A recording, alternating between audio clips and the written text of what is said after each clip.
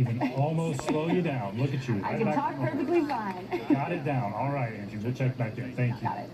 All right, let's get to the latest now on the effort to end the war with Iran. Secretary of State Marco Rubio is now heading to the Middle East to pitch the latest Iran agreement to Gulf Arab allies. Rubio now taking the administration lead on these talks as Vice President J.D. Vance wrapped up talks with Iran in Switzerland yesterday. Vice President talked up his negotiation efforts and touted key parts of that current agreement, including steps to keep the Strait of Hormuz open.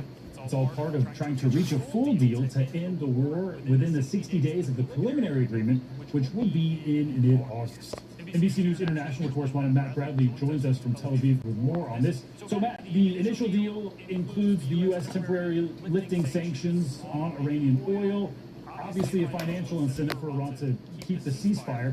So tell us about that and some of the other key points in this initial agreement. That's right, Stephen. I mean, we're talking about some major financial incentives. It's no wonder Iran signed on to this. That's one of the immediate ability for Iran to market its oil for 60 days on international markets. So that actually puts them in a better position than before the fighting, before this attack by the U.S. in Israel. They also have access to, according to the Memorandum of Understanding, $300 billion in reconstruction funds. And now we're hearing that the U.S. Treasury is in the process of unfreezing what looks like they... No way.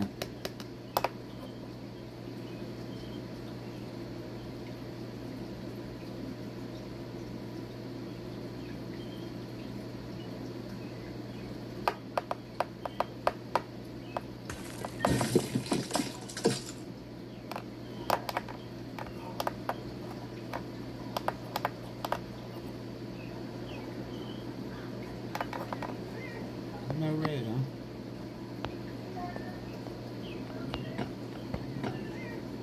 Damn.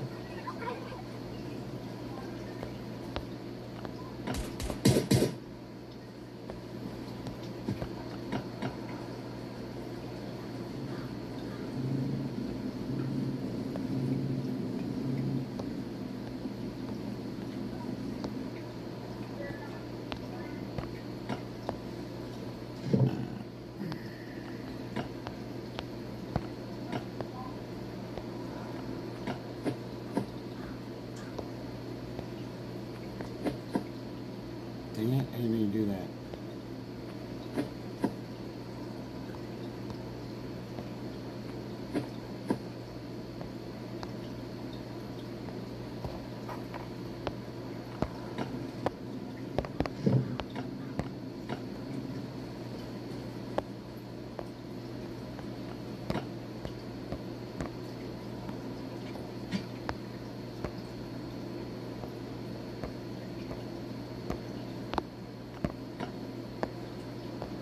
Okay, we need to go collect stuff. Pretty sure we need to go to the lab, get all that stuff before it disappears. We'll feed our dogs. See if we get another true friend.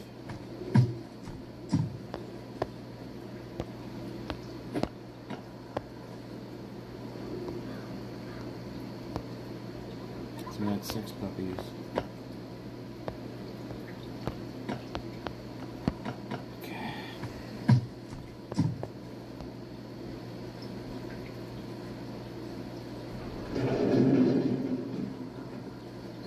Oh yeah, we need to put charcoal in. I think I burned all my charcoal already.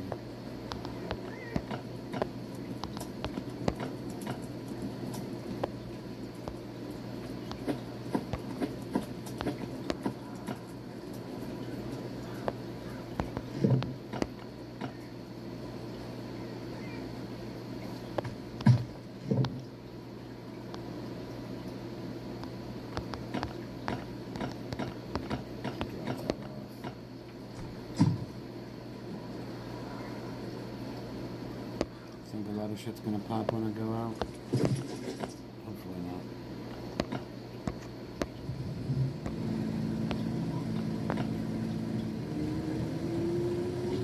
Gotta collect our stuff from the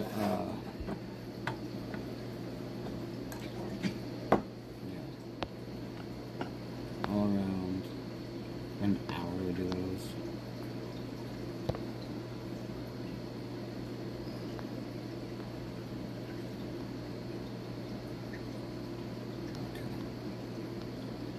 go up there and grab this stuff up here.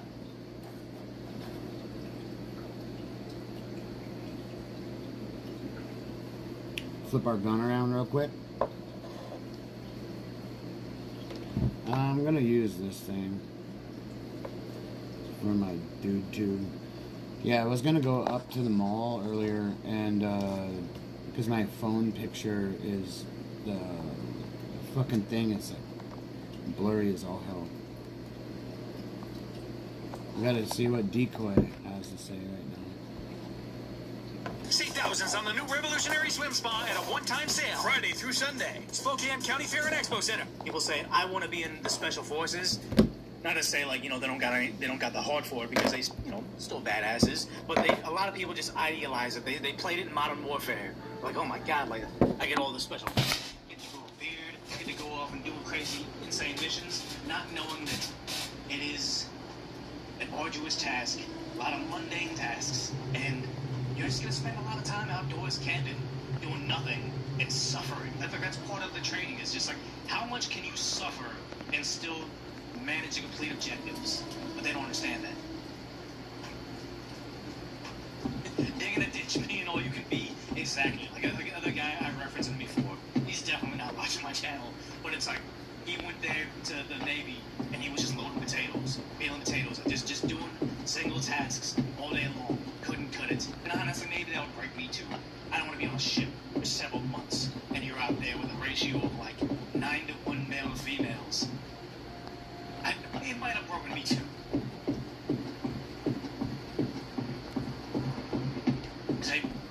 The body cam videos are the real thing these guys deal with every day.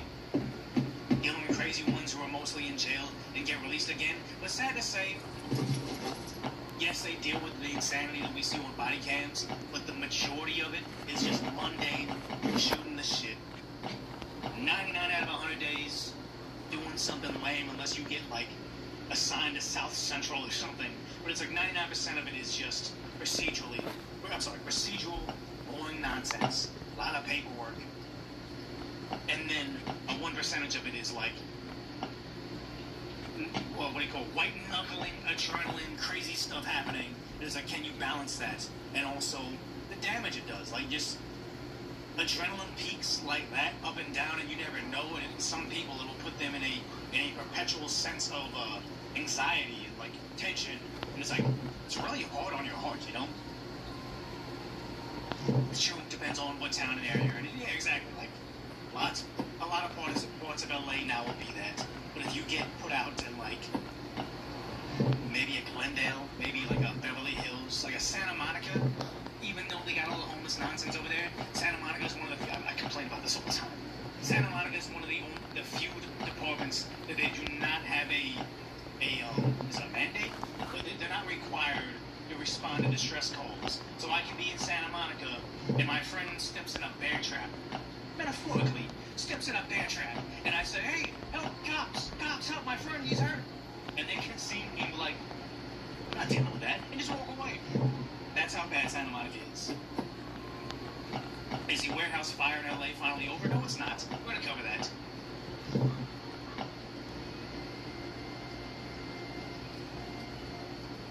You've just described combat arms. I mean, it all is. Like, no, life is not as exciting as you think it is. And when you do a high-stress job of, like, any form of just security, law enforcement, being a soldier, it's like, you think you know how to be like, okay, I'm going to be a good soldier.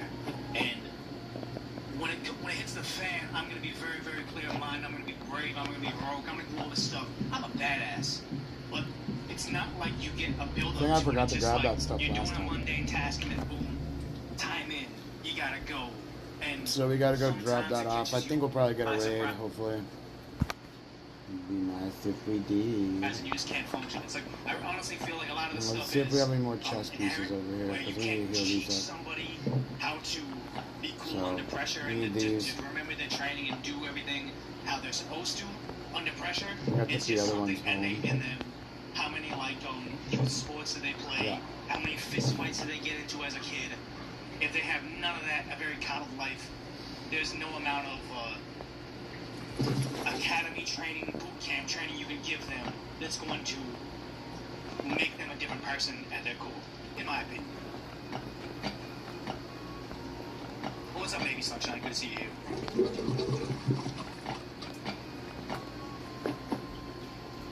He said, yeah, they burned away their carbon footprint savings for decades in Cali with those burning solar panels. I mean, we can just go ahead and get to that first topic right now. Usually we hang out for more, but I mean, what's happening in California with this fire is nuts because, again, this is, when it's day 6, maybe this is day 5.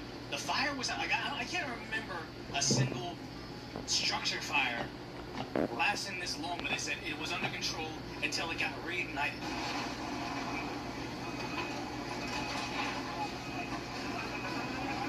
Like, they're tearing it down, all these dangerous chemicals out there.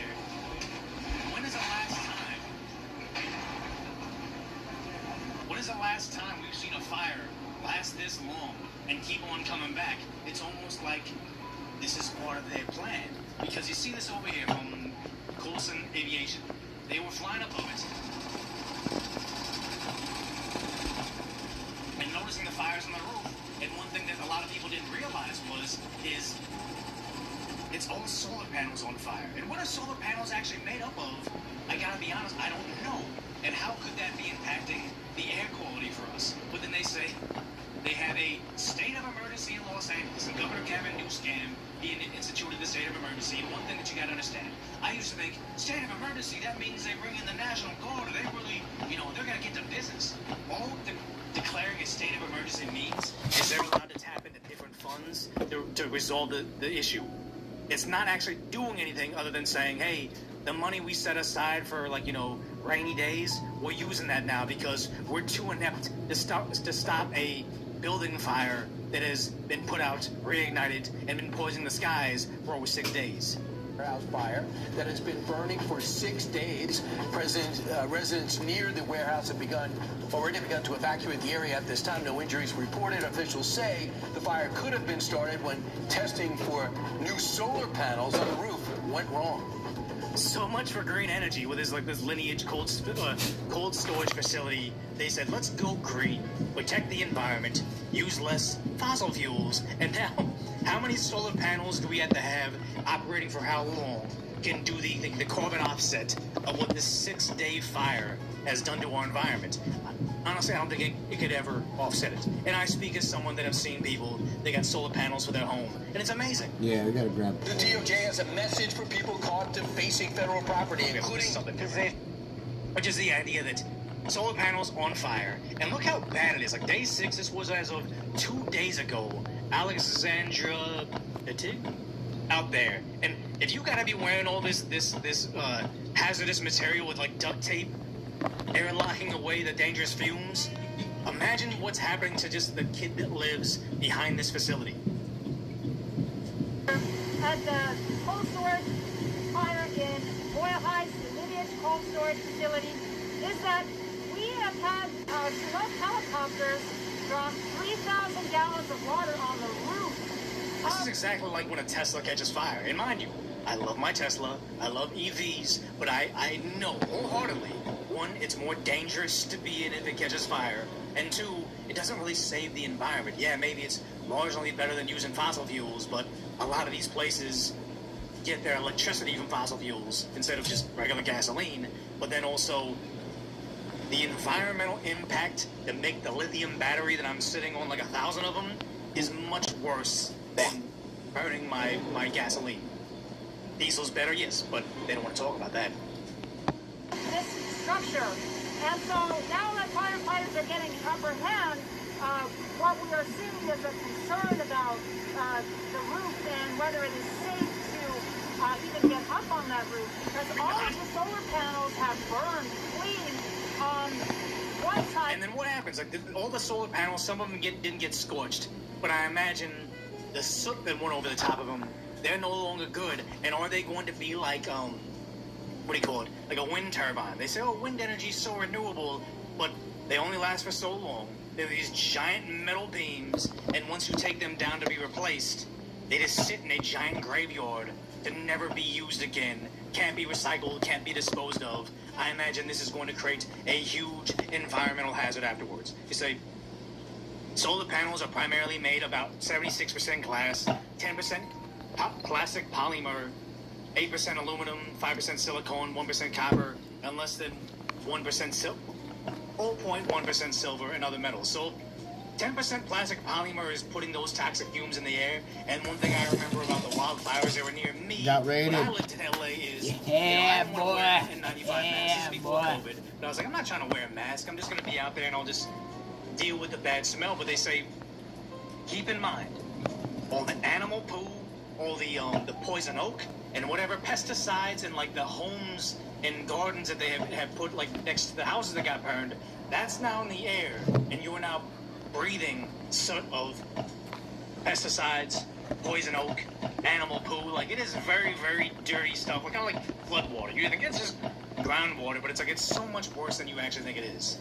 Of this facility, and thousands and thousands of pounds of water have been dumped on that roof at the same time.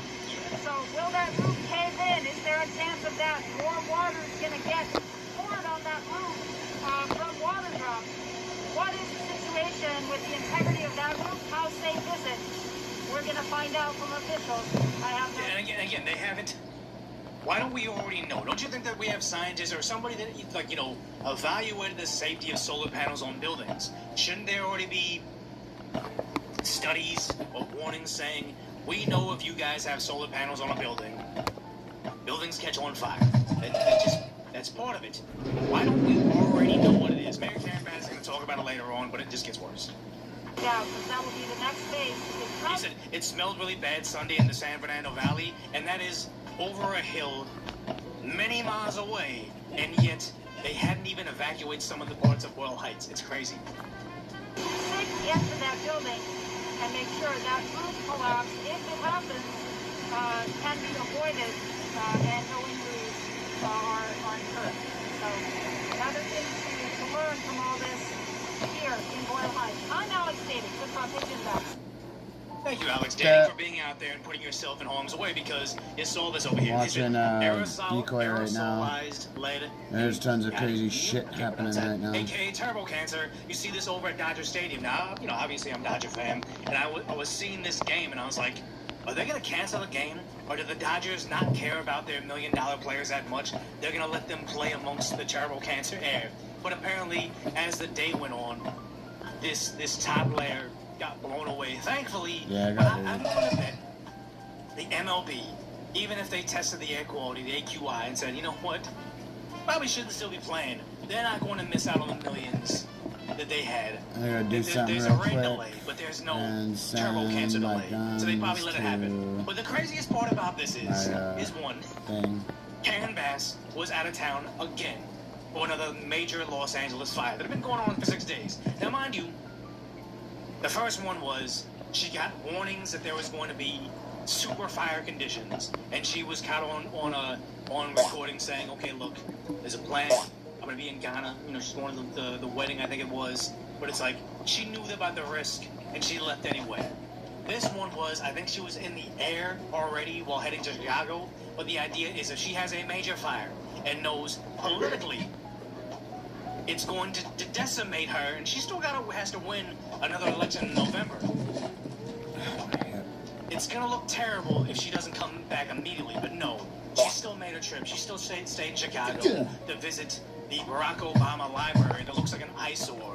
And the idea that she found it more important, the virtue signal to people over in Chicago, with her appearance next to the Obama library, than it is to save the young black kids that live in the Boyle Heights. Like, this is insane to me. Here she is previously saying, hey, I needed to be there. It was a mistake to travel.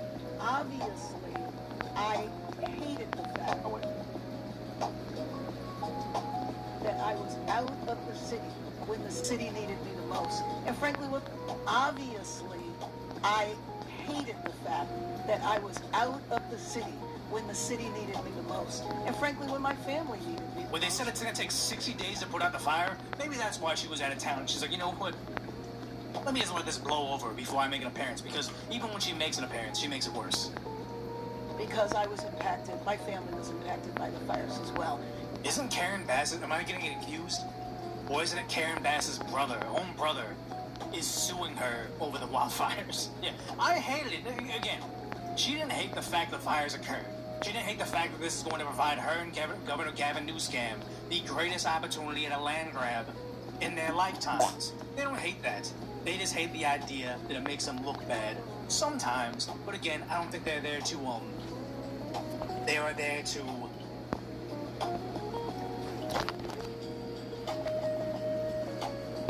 protect the citizens. I think they're there to protect their own political career. And now with what we know about the elections, she doesn't really need to focus on that because they can just find the ballots endlessly. It is a horrible feeling to know that it took a long time to come back because of how far away I was. So you weren't that far. You were like a 4-hour flight away this time. You weren't in Ghana. You weren't in another country, on another continent. You were in Chicago. You could have just landed, heard about the fire in Boyle Heights, and flew back the same day. But you didn't do that. That it was a mistake to travel. It was a mistake to travel, but I will tell you that we need to evaluate everything.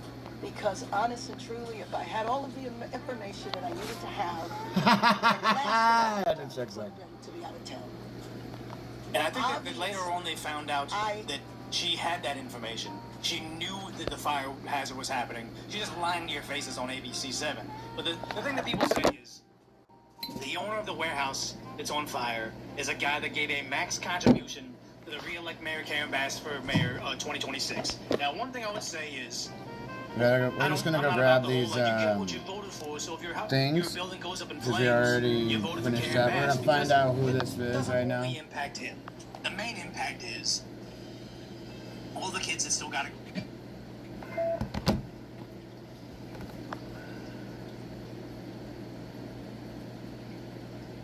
It always sucks to have something in your eye or something. Something messing with your eyelashes. I have pretty long ones, so.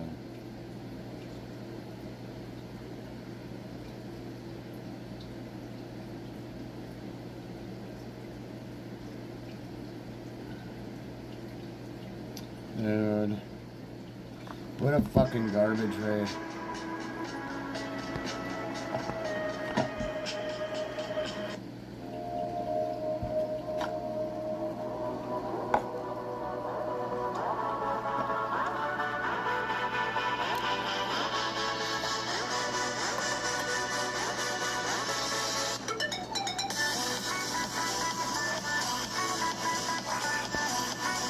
Another fucking raid where it's safe.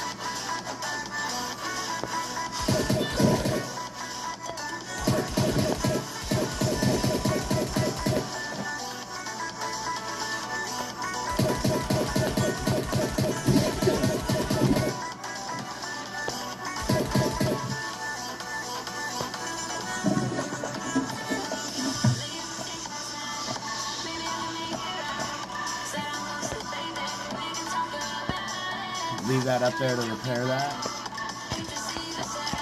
That's a shit. That's a shit.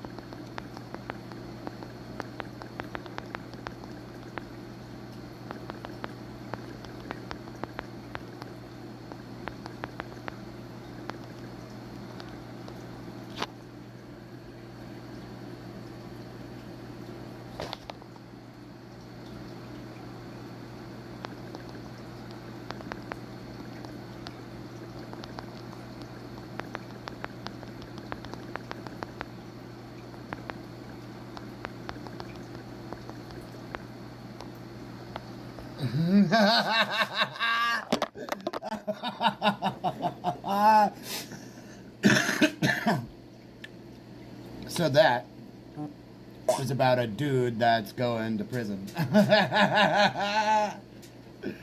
Alright.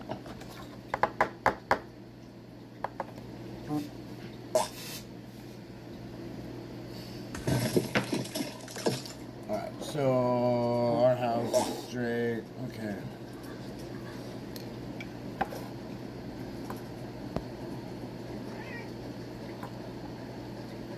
You get one of these.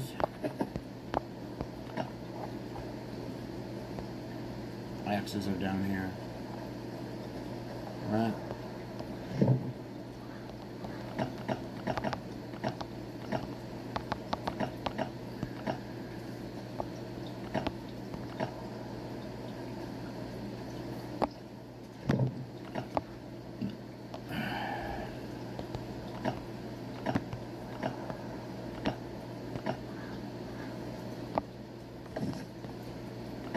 Let me address these messages real quick.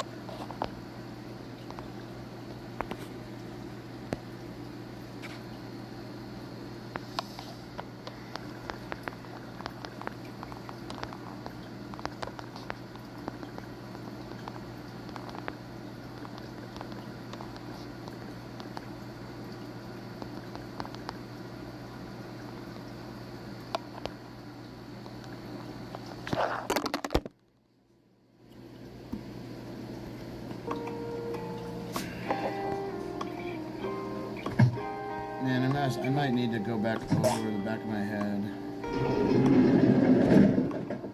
Is it Kate?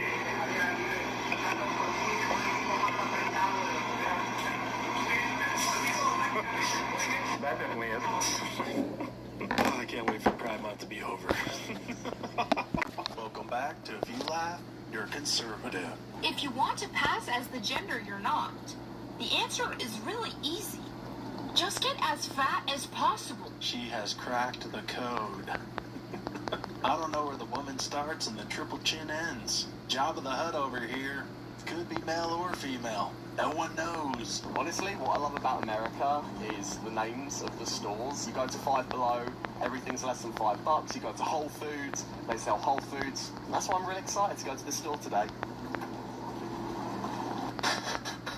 Something about that swagger makes me think he really does love Dick's Sporting Goods. These are the male equivalents to flowers. Banana bread, a white monster, a little puzzle to solve, an ancient weapon that's been passed down from generations. It's just that easy. A cool lighter, a cool little gizmo or doohickey, a piece of alien technology that we can discover in a crater. Magic the Gathering packs, 2 white monsters. Even better than one. A USB that we have to plug into a supercomputer in an underground bunker. Or, hear me out, also flowers. I've been with my beautiful husband for a little over 10.5 years, and I'm excited to get to call you my husband one day as well. I know, you're gonna have 2 husbands. I know. This is the face of a man who regrets all of his life decisions. How they jammed Juneteenth into Pride Month. Happy Juneteenth. Happy Pride as well. You know what we don't do enough of anymore? Sit on the porch. Not scrolling, not working, just sitting, watching the sun go down, listening to the crickets start up, waving at whoever drives by. Used to be that's how neighbors knew you were still alive. There's something about being still that reminds you what you're living for. Life don't slow down on its own. You have to make it. Find your porch and use it. You know, the only issue with this, Granny Bibbins, is my porch stares directly into my neighbor's house across the street. When your wife packs for a road trip on an empty stomach, that's a keeper right there. The road trip ribeye, as you do. How to eat for free at Walmart. You just gotta walk around. Yeah, this is called theft. It's called, yeah, stealing. The first ever Yo Mama battle. You think you're so tough? Well, they all know you're just a mandrake mimicking. Yeah? That's not what your mother said last night. Come again, mate. I said, that's not what your mother said last night. Well, your mother's so hideous, I wouldn't touch her with a 10-foot jousting pole. Well, your mother is so hideous that people often mistake her for your brother. Oh, which brother? Thomas. You sack of wine. The girth of your mother's waistline is so vast, you have to take a 3-day ride to get to her good side. Now, wait a minute. Is this plane drifting?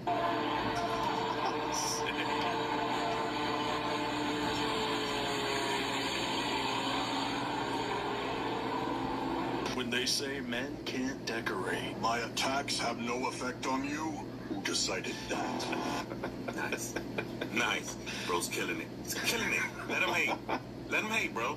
I mean, it's got a cup holder, an armrest, too. In fact, we went from kneeling to protest the anthem to kneeling to pray to God. All we needed was a new president. We are so back. Happy on the left as well. All can slide out there. I mean, Tillman was all over the field today. McKinney was all over the field today. Tyler Adams, I mean, that... Can I film you swimming? Because I feel like you swim like a toddler. You swim like a toddler. Oh my god. No. What's cooking, good looking? Pop the hood. Let me see what you're working with. What the dog doing?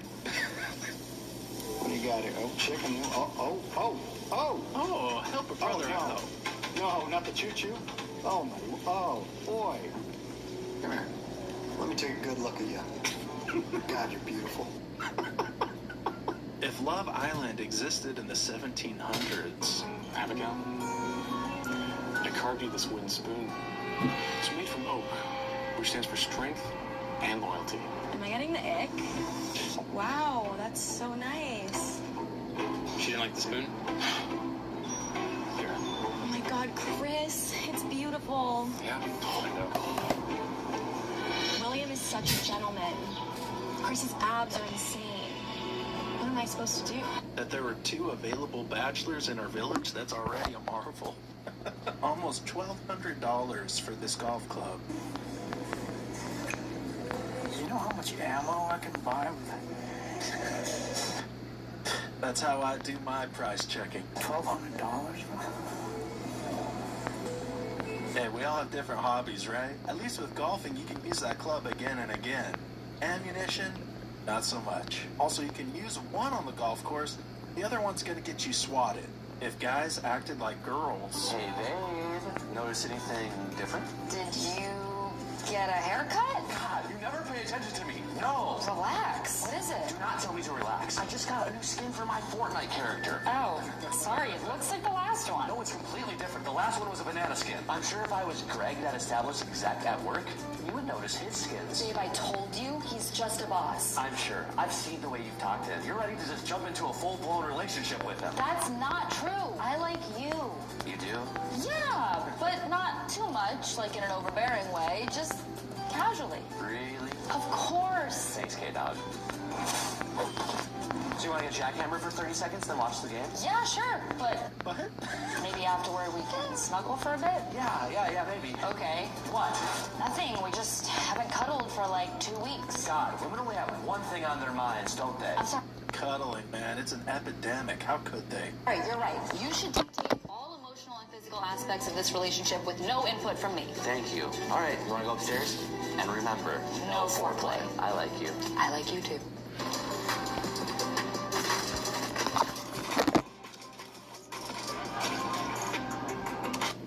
I like you too. When you ask where's Dad at, this is where he runs to every time. The throne is vacant. Colton, where's it? Why can't a king rest upon his throne? Where's Dada? When the whole stadium sings along.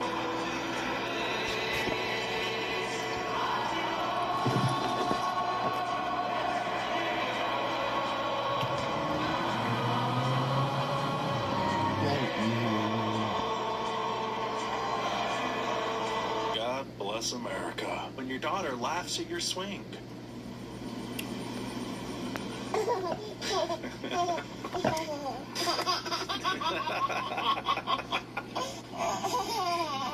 See, honey, look at how much joy golf brings our daughter. We need to do this at least every other day. The only acceptable pet for a man. As a man, the only acceptable pet you should have is a scorpion, a ball python, or a damn pit bull. Other than that, bro, what are you doing with yourself? I'll meet my pets. This is scorpion, python, and pit bull. Featured by Ludacris.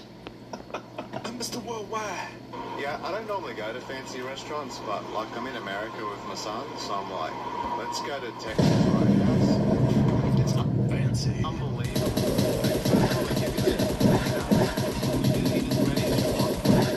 Okay.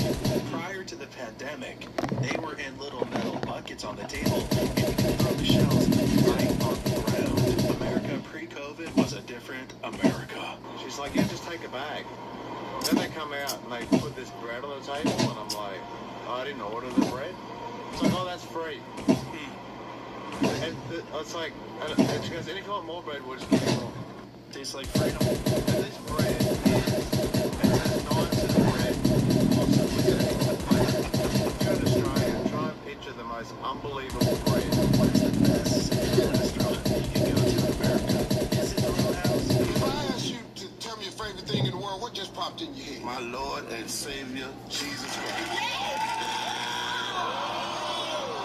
One of the greatest answers given on Family Feud, and it wasn't on the board. I'm not responsible for this survey. Now let's just move along now. The home bun race.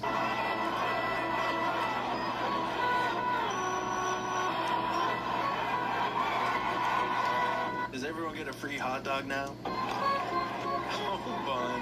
Today, I'm going to teach my black friend about white people culture. Who are you calling? My dad. Hello? Hey, Dad, just want to wish you a happy Father's Day and tell you I love you. Thank you, son. Love you too. It's your turn now. Oh, fuck. Is this the final boss of pocket knives? $4,000 at the Painted Pony Designs booth. We have the smallest pocket knife ever. This is like the Dubai pocket knife. I think you have to be like this to buy this knife. All the blades got different filework patterns on them. $4,000. Get real. A plane drops fire retardant behind the University of Utah.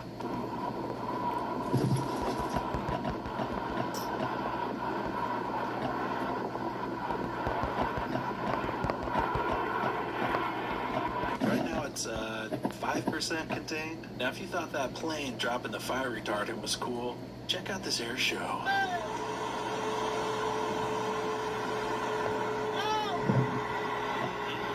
It's called Dropping Freedom. Any Trump, Israel, Iran talks. Any Trump. And we're live here in Israel.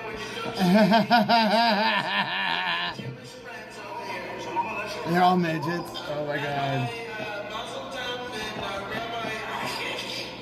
I've met a lot of Rabbi Hicks before. A sunset to end all sunsets? Alaska, man.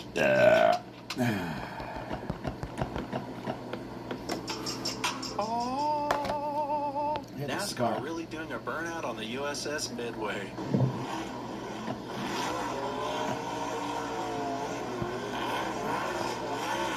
Getting carjacked, but you're a Midwesterner. Get out of the car! Holy shoot, you scared me. What are you thinking? Oh, open carry guide. Nice. Oh, you betcha. What is that, Browning? You know, I'm more of a Mossberg guy myself, but why'd you saw the top like Give me your car. My pleasure. You like the Chevy? You can have it. Comes with the payment, though. I need to get out here. Oh, I can give you a lift. You can ride shotgun, actually. You get it? I'm running you. You get it? Oh, you sell insurance. Oh, there's Terry. Terry, how you doing? Yeah, have you met Terry's local sheriff? Terry, you gotta check out this guy's Browning. Gotta check out this guy's Browning. This also happens to me when I'm trying to pee into a urinal.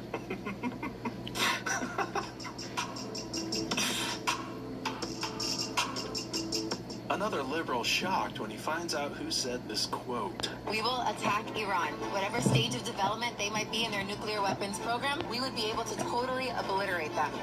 What do you think about that? As a human, Disagree.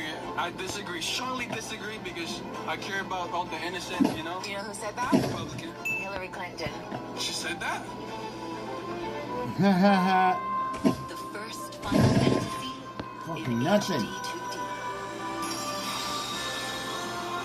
A mysterious war seeks to shatter the eight. Everyone in the starting lineup was 27 years or younger, Clark and Park day tonight. Oh, but a lot of them have seen Freddie Peralta because Freddie. Get a room, guys. In Milwaukee had a lot. Our kind of Pride Month.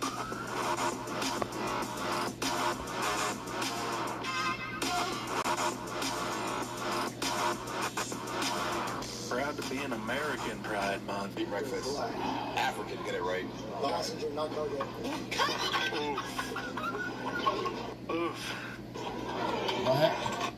Proud to be an American Pride Month. Eat breakfast. African, get it right. African, get it right.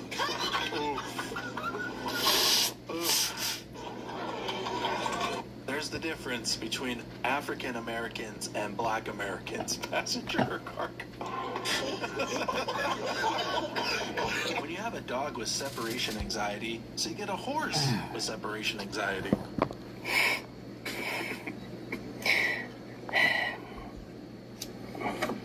Just trying to help. Gavin Newsom's wife, good cover buddy, panics when asked about an investigation into good old Gavin. They're just incredible role models, and their values are American values, and we need to revive those and provide hope to everybody. We heard from the governor, but we haven't heard from you yet about this investigation. What do you want to say? I'm just so grateful for this inspiration and leadership.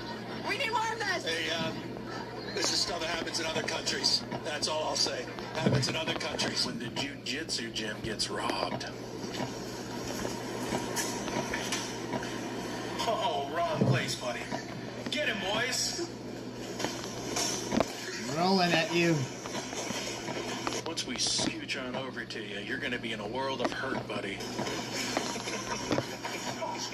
Floating into summer like, oh yeah, the sunglasses. Now this is a fireworks display. You know, I didn't used to like drone shows, but now they have fireworks on the drones.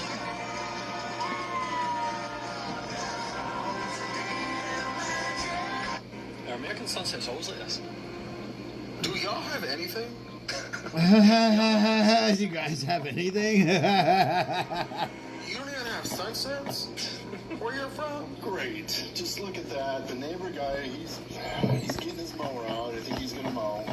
So what? What's wrong with that? That there is the form of adult peer pressure. I mean, now I'm gonna have to mow. Them's the rules. A different soccer team see each other in the World Cup. England and the USA. The ranch is accurate, and the dental hygiene is accurate for England.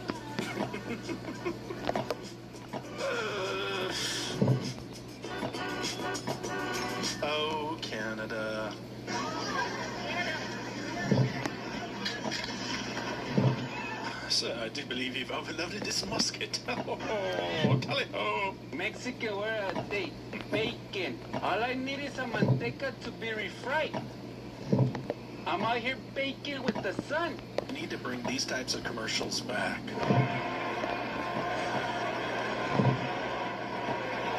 Ooh, sneaking in the exit.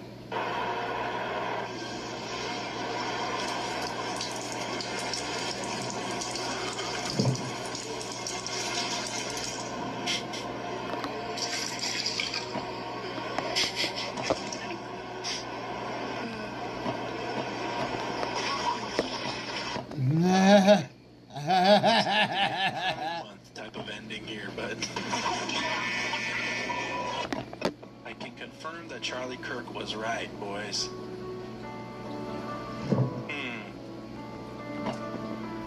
Get married, get baptized, have kids. I love to see it.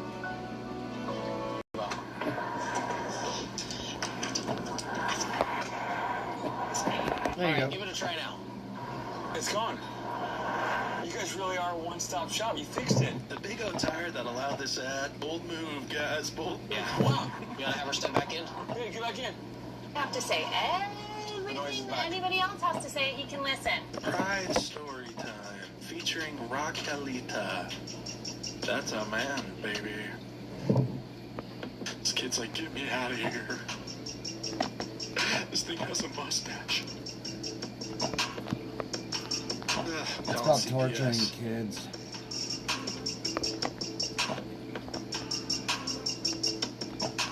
Why? You never see them doing this at a retirement home, right? They're never at a nursing home shaking their hairy butts around. Women are so hard to buy presents for. What do they even like? I think my wife has been watching. A man jumped in the reflecting pool today with all these crowds around, cut out a huge piece of the blue sealant, and tried to get away, but he was arrested.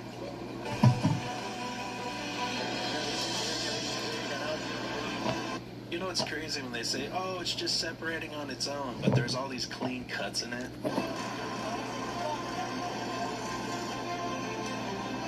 Now, the company that originally put down the new paint, they're going to come back under warranty to repair it. What do you notice about this bike taxi driver? Want to meet new girls without spending a dime? You gotta try this app. Unlimited chats, unlimited hello. To repair it. What do you notice about this bike taxi driver?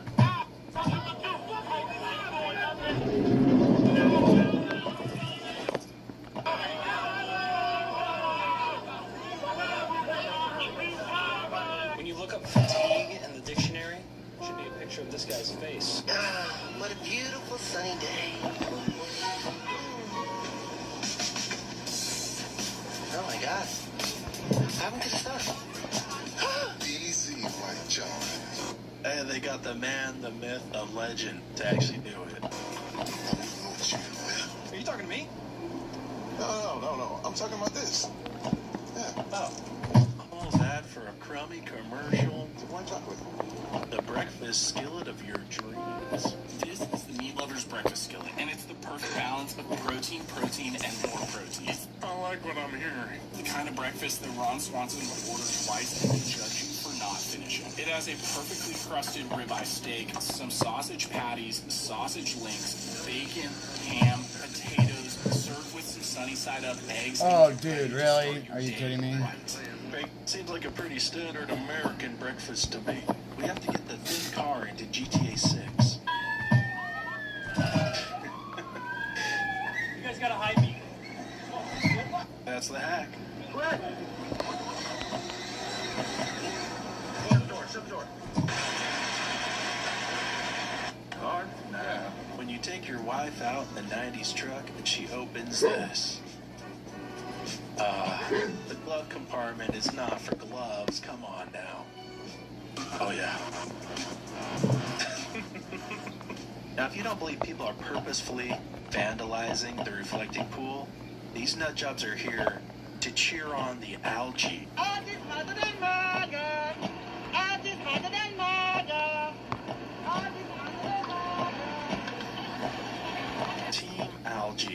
Looks like they dunked their heads in the pool. This is the real cause of the algae outbreak. They went to try to take a bath in the pool. Here's some taxpayers' money, and the hypocrisy among Republicans is galling. Can you speak? Optimus Prime.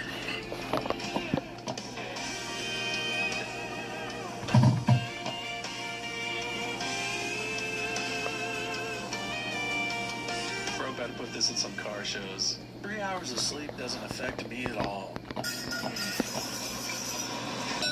Like the video if that just made you yawn too. At least if the cops go, we know this guy won't say anything. You son of a bitch! You set us up! How could you? I'm cop. You're the best cop we've got. Next week on Mind Cop. It's just a toy. You murdered an innocent child. The city is demanding to see the body cam footage. Well, this is what he gave me. Hey, yo, why don't you jump in, man? It's not as dirty as it usually is. Usually I feel all like slimy like you. Oh, this is a face filter, man. Not the look for you. I don't know. You sure? You have something on your shirt?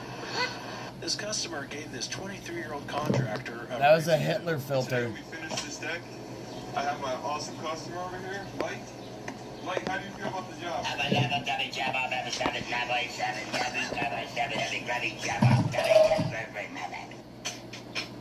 And after this, he's gonna go coach the special teams on the Mud Dogs. Oh, thank you. You think we did a really good job? Excellent. Awesome. Well, was that English? There goes Mike. They said the World Cup in the U.S. would be empty. You know, they say a lot of things about America. The best way to see if they're true or not is to come pay us a visit when you celebrate Juneteenth. Black guys. Of course we celebrate Juneteenth. Yep. June what? Juneteenth. What the hell is that? When the slaves in Galveston, Texas found out they were free 2 years after the emancipation. That just sounds made up. But, oh, let me guess. You guys get a day off? Yeah, I get a half day. Yeah. You folks sure do love a day off, huh? I didn't know. Yeah, you guys already have February. You took Spider-Man. You took golf. You took Captain America. I mean, how many days off do you people need? Days off? You people? Is this just summertime Kwanzaa? Summertime Kwanzaa. That is nice. Really? Yeah, summertime Kwanzaa. You guys love this stuff. Oh my God. It's on me. Well, all right, let me get 3 pieces. Yeah, but give me a 3-piece blinky spice. George's first pecorino romano. Stock is living right.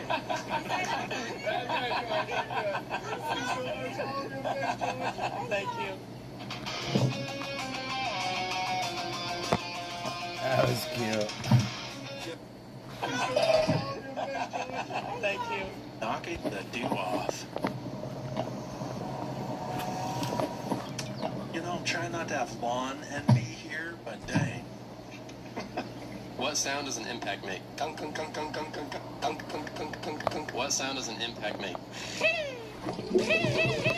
What sound does an impact make? What sound does an impact make? What sound does an impact make? What sound does an impact make? Men proving they can protect their partners. That bag of birdseed didn't even know what hit him. Oh, yeah. That's a real man right there.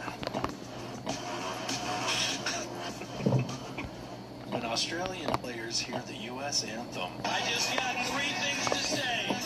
God bless our troops. God bless America. And gentlemen, start your engine. Oh my gosh, I'm burning this puppy. Yeah, please. But he only wants to help. No, that's a little too loud there.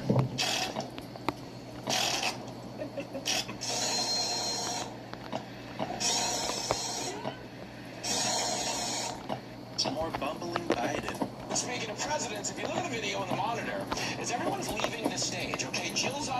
out, what does she forget? Not her purse, her husband. Obama's on the way out. What does he forget? Not to stop and play air guitar for the crowd right here. No, he forgets his former vice president. So you got Obama doing a solo. You got Jill waving to the crowd. This thing's about to pan wide. Biden is just alone on the stage. We can see the shot. There goes Jill. There goes the cameraman. And there goes Obama. Watch this. He's just staring at the crowd.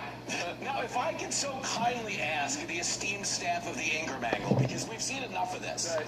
He actually speaks into the microphone. Can you show Mr. Kilmeade the video of him speaking? I mean, the audio. I think someone just my pants. This Corvette has to be the coolest car here.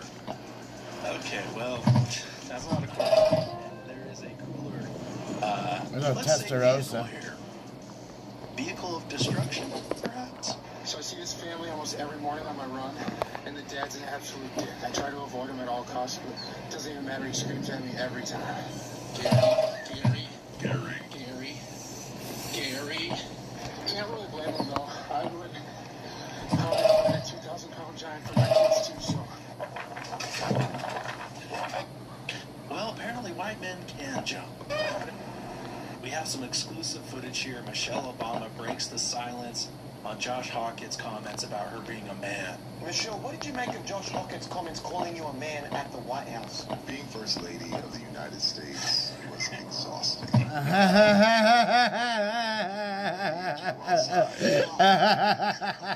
dangling dogs. Oh, fuck. Strong words from a strong man.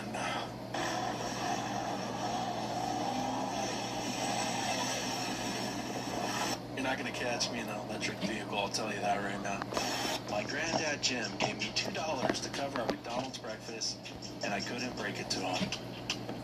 And that'll buy you, what, a hash brown nowadays? Buy a cup of water. A thimble-sized coffee? That used to be free. Mom's driving you crazy. What the fuck is this stupid shit? People that's not gay, why does someone's sexuality matter to you? Why do you force it down our throats and try to make it matter to us? Don't worry, guys, I got this for all of us. On behalf of we the people, on behalf of the people, I'll go ahead and answer that clearly for you. We don't truly give a shit about what you do. Your sexuality is you. Do you. God, family, and country. You love pushing the indoctrination in our schools, trying to normalize it with our children. You love twisting the word of God so you can apply it to your sinful nature. And then you want the country to just accept it like it's normal. They brought a toddler to an armed robbery. Look at this. An armed robbery in Montgomery County with one of the suspects there holding a toddler. Police say 3 suspects tried to steal some merchandise and leave the CVS on Redland Road in Durwood last Wednesday. That's when an employee confronted them. A suspect then pulled out a knife. Police say they eventually took off with the items and nobody was hurt. Was it the toddler that pulled the knife? You gotta teach them while they're young, right? This dog can't stop smiling at his new baby sister. Is that your baby? I love it. Are you happy?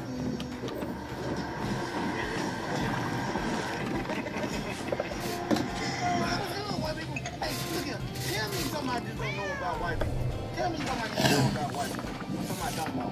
We like fat girls and fried bologna sandwiches. Oh, my mama.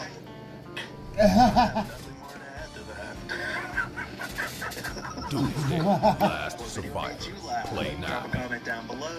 Don't forget to like and subscribe to Conservative Vibes. I'm CV, and I'll see you in the next video. Limited edition gold God Bless America t-shirts available until July 4th. Wish America a happy birthday by visiting conservativevibes.com. That's right, conservative vibes, country roots and American pride. If you made it this far, go hit that subscribe, identify as American. With conservative. And we'll spot you up to $200. Apply now. Open a Chime checking account in 2 minutes, and we'll spot you up to $200. Plus, Come on, no man. fees and no monthly fees. Apply now. Open a Chime checking account in 2 minutes, and we'll spot you up to $200. Plus, you'll pay no overdraft fees and no monthly fees. Apply now.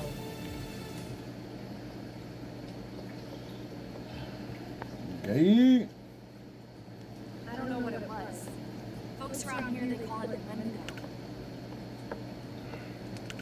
I'll see what I can do about that. The Wendigo is the Earth's reply to the greed of the pale faces. Take the smoke. Let it guide your spirit. Cool, I don't have to fucking deal with that garbage. Ugh. Shit is so loud. Like, it just doesn't make any sense on how loud it all is.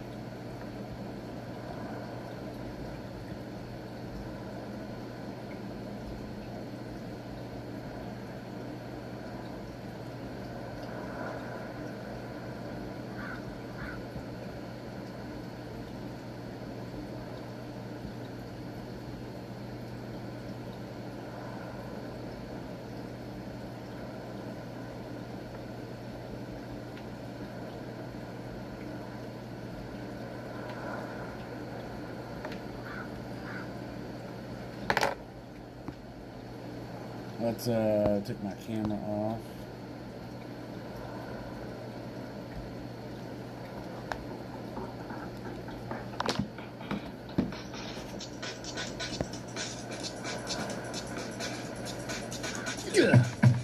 Grab a couple guns and our 1 hour gun and we're not around. It's all fun and games until it's no longer fun or a game. The Iowa State Fair is one of the oldest and most iconic in America.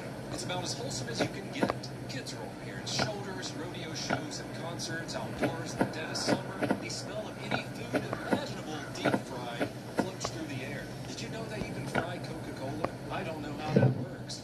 This is the kind of wholesome fun that went on for 140 years without seeing one person murdered. Totally clean record. Then on August 12, 1996, that clean record was destroyed. I'm talking about the 1996 double murder of Bobby and Marilyn Bluer, also known as the funnel cake murders. I can smell them right now. The funnel cakes, not the bodies.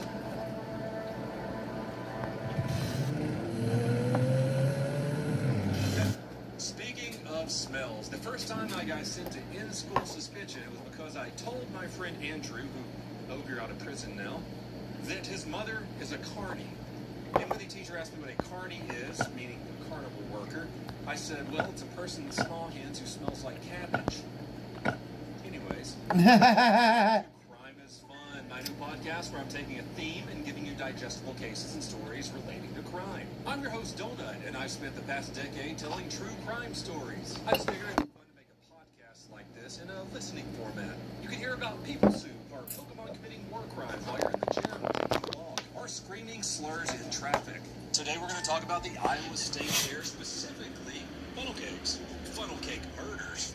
Funnel cake murders. You guys remember that show, 1,000 Ways to Die? I don't know if it's 100% true or not, or if anything on that show was true for that matter. I specifically remember one where there was a funnel cake stand at a carnival. A man was assaulting his younger female co-worker. She turned around and threw batter in his face, and he cartoonishly fell into the deep fryer head first. What a terrible way to go.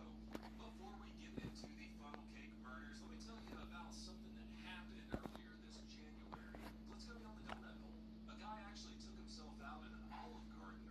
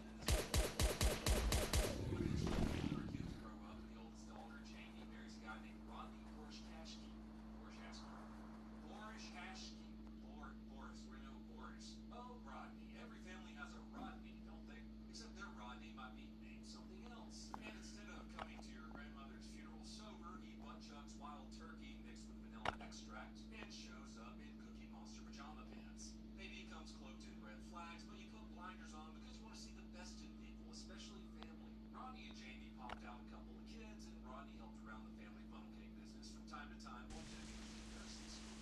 They lived in a modest trailer on the Plymouth property where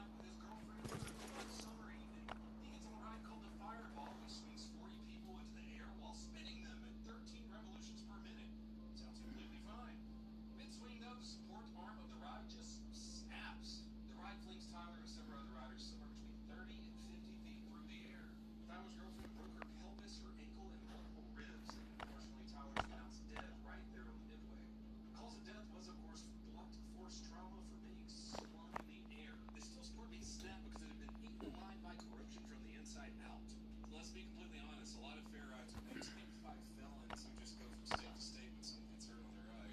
Personally, I don't let my kid ride on carnival rides. I mean, hell, at the little carnival we used to have when I was a kid, there was a girl riding one of the rides, I think it was the Scrambler. Like, it looks like a chainsaw. It flips you through the air. Girl's ponytail got called in it, just ripped it right off. Have you ever heard of the Verrückt? Park in Kansas City, August 7th, 2016.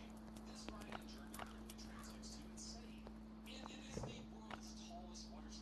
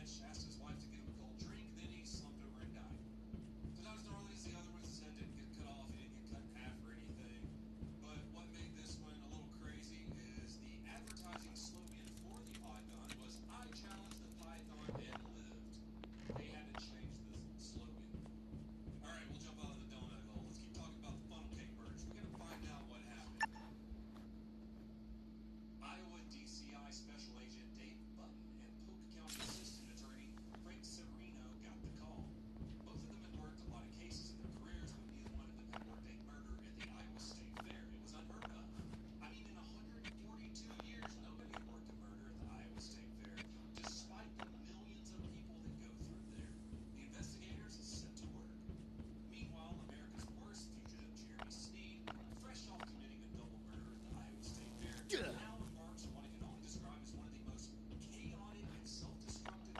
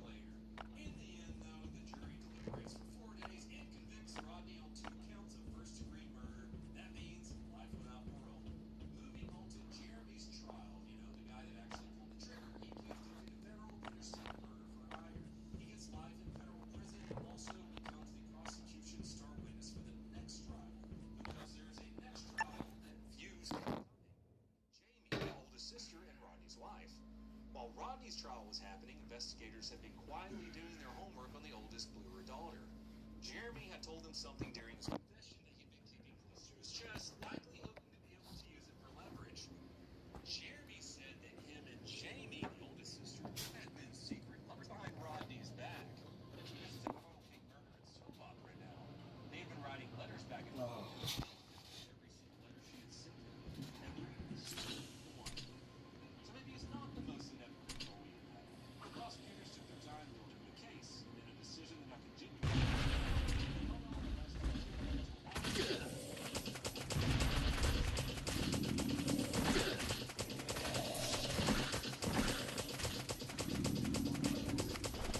on September 2nd, 1997, Missouri Highway Patrol also shows up at Jamie's home and doctor. She's reportedly making her son on the sandwich she's putting on movies, and they arrest her right there. The trial was moved to Cedar Rapids because of the amount of pre-trial publicity, as half of the state of Iowa has an opinion about the case.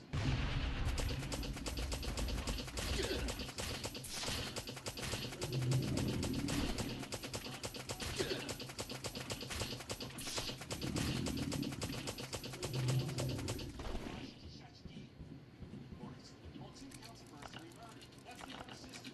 She helps have her and she gets slapped without parole because of it. She makes no statement at the sentencing. Both Rodney and Jamie Morris maintain their innocence to this day. There's another little heartwarming part to the story too. For such a time as this. Bo found his parents.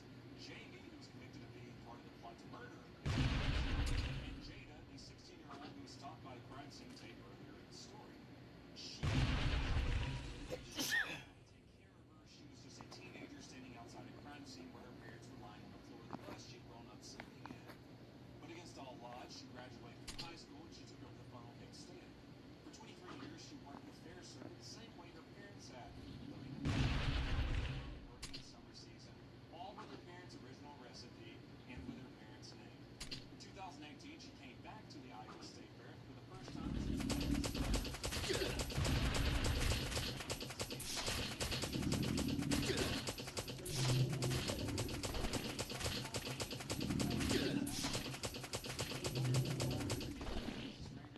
All day knowing what happened the last time your baby was here. That's a strong lady right there. In 2024, she debuted the Funnel Cake Burger at the fair. It got named one of the top new foods at the Iowa State Fair that year. She said in an interview,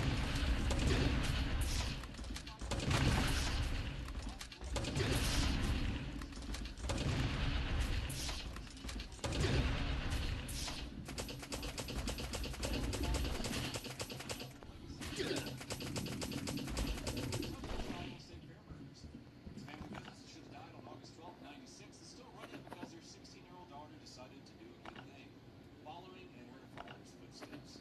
I'm usually not big on lessons, but if there's a couple here, it's probably something about the difference between the people who build things and the people who stand next to the people who build things and think about how to take it. Also, a personal lesson, sometimes maybe you should judge a book by its cover.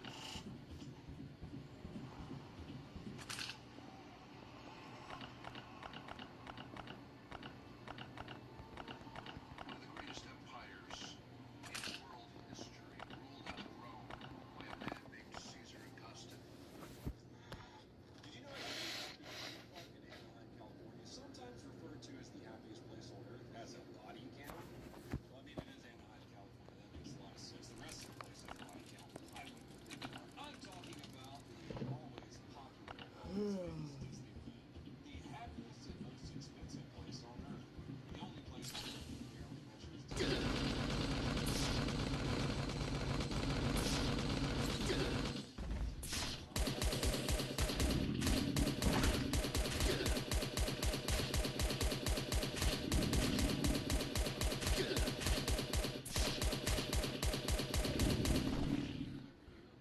Thousands to see the Nelson's pals. I'm not sure I would be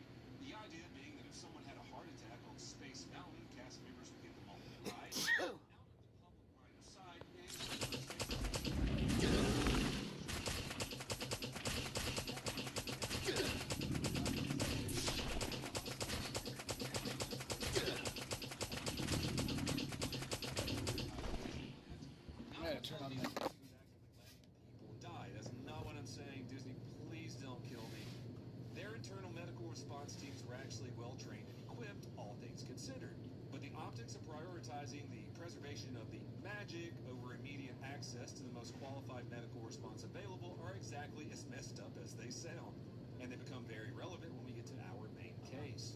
Disney's official position has always been that the policy is a myth, that they always cooperate fully with outside emergency services, that the magic and the safety were never in conflict.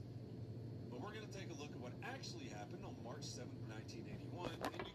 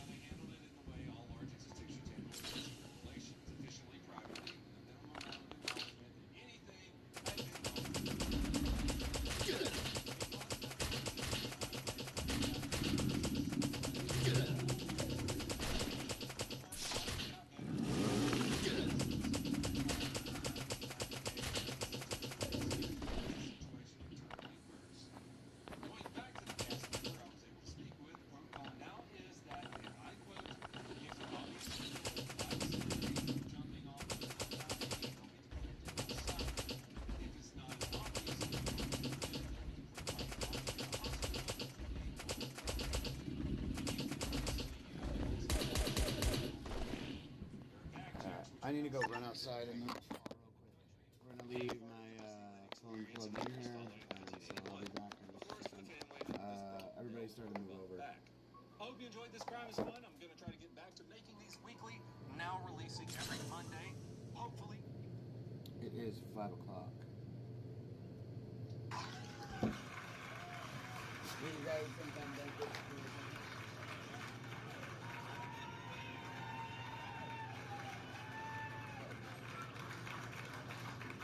What the fuck is up? Glad to be in the real city where everybody praises a female athlete. That's a real city.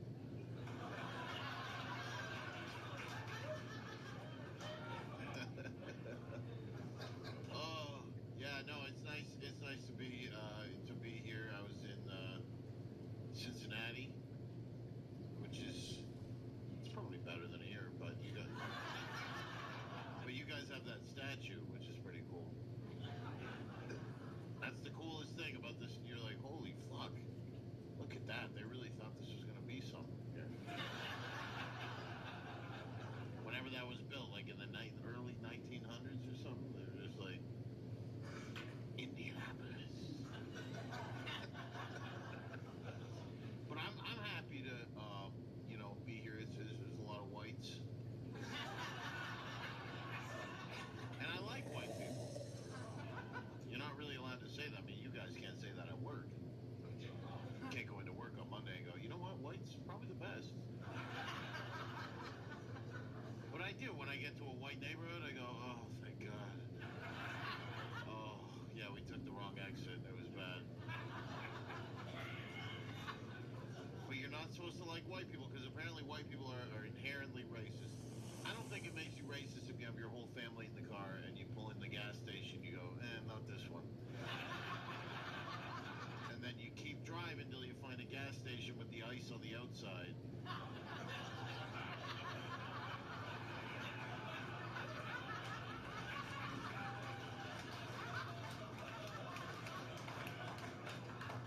That's a white-friendly gas station. That's it. I don't think that makes you racist. It makes you a survivalist. Oh, white people, they're so racist the way they don't want to be shot in the street, these people. These whites always worried about their safety.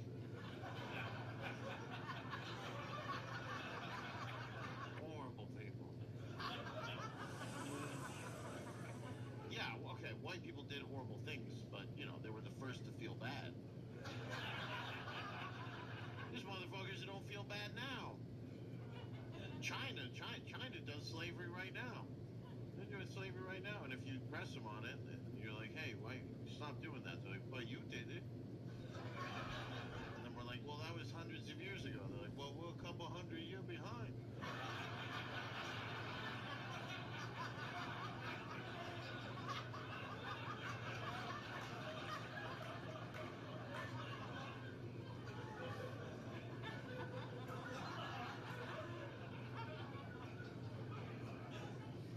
White people, they ended slavery. I mean, they did it as well, but at least they knew that it was, they were like, we should probably stop.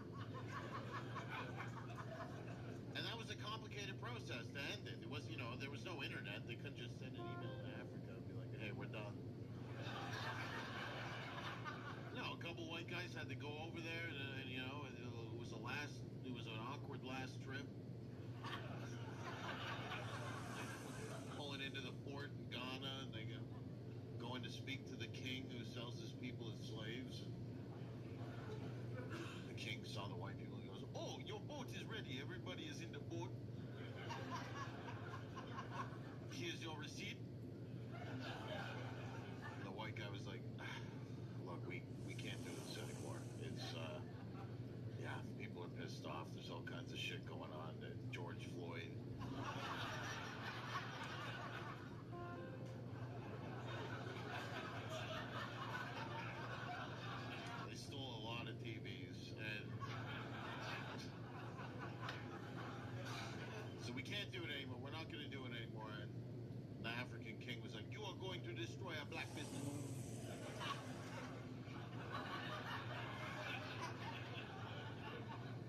I do now? And the white guy was like, well, you wait a couple hundred years and then the Chinese will come. Because now China, they colonize Africa. I don't know if you know this. They're spending like hundreds of billions of dollars to colonize Africa. And I like to think that white people, that we're nicer colonizers than the Chinese. I mean, come on. Right, there were still white women over there being empathetic. Like if the little African girl came up and said, please, my eye hurt, there'd be a white woman there to go, oh, let me look at that. Oh, sweetheart. Oh, let's get you to the infirmary so we can get you back to work in the mines, right? But with the Chinese colonizer, right, the little African girl comes up, please, my eye is full on shut. And the Chinese guys go, oh, me too.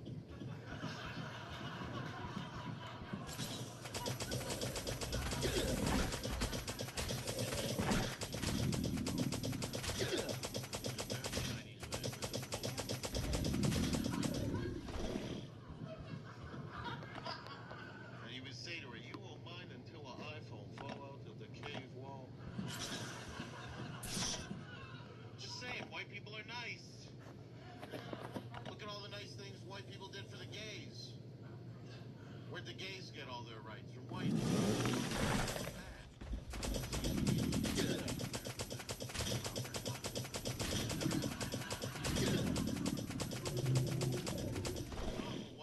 The cops would have to bust into those bathhouses and they pull one gay guy off the other gay guy and getting arrested. Police officer, I swear I'll never suck another dick in my life, I swear to God.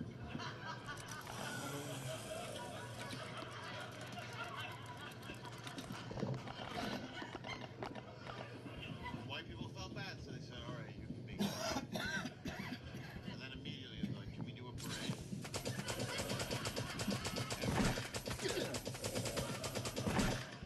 We're like, oh, I mean, you get the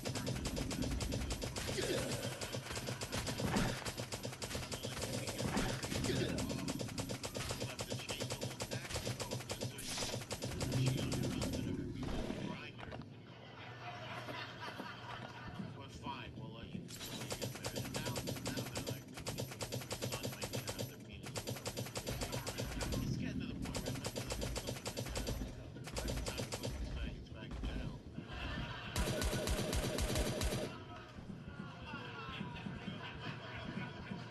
Nobody's ever said that this close to a WNBA.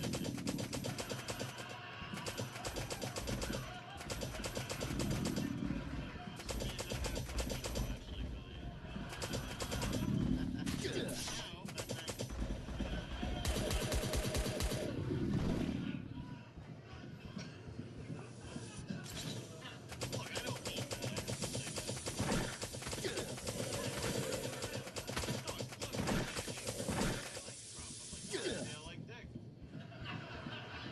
It's my kind of gay.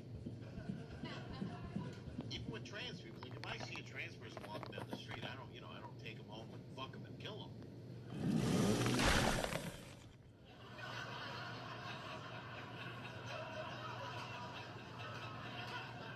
Brothers and sisters, they do a little mix-up. I don't know what it is.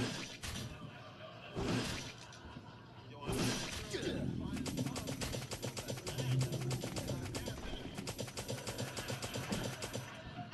They always make it seem like they met a pretty woman, they took her home, she pulled out a penis, they killed her.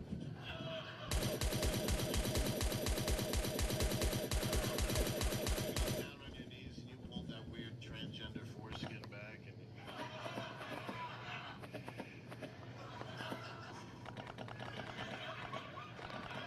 shit, I'm gonna have to kill this motherfucker.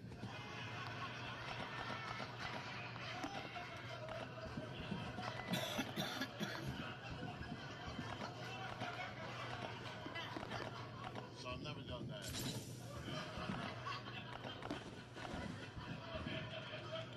I don't even understand, why do the LGBTQ plus community, why do they vote for the Democrats? They're the ones letting everybody in the country who wants them dead. I mean, the Republicans, it's great. It's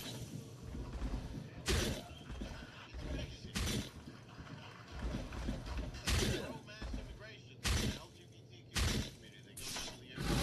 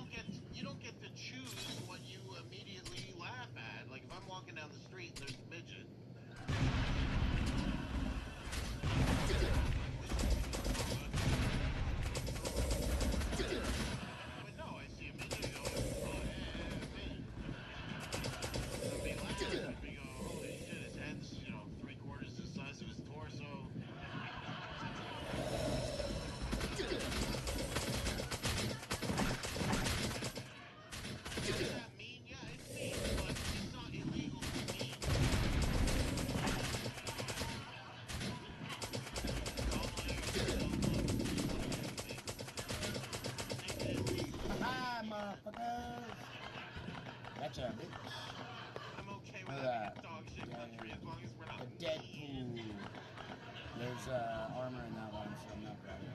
And what do they mean by, you know, like even in the UK and Germany, it's illegal to be offensive to make offense. They want that. They like that. They like that because they want to take away the word. Why? They want to act really retarded. And they don't want anybody to criticize them.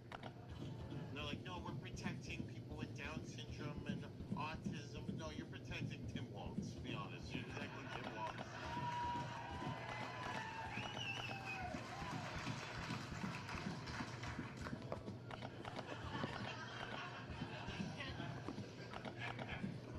These people who were so upset about a lot of the women, they were very so upset that the joke was made and the players laughed. And, you know, they were so, and they only had a few days after the win to be upset before Trump started bombing Iran. And they couldn't transition. They're like, I'm still upset about the hockey.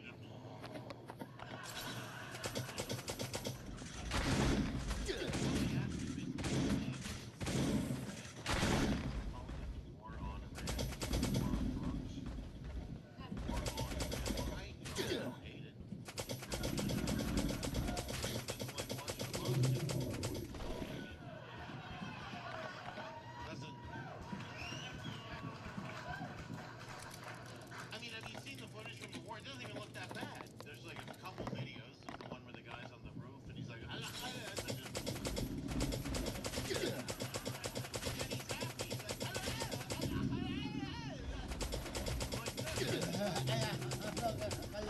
it's the most expensive thing you'll ever see.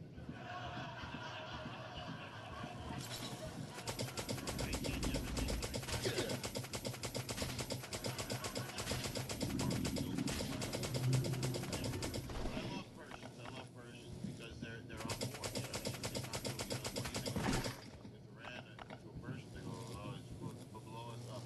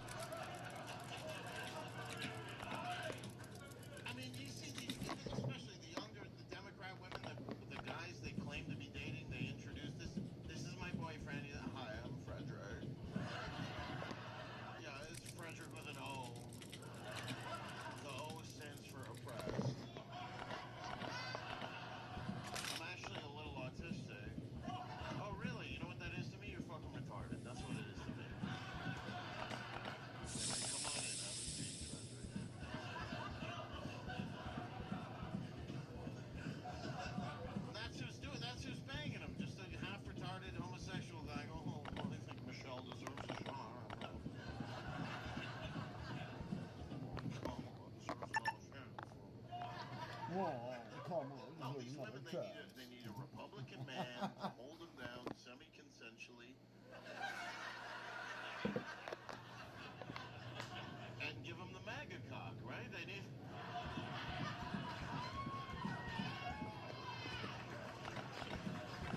You know, and not pull out. You gotta, you know, you want to come inside because that's like information. That's like data. Right? Your dick's like a USB stick. You put that in, you upload. You're dragging shit over. You're like, this is who you should vote for. This is how you should act in public. These are the Epstein files, right?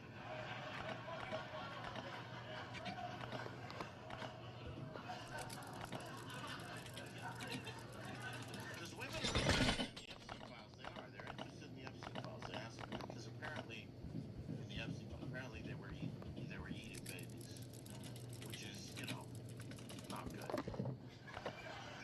I mean, what do you say that? They were eating babies, huh? Fuck. But women ask, and they go, why would they eat babies? And go, well, apparently it's supposed to make you look younger. And then they go, oh. I mean, I'm a little hungry. How much younger per bite are we talking here? But you gotta date the Republican women because you're aligned with those people, but they, you know, they're crazy too. They're conspiracy theorists. You're walking through a park with a Republican woman. She's like, look, there's 3 of us. And you want to fuck her, so you're like, that's crazy. Look at that. Wow.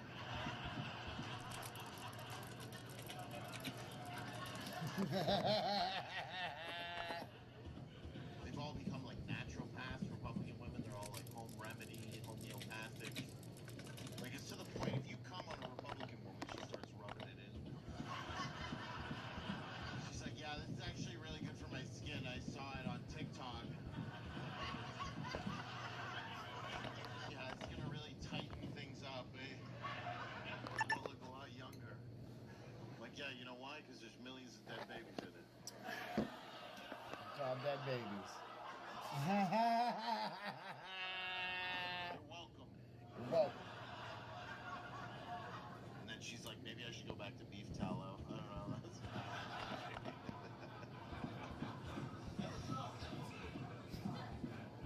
Now, women just know too much now. I mean, really, you want your wife to know pretty much nothing.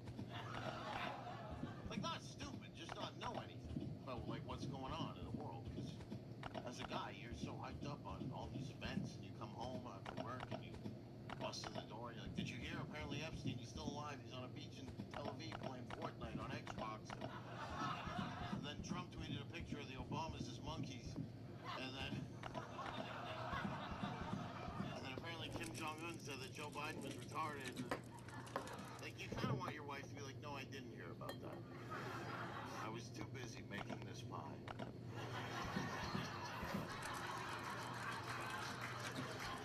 Why don't you sit down and relax and eat this pie and forget about today's troubles?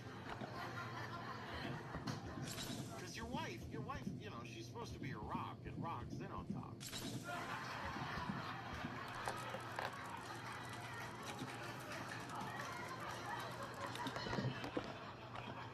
Rocks don't have opinions, right? You know, you pick up a rock, you put it where you want, and it stays right there.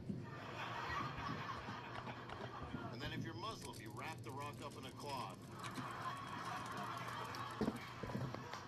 And then you pick it up and you throw it at a Jew. That's what you...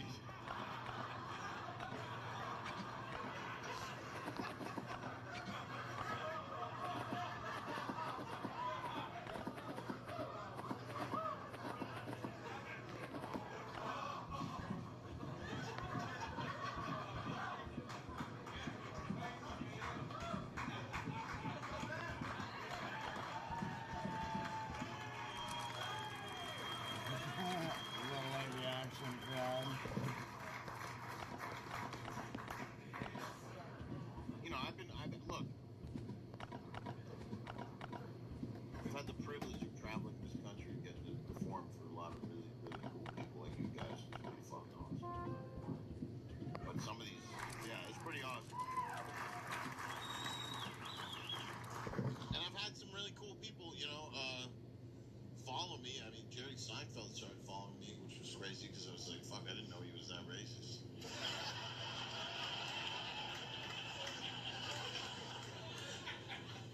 call me, and when I saw that, like after a day, I was like, "Fuck, maybe I should say so." I messaged him. I was like, "Hey, I saw you started following me, and it's cool." 100 years, Antifa member. I've been a fan forever. Antifa leader gets 100 years in prison. He replied, he goes, "Interesting." Well, they'll be going. They're gonna try to run the prisons. I bet they get fucked. Like, he doesn't even consider this the same thing that he's.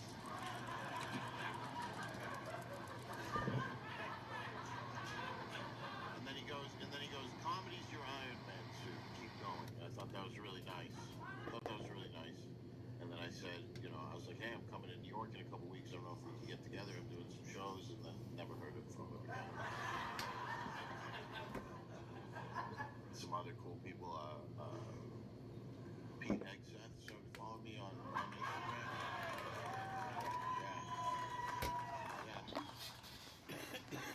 And again, like a day later, I was like, "This is crazy. I gotta send him something." I saw it, respect the fire, everything you're doing. And thank you. I saw you follow me. It's super cool. And didn't expect that. He replied in an hour. He was like, "We love your stuff. Let me know when you're coming to DC. We want to come out and see you." It's so cool. And then that night,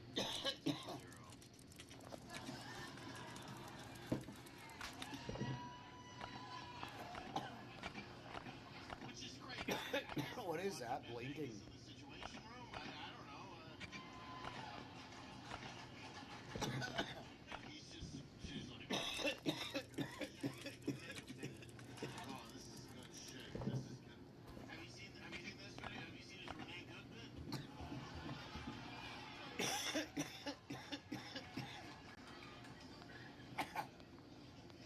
So it's amazing.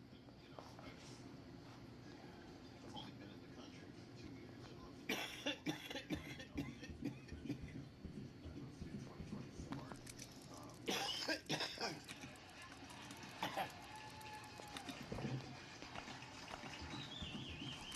The legal way, you hire a Jew, they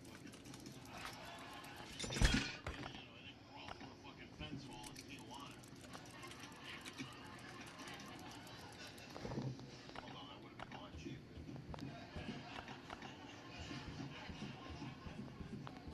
And I had somebody at a show in Denver, and the guy after the show, he goes, "Hey, welcome. I just want to say welcome to America. Thank you so much. You're so wanted here, and welcome to America." I was like, "How many immigrants get to hear that?" You don't say that to your Uber driver.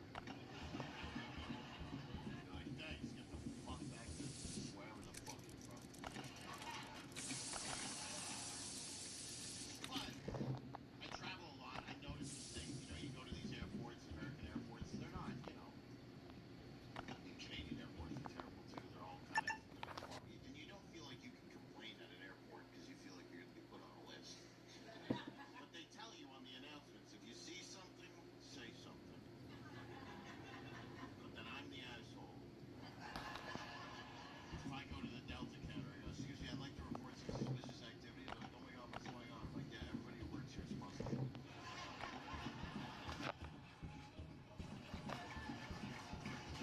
Nobody's concerned about this?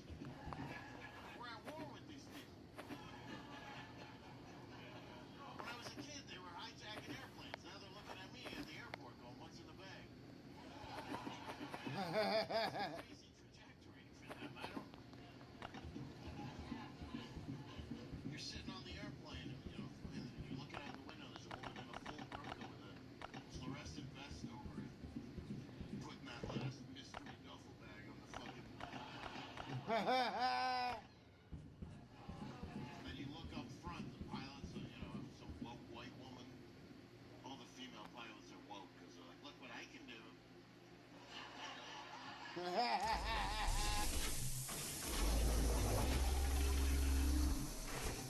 They should tell you on the ticket, the way they tell you the model of the aircraft, they should tell you the gender of the pilot and the race and religion of the ground crew. I look at the ticket, Boeing 787 MAX 8, pilot, female, ground crew, Muslim, Somali. I'm driving. I don't need it.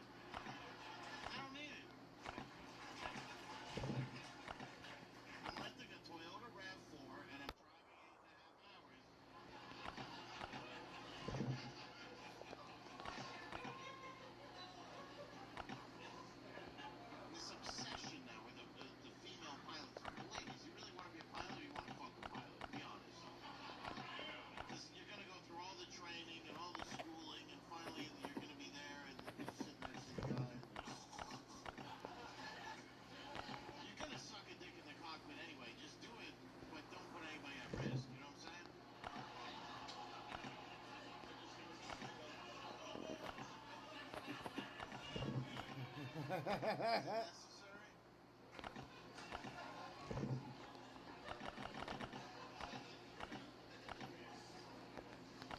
You know whose fault it is?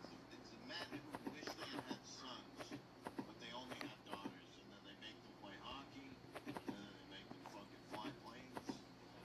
You know, these guys have 4 daughters, all pilots. Like, you're putting fucking thousands of people's lives. Fuck. If there was a woman in my life that I loved that wanted to become a pilot, I'd say, how about we get you a really, really expensive stove?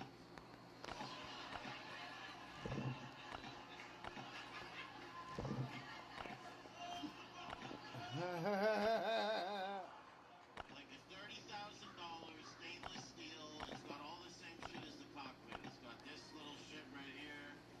So you got a switch, that's for the light. You got a bunch of controls up top for the fan. Here, turn it on. Beep. Oh, look, you're taxiing the runway. How do you make me some breakfast and shut the fuck up about these dreams you got?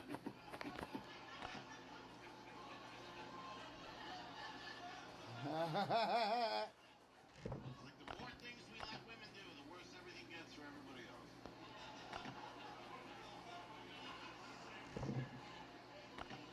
Well, we just had the first female astronaut to go around the moon and get fingered by a black guy or whatever the fuck. I don't know what she was up to. Well, the next moon landing, sponsored by OnlyFans. She's gonna fucking...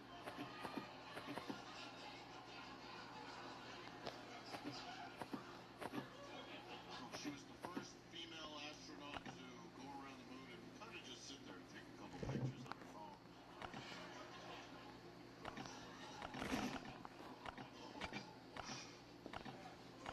Screen's blacking. It's not necessary.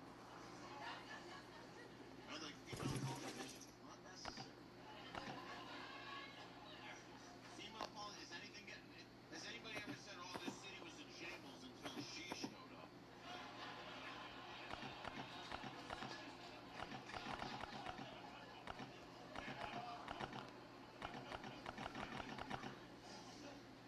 No, because when women get in politics, they kind of start fixing things that don't really need to be fixed. You know, like they made that the rule that now every level of government they gotta have the sign language interpreter. And that was women going, what about the people who know?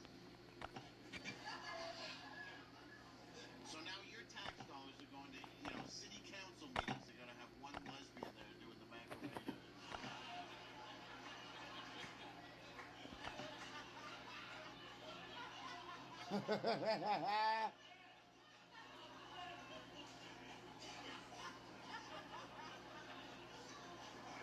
And who's that for? Oh, it's for deaf people. Okay. Well, are deaf people that into politics that they need to know what's going on at every level? I had a deaf person come up to me and go,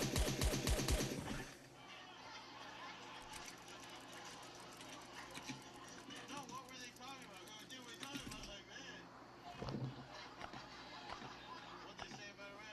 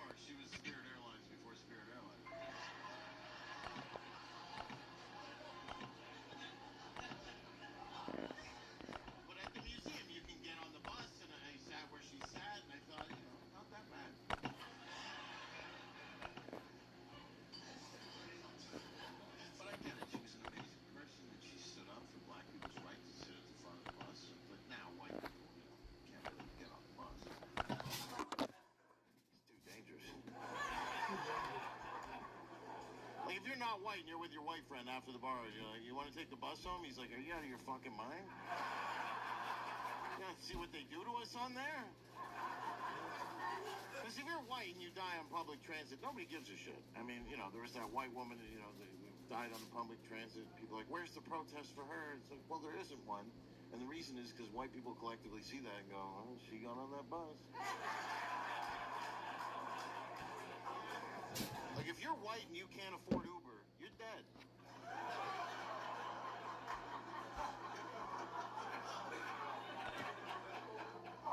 But we got to protect our, you know, our white women, even though they're annoying as shit.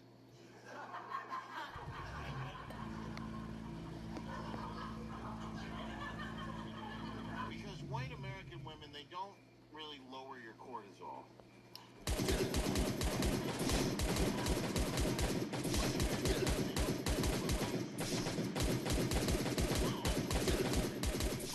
You know, they'll, you know, come home from work, she's got the nails, she's going, how was your day, little Hababush? I'm so glad you did not get hit by drone.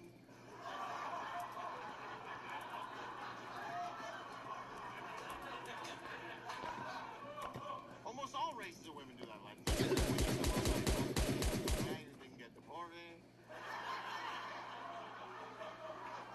Black women, when you come, hey baby, I'm so glad you didn't get arrested.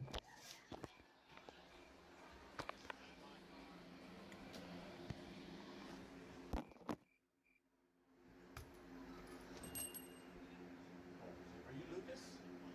No. I talked to you earlier today, right? You're Lucas. I didn't talk to you. Well, I saw you through the window when I came to your apartment. Oh. You're Lucas, right? Yeah. Okay. You are? Yeah, I guess I'm really not. What's this? I don't know what it is. I'm just across the street. Okay? Oh, you're fine. All right. Thanks, Lucas. Have a good day.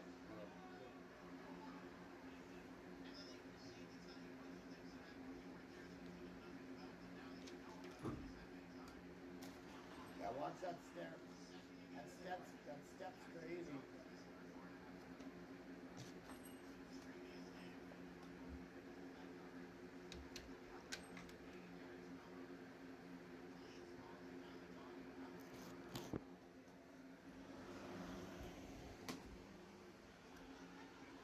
And then she hits you with the, I wasn't going to tell you. You shouldn't have fucking told me.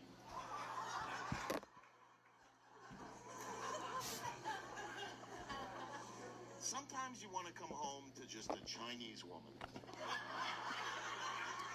Sometimes you want to come home to just, don't worry, it's done. I found a dog. Right, and then you lie down, and then and then she makes you your favorite meal. She's like, here's your dog.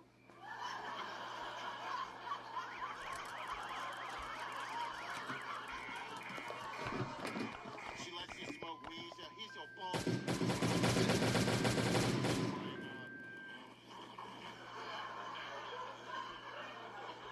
And then you're all high. You're like, fuck, I should go home to my wife.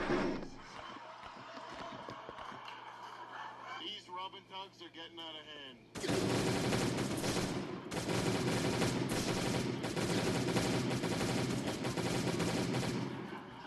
She's just jerking you off.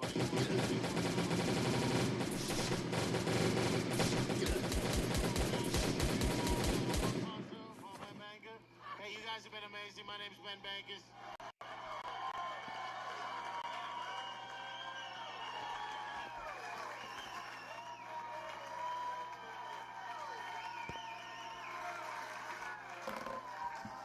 I appreciate it. God bless you guys. God bless your families.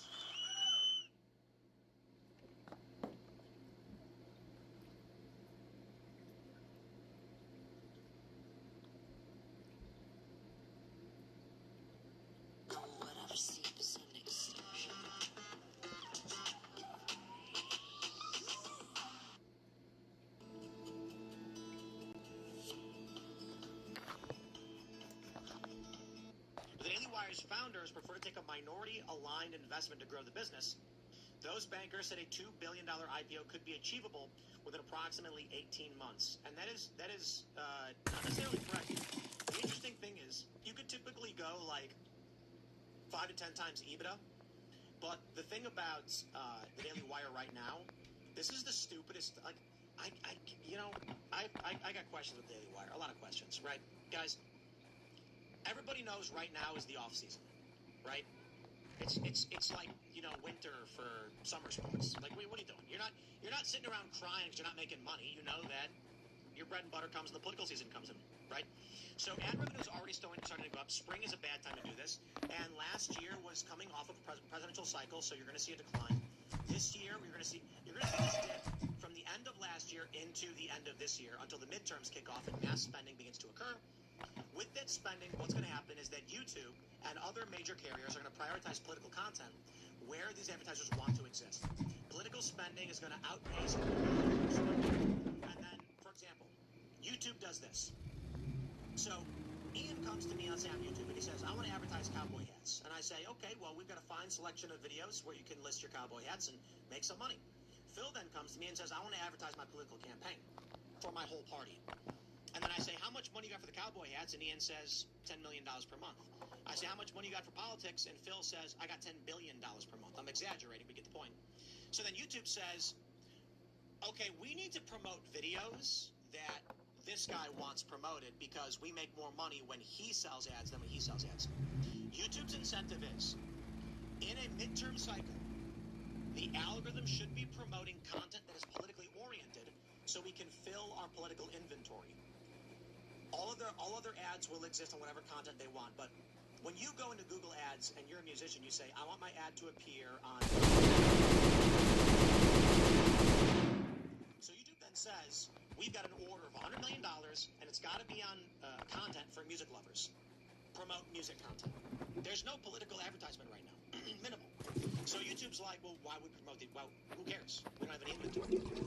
For the Daily Wire to try and seek an IPO right now at this evaluation is silly because they could wait 1 year, hit early primary season, double their revenue, and then it's going to be fantastic. I suppose their concern is because they're going for an IPO and they're doing it based off of last year's EBITDA, this year they're probably going to be comparable or slightly less because at the end of the year they're going to see a pickup. December's going to be massive. And then because they dump all the marketing budgets. Next year with the primary season, the end of 27 for Daily Wire probably will be 100 million EBITDA. Yeah, they want to raise the money, I guess, I don't know, but raise the money now to use to invest during primary season to pump Daily Wire to the next level. Because they did just lay off a bunch of political desk reporters. But wasn't it like a couple dozen people out of like 400? I heard it was more than that. Well, what I heard, I saw all these reporting that they were doing mass layoffs because obviously the haters are going to hate. And then from the people that I know, they said it was like a couple dozen people. So it's like for their reporting team, that's actually a lot. Right. Yeah. But If your plan is that you're going to have a big turnaround during the midterms and then the presidential election cycle, you want to be staffing up your political desks right now. Otherwise, you're not going to be able to cover it in a way that's comparative. I wouldn't do it. I will not invest in news reporters for this political cycle. You know why? Daily Caller will do it. And then I'll just use their content. So true. So this is the challenge. No, we'll just invite Amber Duke on the show to bring all of her reporting and coverage. Well, it's true. I mean, I guess I don't understand where the Daily Wire's comparative advantage is. I mean, I guess it's the commentary, right? It's the podcasting host. It's Matt Walsh, it's Ben Shapiro, it's Michael Knowles. Walsh. I see stuff go viral a lot. Yep. Matt Walsh has just been a superstar the whole time. And with all due respect to Ben and Michael Knowles and... I agree. It's Jordan Peterson is still there, right? No. Yeah, but he's not doing well. He doesn't. But I mean, I guess the struggle is, okay, well, what if you lose one of those faces? What if they go somewhere else? Then all of a sudden, what are you selling your subscribers? And Ben Shapiro? Like, is that it? That's the great question. We started Maker. Maker Studios was the first YouTube multi-channel marketing network. We started it off as this little idea called The Station, where a bunch of us YouTubers got together. It was like 2009, 2010. We would all, like, promote each other together. We created this nice network, and then they turned into a company.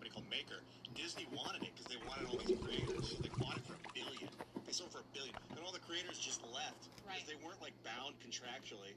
And then as soon as they left, the value of Maker just plummeted. And that was the end of that. I mean, I think the shell still exists with the name. Oh, bro, let me tell you a Maker story. How many people out there remember Maker Studios? I remember it vaguely. It was bought by Disney, right? Literally my idea in a hotel room. It was bought by Disney, right? Yeah. So this funny thing happens where I knew people that were signed to Maker, and Maker was a YouTube. What was it called? An MCN, a multi-channel first network. one, yeah, MCN. And they had no rights to any of the content. They basically just said, like, we'll help promote each other and try and get ad deals for you. And I was with Full Screen early on, which was a multi-channel network. They got rid of all these things. And Full Screen didn't do anything for me. Nothing. So here's a funny thing that happens. I'm at Fusion, and they come to me and they say, Disney just acquired Maker, so we have all of this talent. And then I was like, well, I mean, you have their phone numbers? Or, like, what do you mean? And so they approached me, and they said, take a look at this roster of talent now available to us, and let's see if we can do something with one of these people. And I said, what does Maker have to do with this talent roster? I mean, I understand they're signed to Maker, but you owning Maker isn't going to guarantee us any kind of deals. What are you talking about? Yo, legit, Disney thought they bought a talent agency. They didn't realize that they bought nothing. And so they came to me and said, take a look at these top creators. We're going to do content with them. And I said, sure, send them an email and see if they're interested in working with us. And they were like, no, they're with Maker. We bought the company. And I had to explain to this guy, I was like, do you guys not know what you just bought? You bought a multi-channel network which doesn't give you rights to anything. It just created like a roster list that you can claim you have phone numbers. It's a Rolodex. Yeah, it could have been something other than that. That's all it was. Obviously, Daily Wire is different. It's a different thing. I don't know the contracts that Knowles and Matt Walsh and Ben have, so I don't know if someone else were to purchase Daily Wire, if they're bound to be there for 5 more years to do their show for X years or whatever. So indeed they are. There's security there. It's a different situation, but, I don't know the specifics to each of their deals. Ben Shapiro is an owner. He can't go anywhere. He's going to have contractual obligations as a shareholder. I don't know the specific deals for Matt Walsh, but I do know that some of their other talent explicitly have in their contracts that they can't leave. Like, I don't want to say it's overtly specific, but the general understanding in the contract is when leadership or sales occur, the contracts are assignable to other companies without the discretion of the individuals. It's fairly standard in media. I think another thing that tells you a lot about the Daily Wire's struggle with relying so much on personality and the brand itself not having as much cachet with conservatives is that some of their talent are now creating channels that are not Daily Wire branded. Like the Reagan Conrad girl who took over. But she made her own personal channel? Yes. And so I think Daily Wire owns it. I'll be right back. But it's like her. That's actually a good idea. I gotta It is send a a good text idea. message. Trying to create a network. Exactly. But that So does. It's not all under Daily Wire brand. That does. I think that's the way a lot of people consume this content now is that it is personality based rather than brand based. Oh yeah. But I do wonder if that makes it harder for them if they're trying to indeed go public.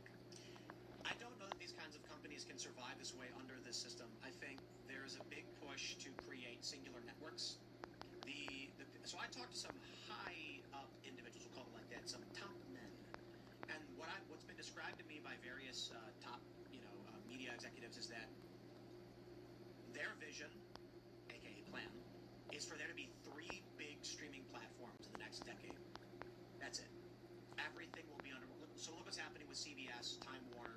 They are trying to consolidate everything so that they all exist under this 3-network umbrella the way it used to be back in the day when there were only 5 networks.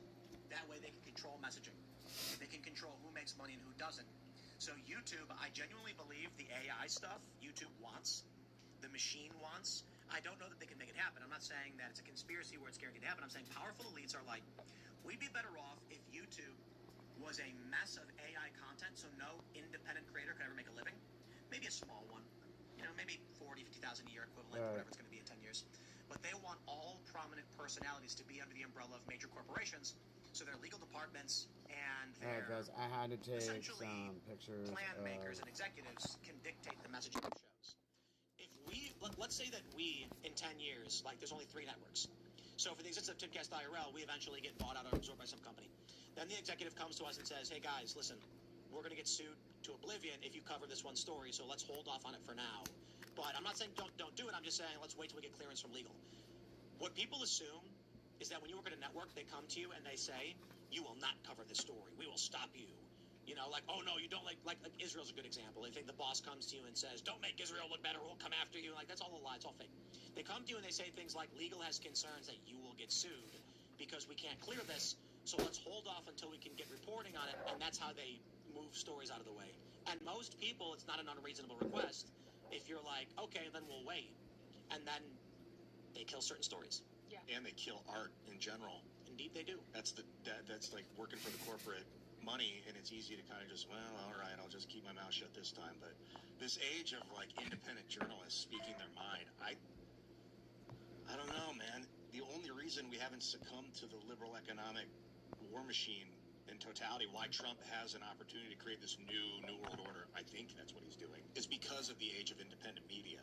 Like, Biden's censorship regime was almost a steel trap, except people were able to like speak out against it. So I think decentralized media, where we're hosting on our own devices, is still potential. But like, you got Verizon, you've got the networks that can shut you down. So that's a stopgap. Is who runs the ISP, who owns the device, who builds the devices that you're using, because those are usually built by corporations. I mean, I don't remember my buddies building phones for a living. Bro, they took away your ability to remove your battery. It's crazy, dude. It's always on. Yes, it is. They made it so that your microphone is always listening to everything you say. Not a conspiracy theory, guys. I covered this over 10 years ago. When you have voice commands on your phone, so you can say, like, hey, device, and then it goes, what can I do for you? It was on and listening to you, waiting for you to say, hey, device. And how does it know what you're saying? It records what you say, transmits it to a third-party company who converts audio to text, sends it back to the phone. Now, they may have advanced a lot of this, but that's how it's been done for the most part. When you ask your device a question, it sends the sound file, a company transcribes it and sends it back. That means your phone is listening to 100% of what you say and sending 100% of what you say somewhere else. If it's off, I don't think it is, but I think it can still be listening to you. It's never off. Your phone's never off. Powered down, I guess you should say. Powered down is not off. It is always on. Get a Faraday bag if you want. I have one, actually. Literally, that's what I have in my fanny pack. There's a Faraday cage in here. It's by Mission Darkness. That's why I'm saying, like, I think where we will end up in 10 years is they're never going to outright ban independent content. They're going to make it useless. The way that Mega Upload used to have all this pirate content, but now no one... Effectively, it's just Mega doesn't exist anymore, even though Kim tried restarting it. Nobody uses this piracy stuff for the most part anymore, the way they used to in the 2000s, because they've made it useless. It's much easier just to go on Amazon. So I could see a world of corporations A, B, and C owning global media, and then they release a virus, or they do some horrible malfeasant thing, and then they tell the world, you can't say this word. If you do, you'll lose your bank account. You'll be banned. So follow the plan. But then people be on independent media on their phones, like revealing the truth, and they're going to be like, okay, if it's Apple phones, okay, we have to contact Apple to shut down their personal device. We have to block their local networks. I can't remember who said this, what videos. Someone said that they thought COVID was a plan, but they released it early to stop Trump. I think it's true. It was Aladdin with 2 L's and 2 D's last week. That's who. And so, right. Here's the idea. Donald Trump is not supposed to be president. They didn't think he was going to win. Hillary was going to win. The conspiracy theory is that COVID was being manufactured through gain-of-function research in Wuhan with the intent to release maybe at the end of the 2020s or early 2030s when they had centralized control of media, when they have gotten rid of independent podcasts and these things no longer existed. Trump winning, however, and being the front runner, it blocked this because now they're unable to do heavy censorship. Trump, as president, has too much power and is helping promote a lot of these other voices that are counter to this. So the conspiracy theory, again, I'm not saying it's true, goes that in 2020, the powers that be said, release COVID now to stop Trump so we can get power back. The idea was, it was supposed to be 10 years later. There would be no YouTube. There would be no Spotify. Those things would exist, don't get me wrong. But it would be curated and controlled because the government was going to start censoring the internet, allowing only certain people to have voices. Then, the only thing anyone would ever hear on social media or major networks was, get the vaccine and everything's okay.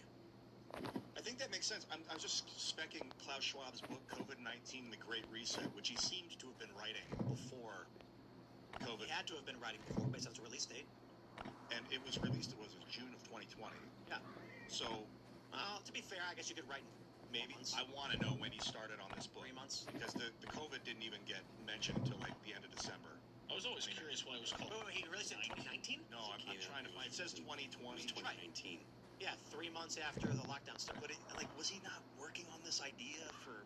Bro, they were manufacturing the coronavirus. We've known this for years. Rand Paul did an interview, and it was years ago they admitted that they were funding gain-of-function research in Wuhan on coronavirus. I like this conspiracy theory that Trump was the wrench in the gears of the liberal. Trump. So here's the conspiracy theory. The Russians did hack the 2016 election. They know, but they can't release the information because they were cheating. The conspiracy theory goes that Hillary Clinton and Obama and all of them and all the past presidents have manufactured the results of an election. The Russians hacked this system so that different results came out, whether it was legitimately Trump or otherwise.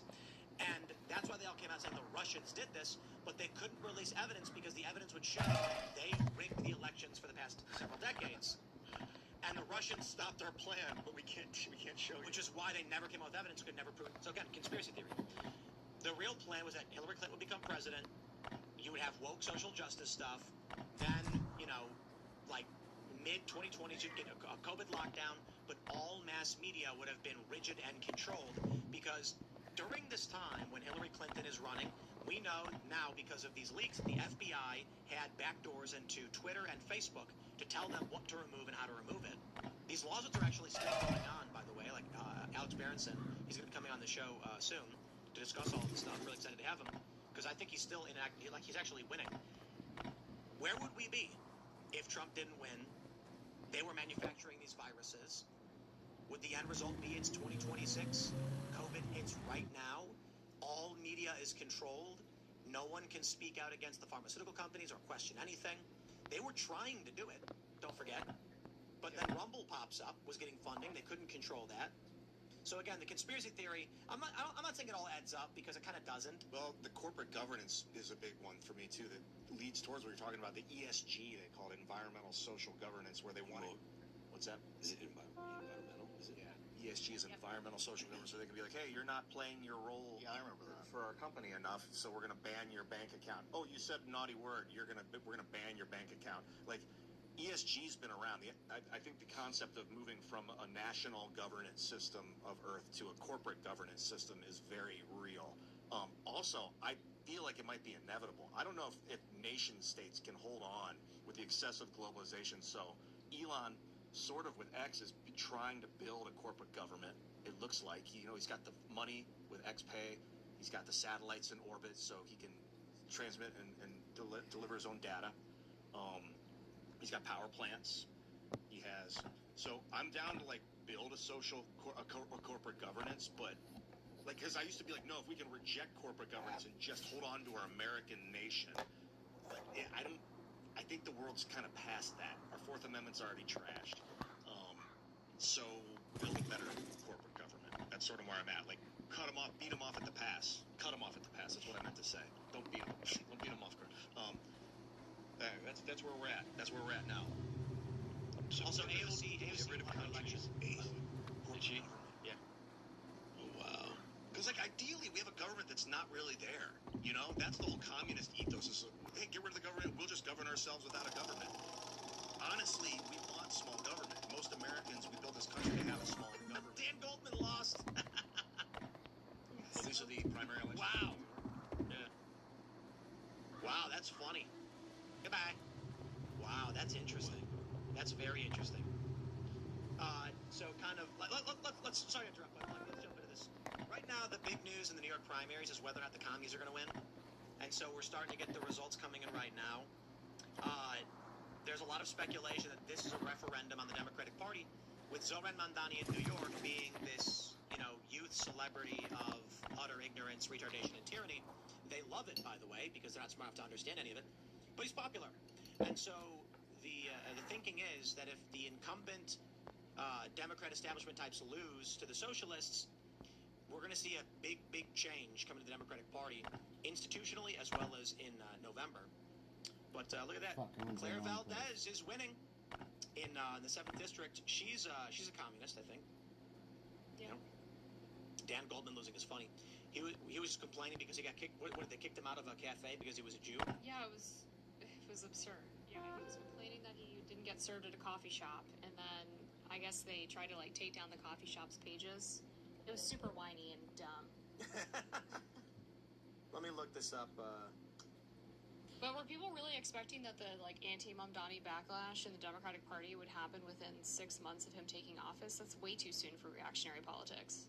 It takes way longer than that. Yeah, and the destruction he writes might not take effect for 4 years after he leaves office. Exactly. Dude, New York is so cooked. Oh, I know. It's a foreign country at this point. Well, it's like 50% foreign-born, isn't it? Really? Yeah. Wow. Let me look that up. It really is primary for a technocracy. Like, if we're going to set one up, that's the city it should get started in. I spy. 38%. Yeah. 38%. Foreign-born. Approximately 58% of the city's foreign-born population are naturalized U.S. citizens. Wow. It is a foreign country. We're going to have to conquer New York. And then if you add in like second-generation immigrants, that number is crazy. Oh, yeah. That's crazy. So the New York Times has a write-up on this. As we get the results in, they say, blah, blah, blah, blah, blah. We're all committed to doing what's necessary to make life better for these people. I'm actually kind of excited for this, although I...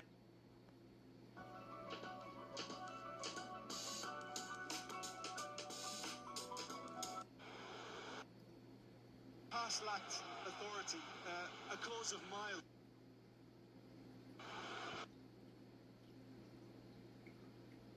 Stones plays it for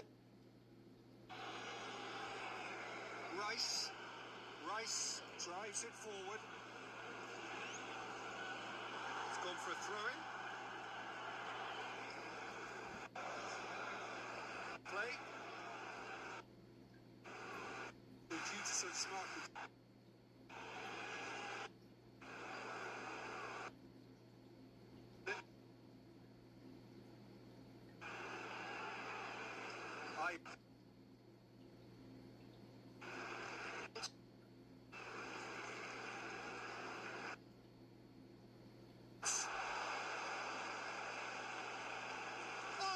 Terrific save from the keeper. Oh, that's a sparkling save. Absolutely sparkling. His reflexes were ultra sharp.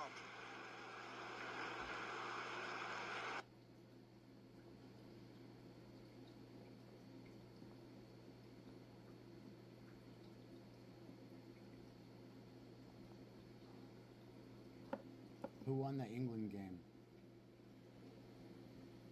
England and Ghana played to a 0-0 draw in their second group stage match.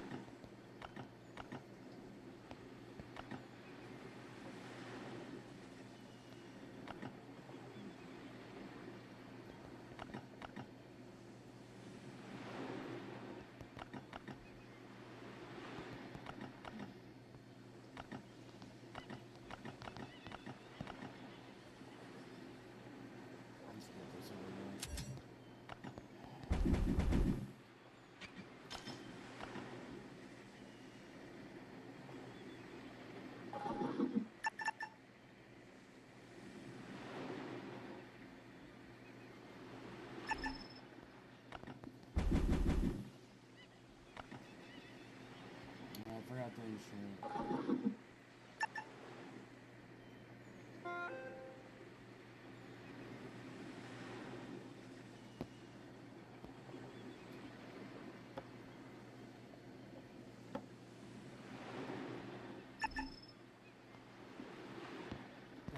Oh, it changed.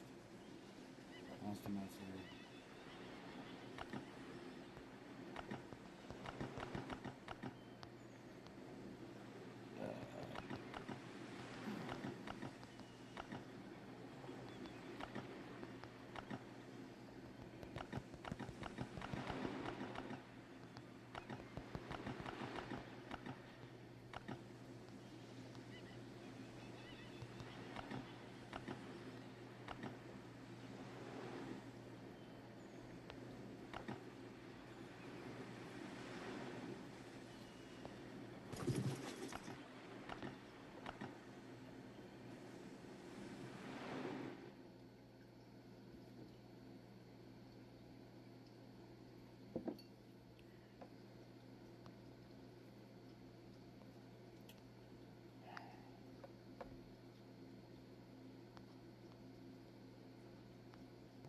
Pretty bored. Let's walk back here.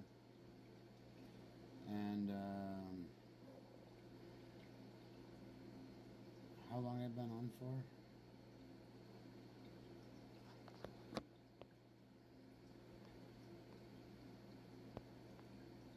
We'll show on here. 3.5 hours.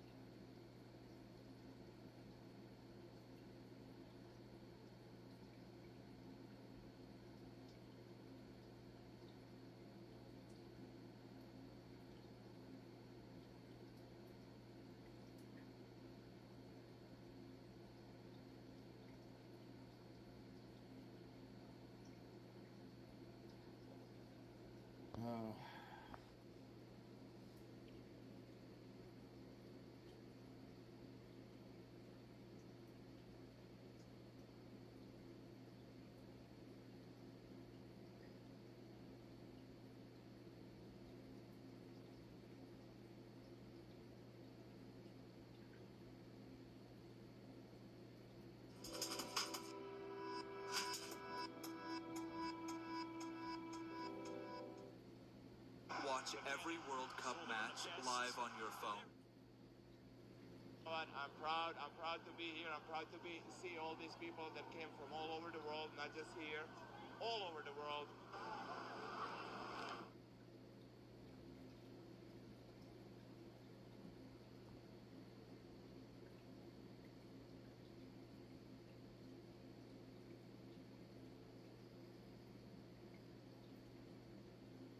Okay, so undercover cops just busted these two girls' ghetto brother, which you see seated right here on the ground.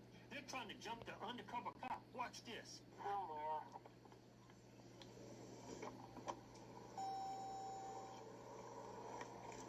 He's right behind them.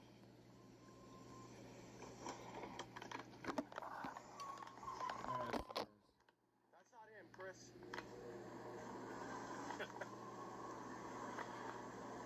Hey, he just threw a gun into the... Yeah, he just threw a gun right here. We have another guy run back here. They'll hold this.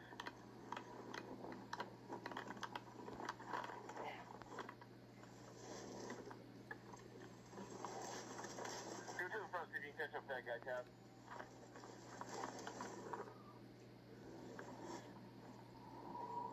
Hey, Chris. Here, get you all. We're good. Alright, I got a zero back here for one of his friends ran back here and threw a gun over a fence.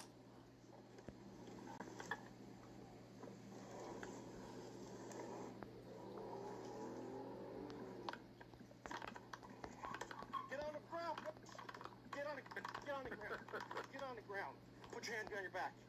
Put your hands behind your back. Shut your mouth. Keep your hand right. Well, you did call her brother the B word. You get away from me. You better get away from me. You better get away from me right now. Get out of here. Get out of here. Get out. Yo, get away from me. Get away from me. Hey, I'm 10-12 by the front. I need to get you guys over. And that'll be the last thing you do. Get away from me. She's going to jail too. She's going. Hey, you got cuffs. I didn't catch him. He pushed him. I'm telling you right now. No, he pushed him. I'm glad I have it all on video. Oh, yeah, you pushed him. You pushed him, bro. About 20 families with kids, 6 children. They're coming in and out of the indoor pool, outdoor pool. They're hanging out, screaming, cussing. It looks like there's a couple of pool parties going on. They are not there. A flash mob of young people crashed a private apartment complex to take over the swimming pool, but the party quickly sank when officers got involved. If you do not live here, you must leave now or you will be arrested. You will be arrested if you do not. I gotta go. Immediately. Let's go. Get out or you will be arrested. If you do not live here, you will be arrested.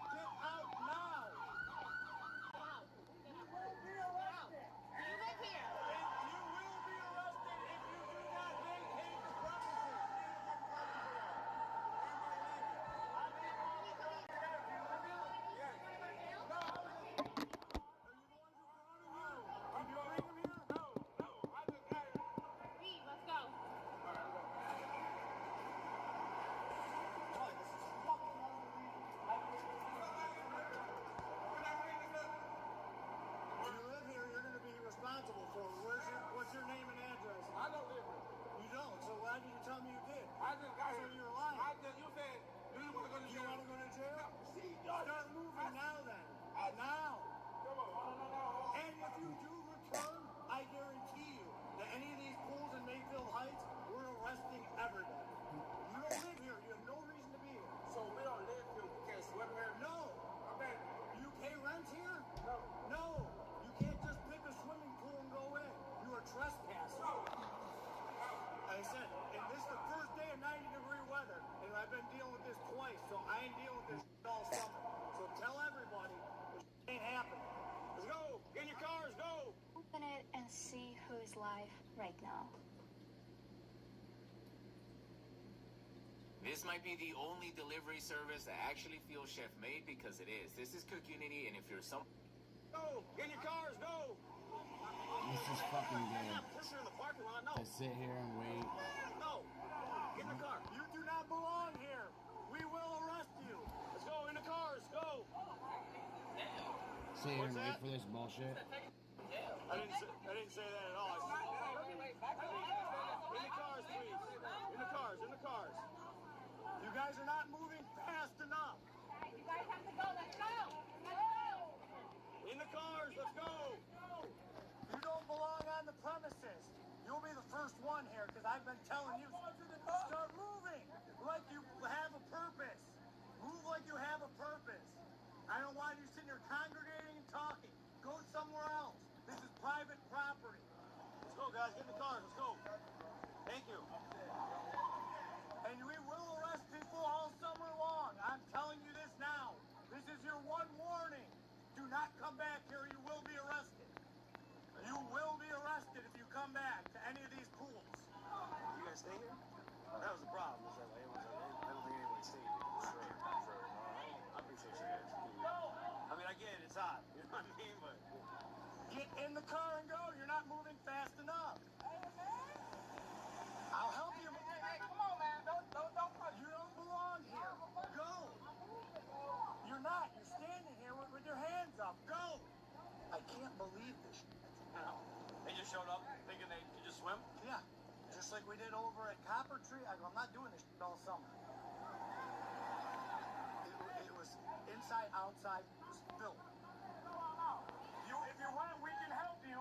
Why on earth would anyone? For We're going to help you. Do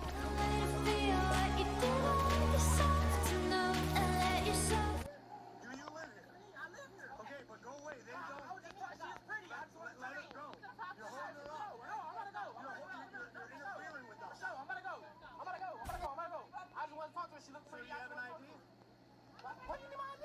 Say you live here. Yeah. You want my ID? You want to go down that road? My ID. Right, give me your name and social then. Go ahead. Go ahead. Go ahead. Play that game. Go. So you haven't had a drink today at all? You never drink? Never had a drink in your life? The reason I asked is I smell. This. God damn it. You want this dude ID? Yeah.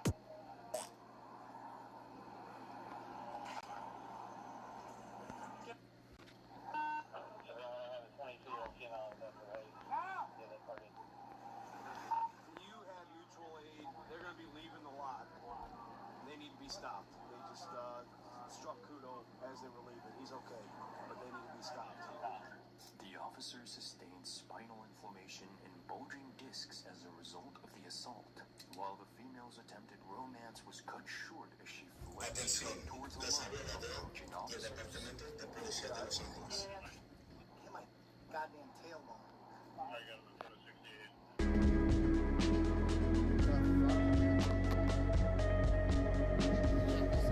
Think you can handle this challenge? Download our app and join the matching event. Guys pay nothing but get to experience. Push her in the parking lot. No. A flash mob of young people crashed a private apartment complex to take over the swimming pool, but the party quickly sank when officers got involved.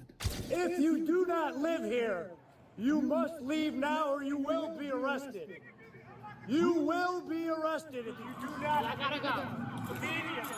Let's go. Get out or you will be arrested. If you do not live here, you will be arrested. Get out now.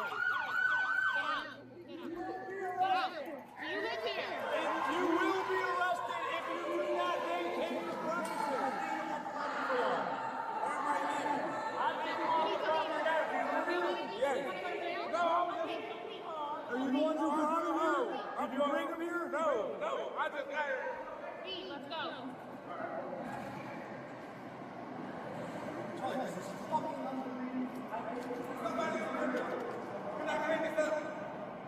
If you live here, you're going to be responsible for it.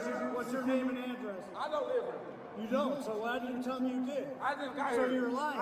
You said, do you want to go to Do jail? you want to go to jail? No, see, Start moving now then. Now. And if you do return, I guarantee you that any of these fools in Mayfield Heights, we're arresting everybody. You don't live here. You have no reason to be here. So we don't live here. We can't swim here? No. Okay. You pay rent here? No. You can't just pick a swimming pool and go in. You are trespassing. I said, and this is the first day of 90-degree weather, and I've been dealing with this twice, so I ain't dealing with this all summer. So tell everybody this ain't happening. Let's go. Get in your cars. Go. You're not pissing in the parking lot. No. No. Get in the car. You do not belong here. We will arrest you. Let's go. In the cars. Go. What's that? I didn't say that at all. In the cars, please. In the cars. In the cars. You guys are not moving fast enough. In the cars. Let's go. You don't belong on the premises. You'll be the first one here because I've been telling you. Start moving like you have a purpose. Move like you have a purpose. I don't want you sitting here congregating and talking. Go somewhere else. This is private property. Let's go, guys. Get in the cars. Let's go. Thank you. And we will arrest people all summer long. I'm telling you this now. This is your one warning. Do not come back here or you will be arrested. You will be arrested if you come back to any of these pools. You guys stay here? That was a problem. I appreciate you. I mean, I get it. It's hot. You know what I mean? But get in the car and go. You're not moving fast enough. I'll help you. Hey, come on, man. You don't belong here. Go. You're not. You're standing here with your hands up. Go. I can't believe this. they just showed up thinking they could just swim? Yeah. Just like we did over at Copper Tree. I'm not doing this all summer. It was inside, outside, spilled. If you want, we can help you.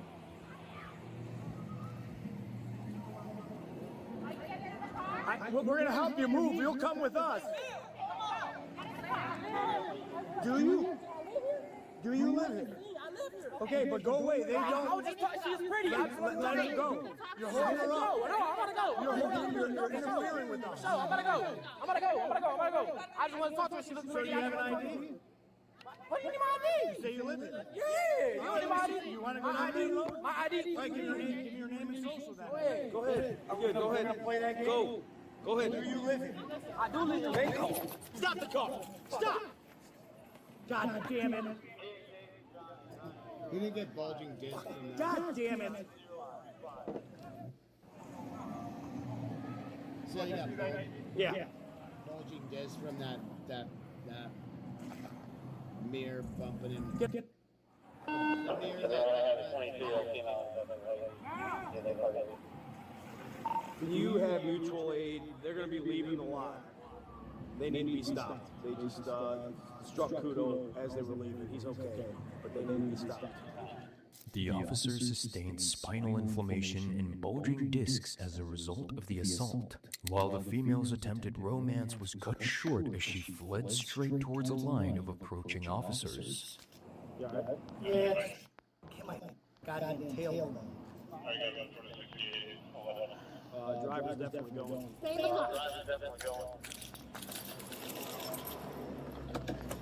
Open the door.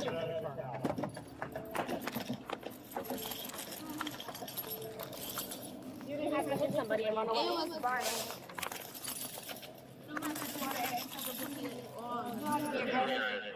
You see how you know how to exercise and You're under arrest. Hold on. Drop. Relax your hands. My hands is relaxed. If you take the cuff, it's not my problem.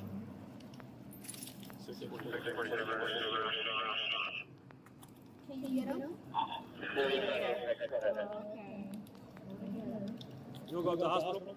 No, it's going to be sore later, more. It's got to be the window or whatever.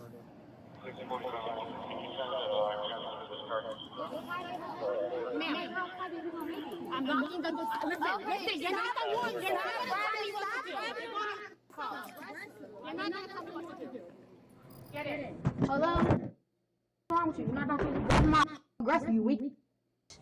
Scary as hell. I don't care. I don't care. I don't care. I went to jail. What's up? No. It's being towed. Yes. So it can get hard and leave? No. Well, it was used in a crime. So she hit a police officer, and then she hit a police officer, so just leave. Okay, well, if you're going to do that, tell my Cora. Hello? That kid live here, he said? I'm assuming there's only like a handful that probably actually live here and everybody else. Yeah. All right, let me go over there. I think they got her. You sure you don't want to go to the hospital? Sure. It's going to be sore.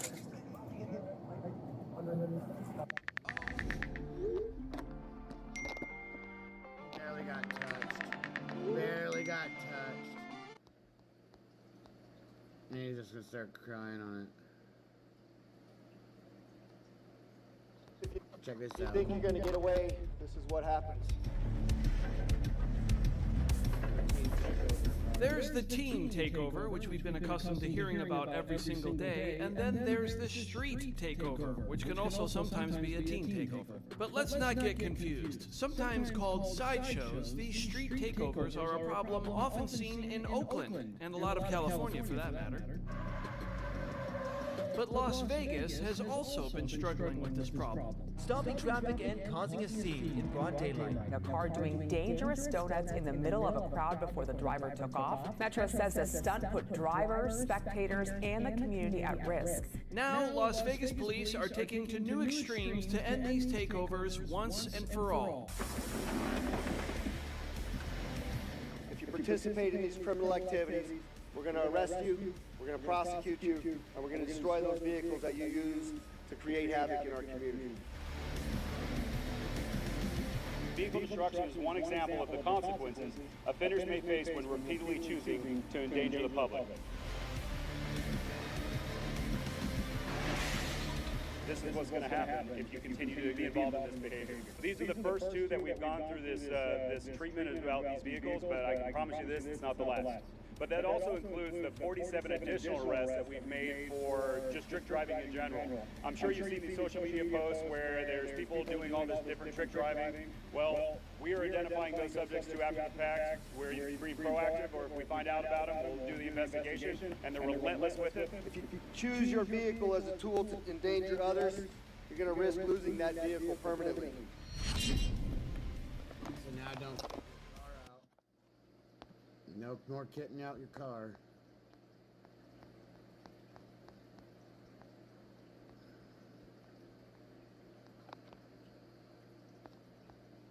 From the Australians being babies. No, dude, you're a little bitch. This is pure, unadulterated global joy. It's not stopping. I didn't try to do that. We...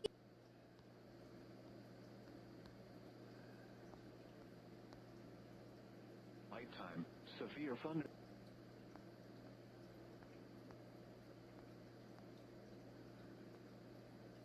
The U.S. Supreme Court just ruled in favor of a criminal defendant in a case which was rather interesting. And it presented a simple question.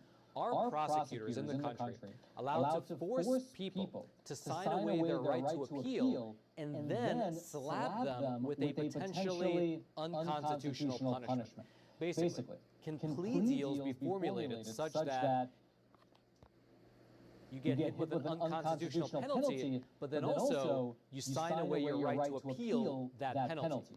And the answer to that question is no, they cannot. Although, as always with things related to the Supreme Court, there is a lot of nuance, and so let's go through the details together right after you take a super quick moment to smash those like and subscribe buttons. Thank you so much for that. That way the video can reach ever more people via the YouTube algorithm. Now, to start with, let's get into the background of the criminal in question. The man's name is Munson Paul Hunter III. And with a name like that, you are either minor royalty somewhere in Europe, or you are a white-collar criminal here in America. Mr. Munson fell into the latter category. In the decade from 2013 up until 2023, Mr. Hunter carried out an elaborate series of fraud schemes. He would steal, or sometimes just fabricate social security numbers alongside with fake identities to open up real-world bank accounts. Using his method, he opened at least 14 different bank accounts, and he acquired at least 18 different credit cards. He would then use these to get loans, including government-backed SBA loans. He would get blank checks that he could use to do whatever he wants with. And he also made fraudulent electronic transfers. That guy's a fucking retard. It's 2:30 p.m. in Bremerton, Washington, during the city's annual Krampus Festival, where one suspected peeping Tom is about to find himself in shackles similar to the Christmas creature behind the event. You might want to talk. I think he took it halfway. Yeah. So who's he? He apparently was in the women's bathroom. Okay. What happened to your face? I beat up. Police identify the man seen here as 48-year-old Brian Group, who was allegedly caught secretly recording a woman in the restroom. Okay. I went in the bathroom. I got confused. Wrong. Okay. I got tired. Okay. Yep, I'm good here. Do you have any ideas, sir? All right, so right now you're detained, just so you're clear. You're not under arrest, but you're detained. Because of that, I'm going to reach your rights.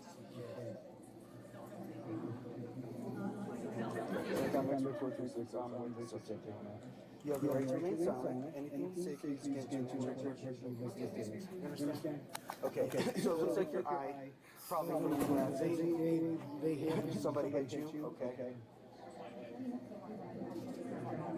Do you need somebody to come look at that? Okay. Probably a good idea. You went in the wrong bathroom. Okay. And then what happened? Okay, why is your zipper undone? You forget to zip it, so you went in the wrong bathroom, you recognize it was the wrong bathroom, you left, is that what you're saying? But your zipper's down? All right. Were you doing anything else in there? It seems like maybe did you have your phone out? You didn't have your phone out? Did you have your camera or something else? Looking at YouTube? Okay. Do you have any idea on there? I do. Can I look at it? Appreciate it. What's your first name? Brian? Okay, Brian. What do you think? What do you think they're accusing you of? Of looking at. Why did that? Because I walked out of the store. Okay. Thank you. Okay, so how long were you in there, do you think?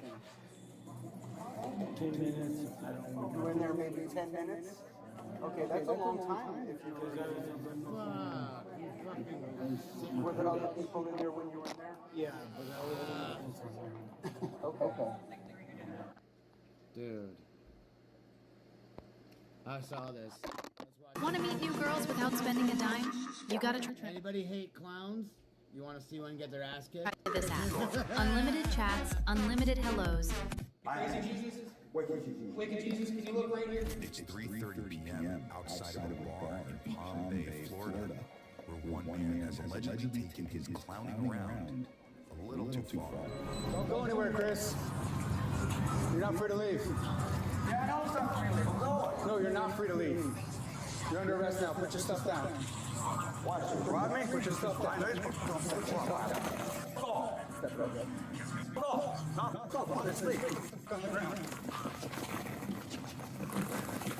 Not safe! Not safe!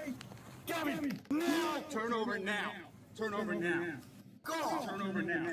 Yeah! Police identify the man seen here as 40-year-old Christopher Marlowe, a homeless man who had been issued a trespass warning from the shopping center just hours earlier, after he was allegedly spotted yelling to himself and loitering in the same area, according to an arrest affidavit. Turn over. God damn it. Your other arm. Give me your other arm. How? You got a tug on my face, stupid ass. You saw that right. One officer quickly finds a flare gun in the suspect's pocket and tosses it away. Let's continue. How many I know you brought me anyway. Damn, he's good with them guys.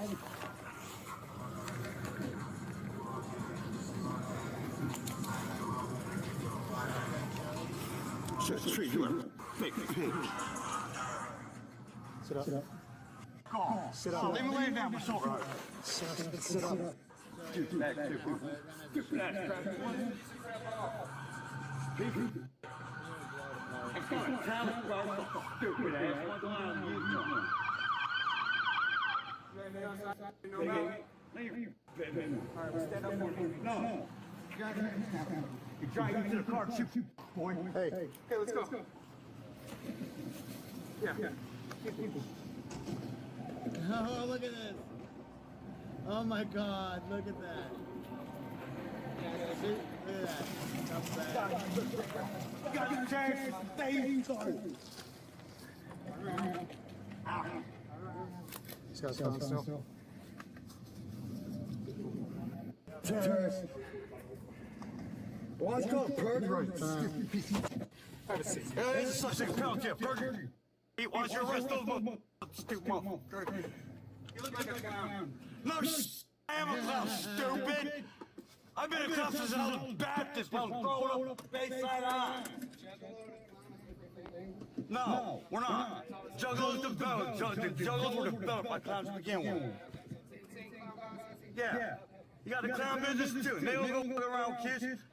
I raised two beautiful daughters. You best sat there and send one of my daughters to God out. I don't trust you. I don't care if you take me to jail. You can't trust me for nowhere. Yeah, we can. Christopher is secured in a patrol car while officers sort through his belongings. Starter gun. Or flare gun, whatever.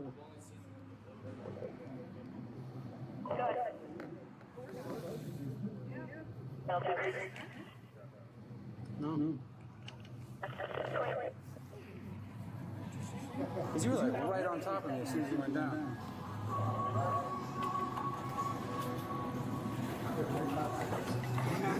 No way, you took a fighting stance with me, man. I ain't playing around. You got another outfit?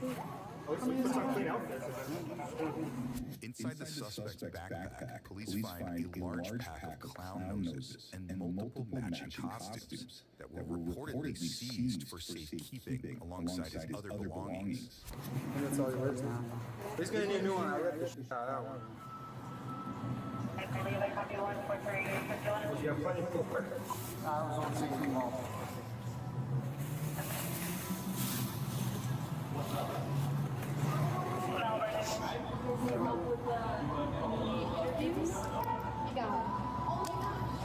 The whole set. Yeah, he's got the whole set. That's all he wears now. He calls himself Wicked Jesus. Fucking slick, dude.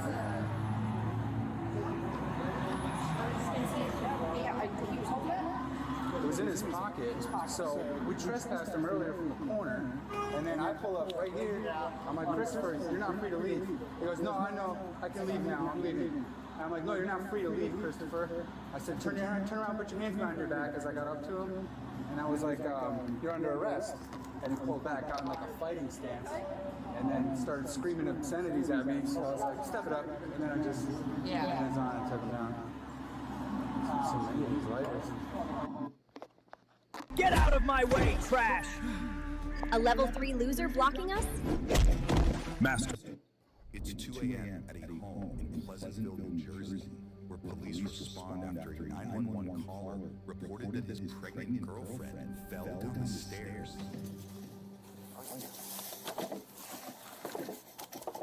Oh, goodness. Should I turn over here? That's what he said. I don't want to get bit. Nah.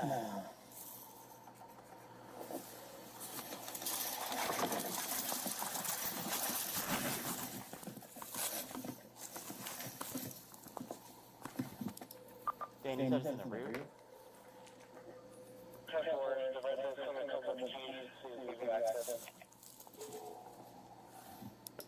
I'm in the rear. I'm just sure what I'm looking for.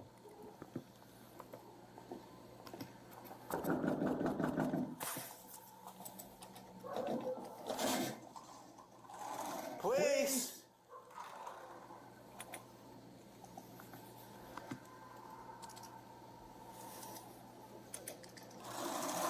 Pleasantville Police Department! What's going on? Like over downstairs, sir. Police identify the man seen here as 26-year-old Boris Layanes Rosales, who now, with his hands raised, claims again that his girlfriend had fallen down the 12 stairs leading to the residence. She breathing? I don't know. EMS? We need EMS. That's what I called for. How'd she fall? Open the gate. Can you unlock the gate? Yeah, I jumped. How'd she fall down the stairs? Please calm down. Like, I have a mom. She's not on the report.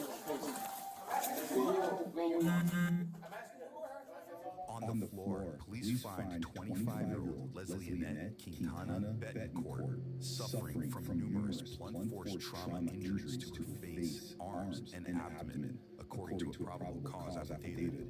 Investigators later determined the pregnant victim, who was reportedly 6 months long, also sustained a ruptured placenta. Leslie Annette was pronounced dead a short time later. Her unborn child also did not survive the ordeal.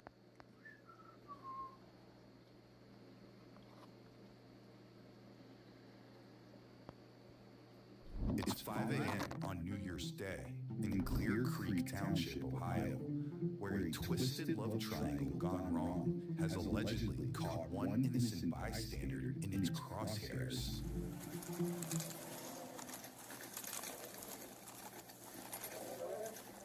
Who's hit? Somebody pulled up the shop, right? He's literally laying there pretty Man shot in the abdomen area. I know, bro. 13, send medics in. Shot in the stomach. Do you guys have any idea who it could be? Why?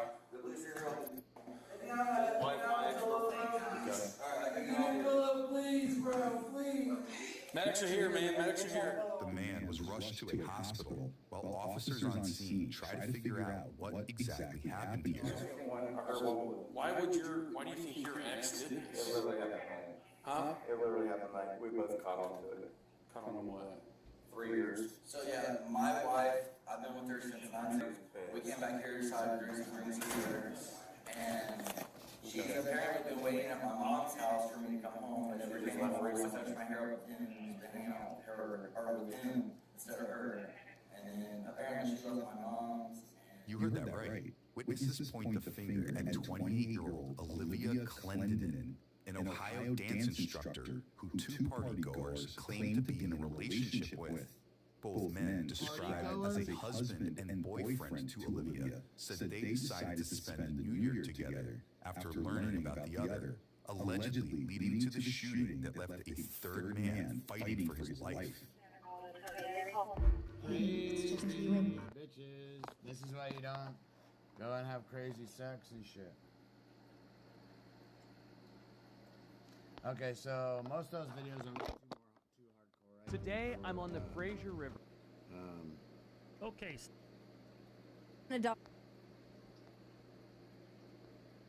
For yeah. Even Valve is disappointed. Steam Machine review. What the fuck? What do you mean it's bad? Like, yeah, what is this? Best Malcolm Middle quote is the future is now, old man. I used to like watching it so much. I loved it. FPS at 4K. Not bad. Wow, that's really good. At 4K money per month. Centric circles of somebody else's labor, effectively. He talks too much. It's one. There's a lot. Okay, that's great. 700. $1 million US for the 512 gig storage version. $10 million. $13.50 for the 2 terabyte. Then, if you want a Steam controller button, Indicated once again. then that's another $69 on top of that. Oof. I think we better talk about this. Is that reasonable? It is reasonable in this current market conditions, but it is... You sound like you're being held hostage. It's too much money, man. At a lower price. They really knocked it out of the park with this one. It could have just been a skin, but no. They put in the extra effort in manufacturing something this detailed at this scale is more complicated than you guys probably think. All you gotta do is use the included embedded Allen key to pop the back panel off and then start assembling your Steam machine inside the case. And once you've got the case open, Dbrand didn't miss any details here. They added these rubber strips on the inside to make sure that your machine gets that extra bit of padding, not to mention is so satisfying to slide in. Once the machine's in, you just pop the back plate back on and, well, like David said, our Steam machine is in B-roll right now. The point is, boom, companion cube. And it's got a few other notable features. It's got removable port covers, a removable front panel with a gap to show off the LED strip, and a mechanical button pass-through so you can hit the power switch. In terms of intake and exhaust, the bottom is fully open, and on the backside, you've got an unobstructed exhaust vent with full access to all of the I/O. And if you're worried about the volume of air that's coming in from the bottom, you can actually reverse the little rubber feet to make it stand just a little bit taller. I need Dbrand to make one of those for me. Hey. I imagine Portal fans are gonna absolutely love this one. I didn't even know it was buying a Steam machine right away. So guys, make sure that you head over to short.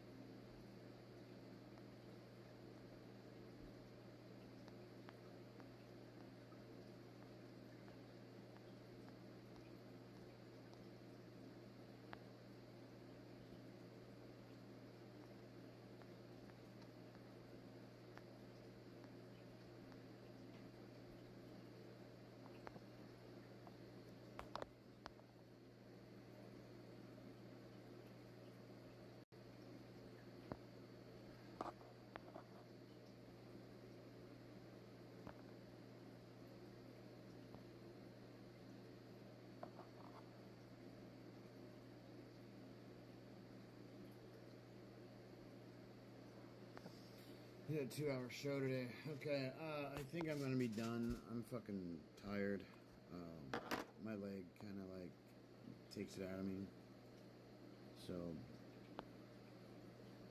I gotta take some music off because some of the shit when you go to watch it has music in it, and it'll fucking copyright your shit. So you go back through. Look at that. Fucking 19 seconds. So annoying.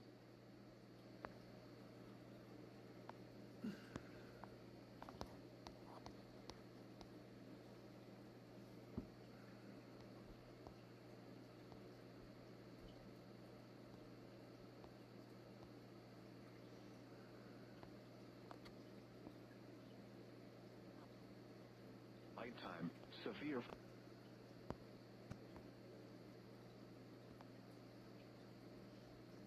CNN exclusive reporting of what a U.S. fighter jet.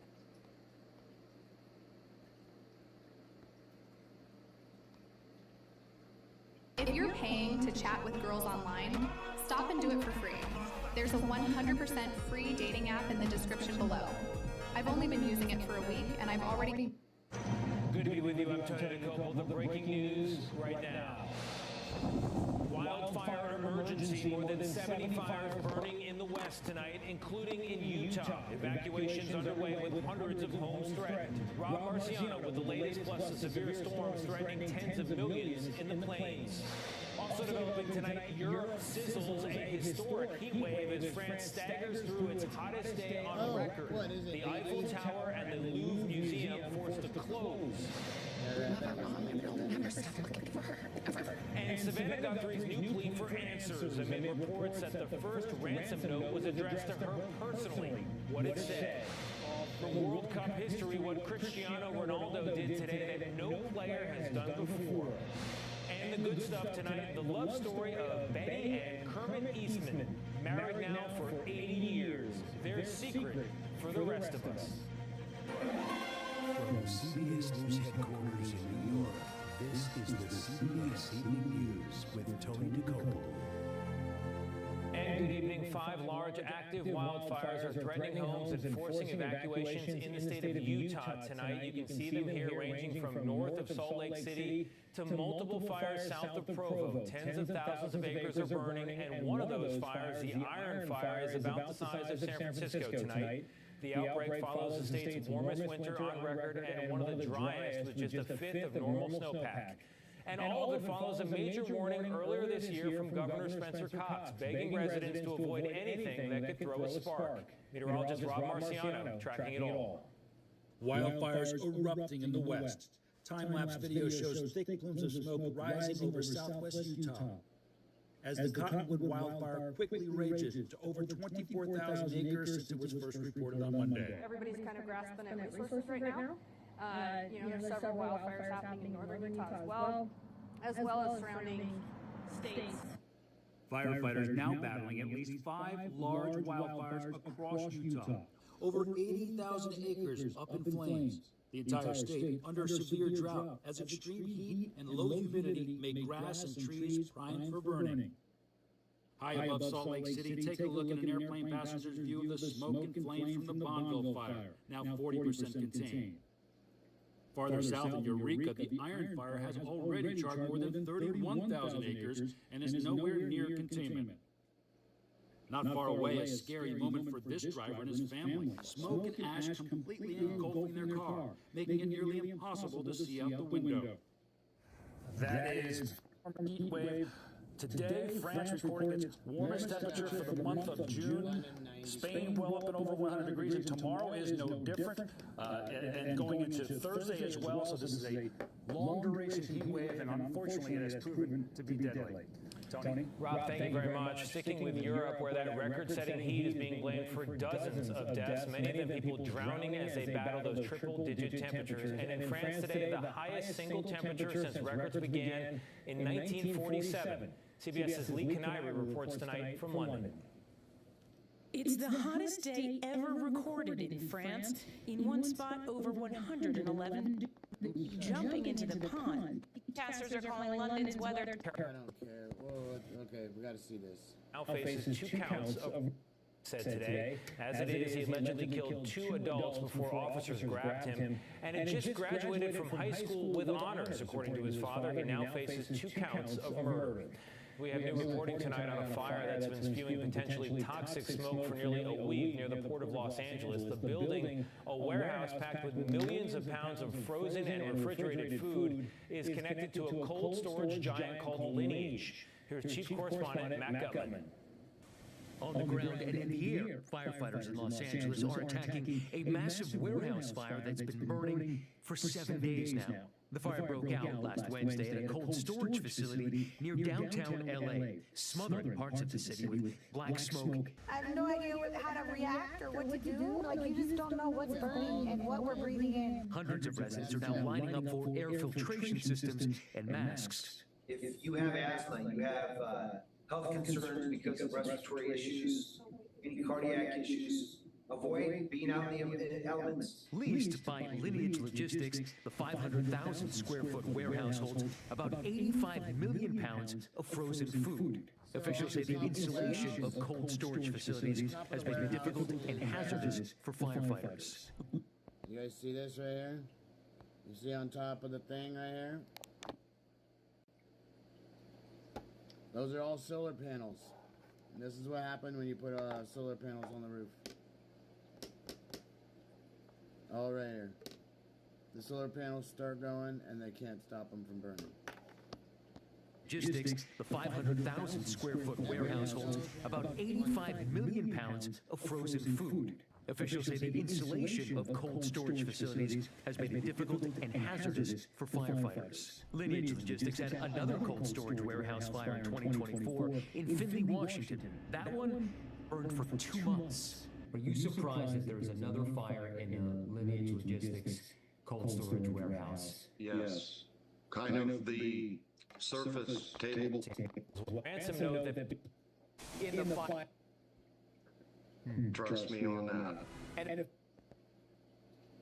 Pay attention to your breathing, headaches, vision, and even if you don't see that smoke, those chemicals are still in the air. Trust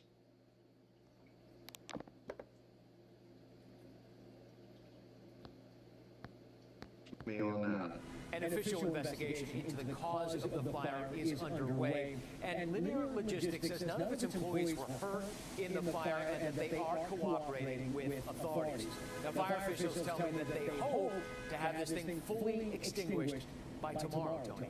We hope as well, Matt. Thank you very much. Today, co-anchor Savannah Guthrie has renewed her plea for anyone to come forward with new information on the apparent abduction. Retired as one of the best alpine ski racers in American history, is facing 2 misdemeanor charges after the June 6th arrest. He has pleaded not guilty.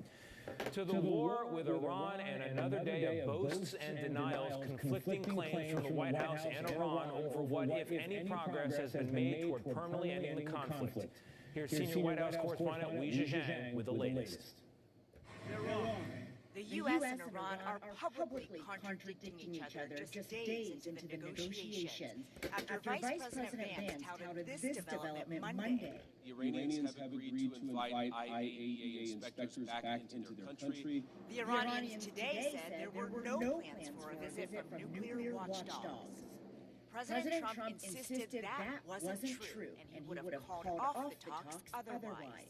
They know they're wrong. They told us inside, and we have it down 100% inspections. Trump also claimed Iran will money that.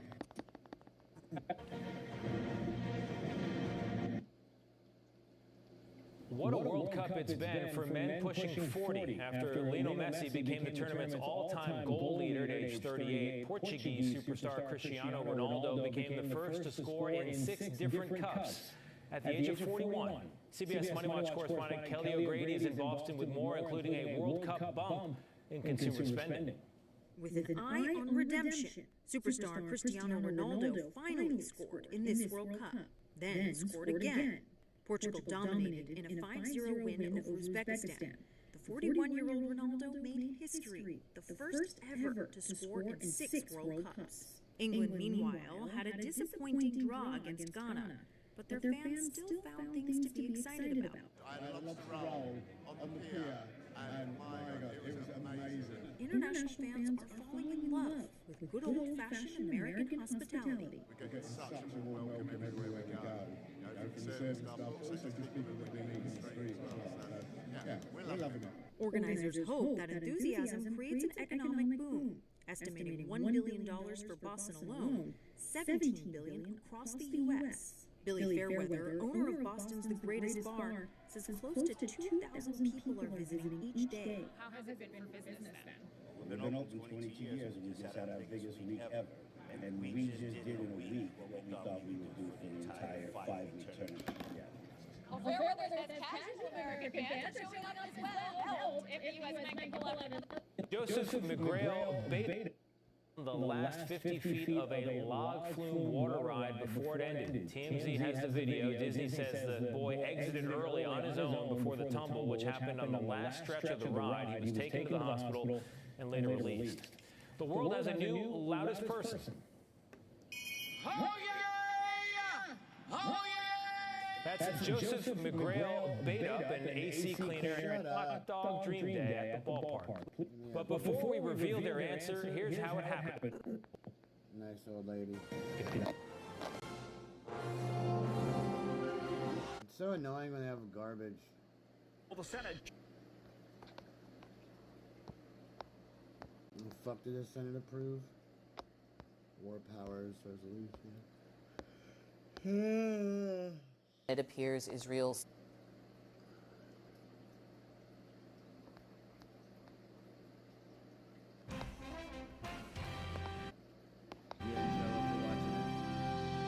Good evening, I'm Amanda Vaz. And I'm Jeff Bennett. On the News Hour tonight, the U.S. insists Iran has fully agreed to allow... David Moore, ABC.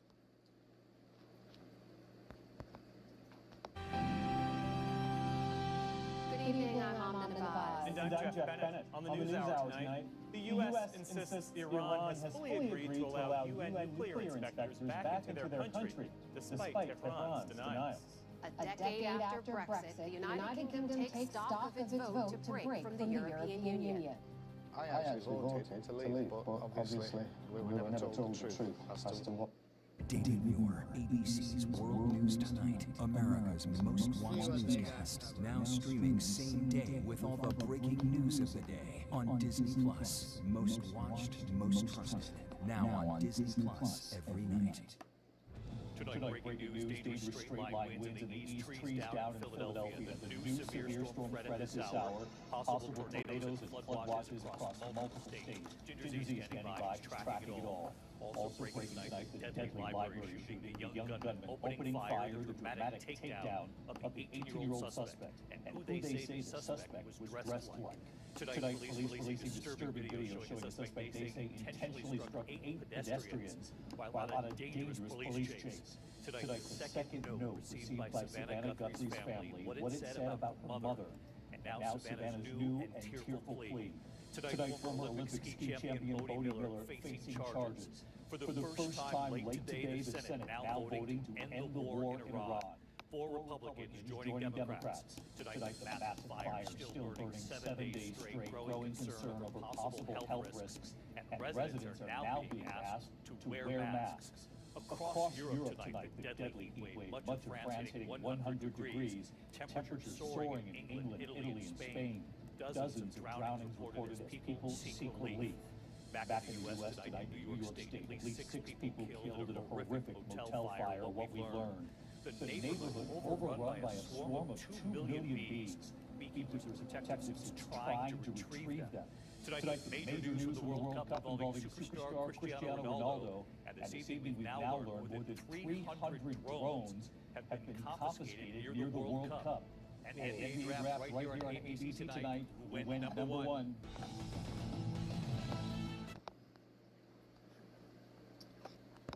What's this?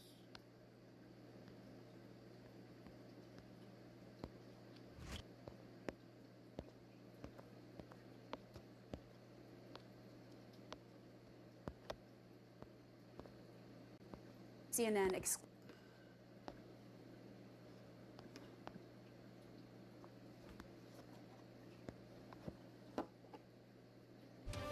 That's when.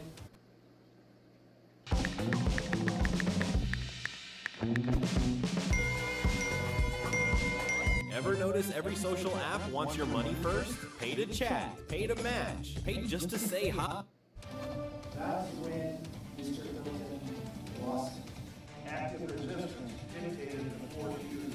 We have the latest coming out of the Clay Hilton trial as the former Spokane County Sheriff's Sergeant faces assault charges. What we know coming up.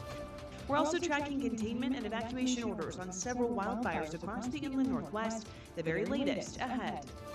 We're still staying warm and dry for today, but as we head into the rest of the week, some of us could see a chance of thunderstorms, and our temperatures could really turn around towards the weekend.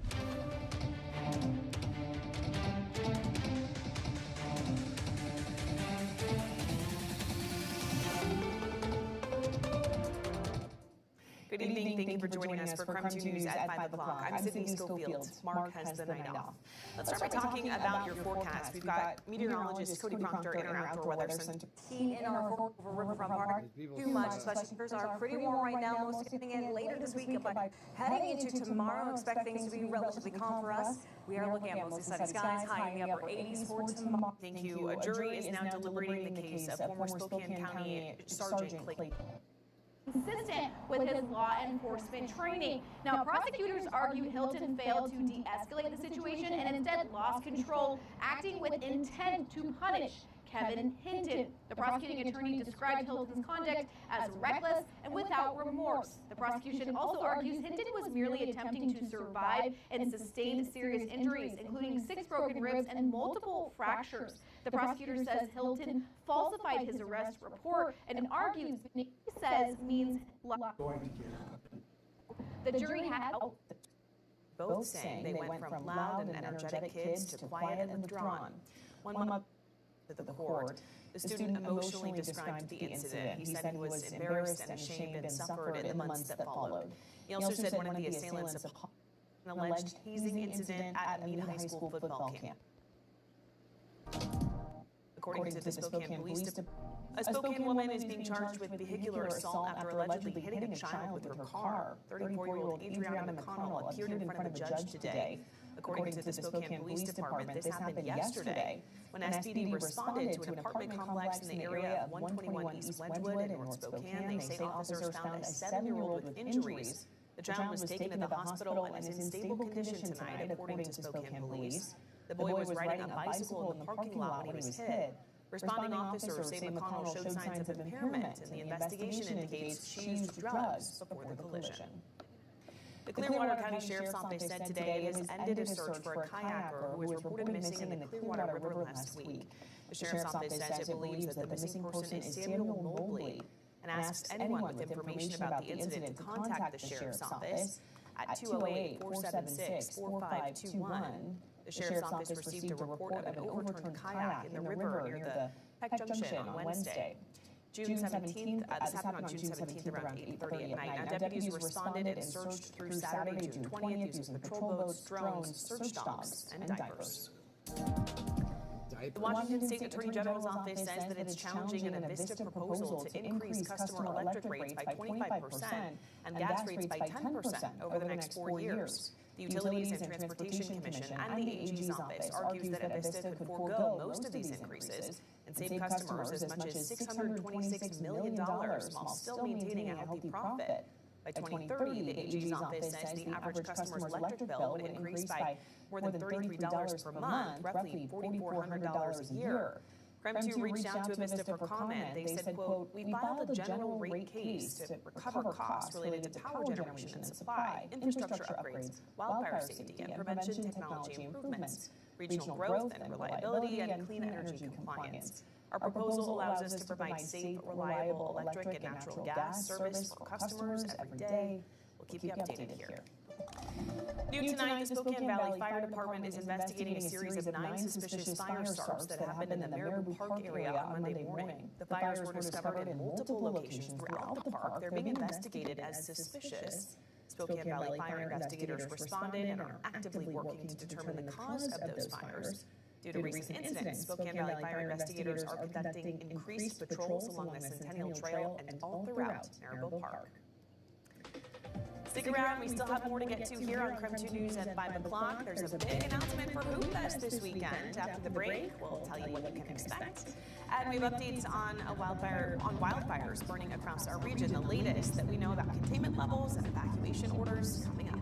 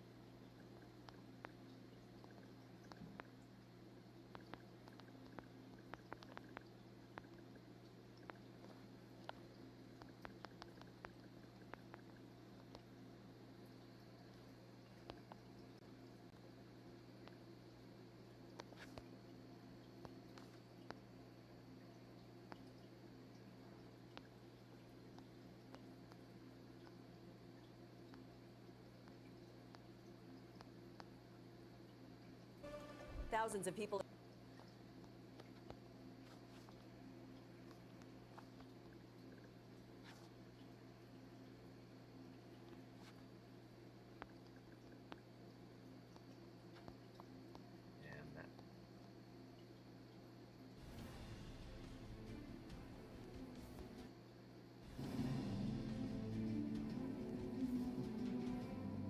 That is 10% contained after it sparked on Tuesday. They found our human remains. This morning, fire retardant covers the ground near the fire. About 2/3 of the level 3 evacuation zone has been downgraded to level 2, with many residents allowed to return home. Investigators believe the fire may have been human caused. And Rich, the fire danger is still pretty ripe there in central and eastern Washington. Yeah, it's a little bit better actually, because we've seen the little bit cooler temperatures with help.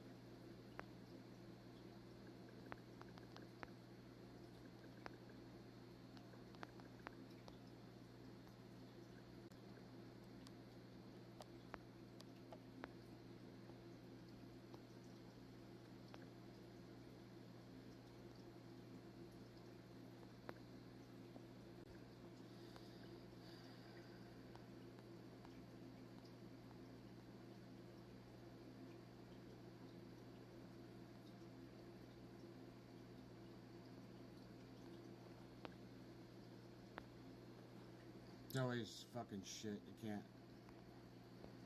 Yeah. Let's add some bridges.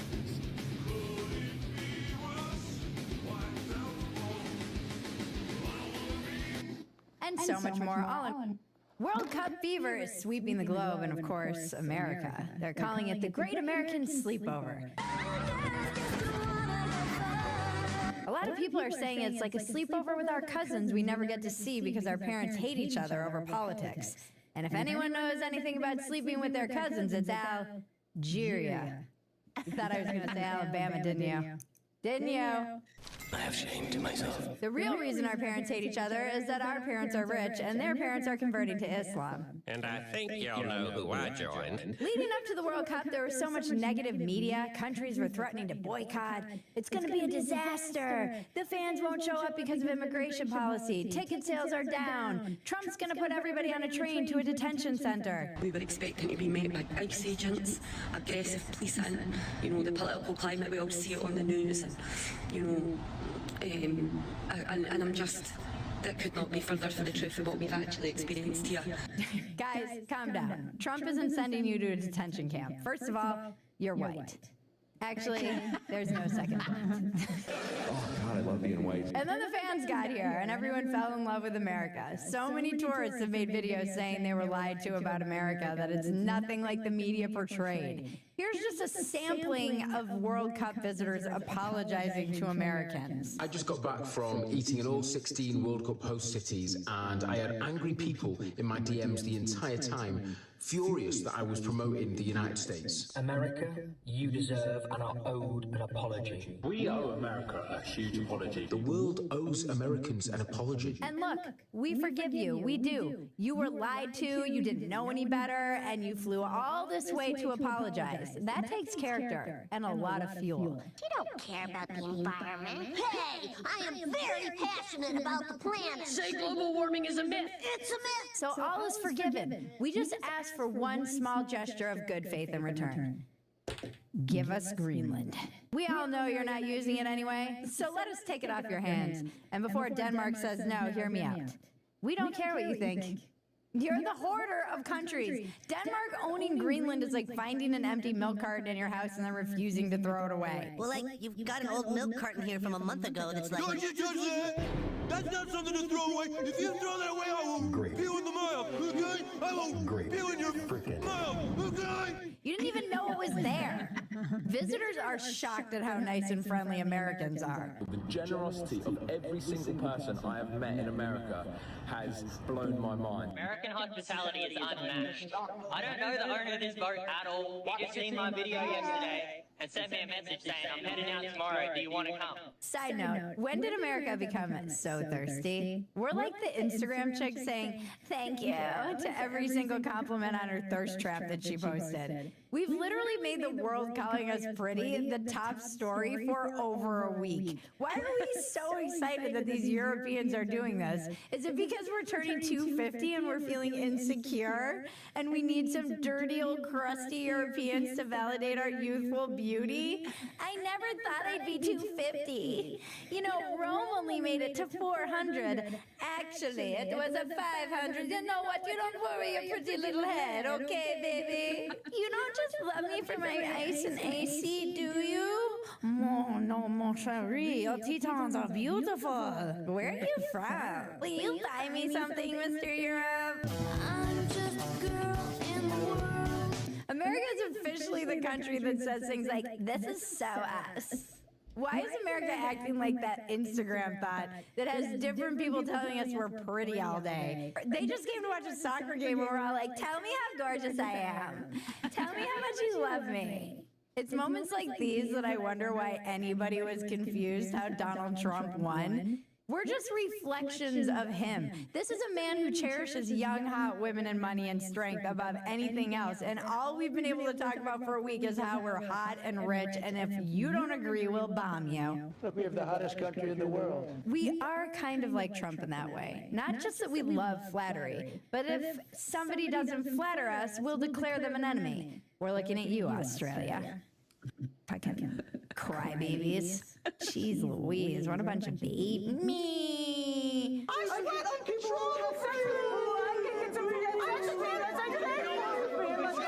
But in all seriousness, aside from the Australians being babies, No, dude, you're a little bitch. this is pure, unadulterated global joy. We are the United States of entertainment. This is our domain. It is our primary export. This is what we excel at more than anything on earth. We have a reality show president, for crying out loud. We know how to do fun. So why on earth would anyone, for 2 seconds, ever doubt that this was going to be anything other than the best time ever? Did we just become best friends? Yep. Seriously, there is a giant sleepaway soccer camp happening all over this country right now, and everyone is having a blast. It is amazing to see America through the eyes of people from other countries. I cannot get enough of it, and clearly, just based on the numbers from our last World Cup episode, Americans are desperately thirsty for it. They've been wandering the desert of anti-America crap from everyone in media, from Podcastistan, from the left, from academia. It is everywhere. And the World Cup gave us the injection of patriotism and gratitude that we desperately needed. It's our 250th birthday. And you're going to tell us how hot and pretty we are. And nobody puts baby in a corner. When I'm wrong, I say I'm wrong. I'm Bridget Fetisi, and this is your Dumpster Fire. Welcome to Dumpster Fire, where we make burgers out of your sacred cows. New episodes drop every Tuesday and Thursday at 9:30 p.m. Eastern, 8:30 p.m. Central. Get in the chat. It's super fun there and wholesome and lovely. And if you've never joined in, you're missing out. Come to one of our premieres. Also, go subscribe to my other podcast, Walk-Ins Welcome. At More Bridget Fetisi, when you have a moment, it's where I have long-form conversations with amazing guests who are much smarter than me. If you want more content, go to Fetisi.com. That's where the home base It's where you can go to properly support this show that you love. It takes so much work. It has essays and episodes, behind the scenes, the podcast I do with my husband, and so much more, all in one place. I know. Too many notes, Your Majesty. Exactly. Very well put. Too many notes. But before we get into it, a quick word from our sponsor. Don't leave. We have so much more after the break. Are you one of those people who loves coffee, the taste, the smell, the whole ritual, but the caffeine sends you straight into an anxiety spiral? That's why I love Mudwater's new low-calf coffee. It's made with organic Arabica coffee, Swiss water decaf, and functional mushrooms, so you still get that rich, full-body taste coffee lovers crave, but with only 45 milligrams of caffeine, and that's enough to feel awake and dialed in without the jitters, crash, or emotional roller coaster. Research shows low doses of caffeine support focus, mood, and reaction time, minus the crash or anxiety that comes with a full cup. And if you want something even gentler, the original blend is still there for you, the coffee alternative made with cacao, chai, turmeric, and functional mushrooms. The best way to start is the starter kit. It's designed to set you up with everything you need to actually build the habit. Building the habit is important. When you order, you get the full-size tin of your chosen blend, plus a free rechargeable frother, free gifts, and free shipping. Ready to make the switch to cleaner energy? Head to mudwater.com and grab your starter kit today. Right now, our listeners get an exclusive deal, up to 43% off your entire order, plus free shipping and a free rechargeable frother when you use the code DumpsterFire. That's right, up to 43% off with code DumpsterFire at mudwtr.com/dumpsterfire. After your purchase, they'll ask you how you found them. Please show your support and let them know we sent you. Link in the description below. This might be the only delivery service that actually feels chef-made, because it is. This is Cook Unity, and if you're someone that enjoys delicious food without having to worry about grocery shopping, cooking, and cleaning, then you're gonna love this service, because all you have to do is heat up the... We sent you. Link in the description below. If you want to know where this whole thing started, we can blame no one other than Freddie. We covered him in our first World Cup episode. He's a German guy, he has 11,000 followers, just posting his trip, came to America. He's like Buc-ee's, Waffle House, the everyday stuff, in a way that felt real and authentic. He's now past 700,000 followers, and more importantly, he's the reason your entire feed looks like this.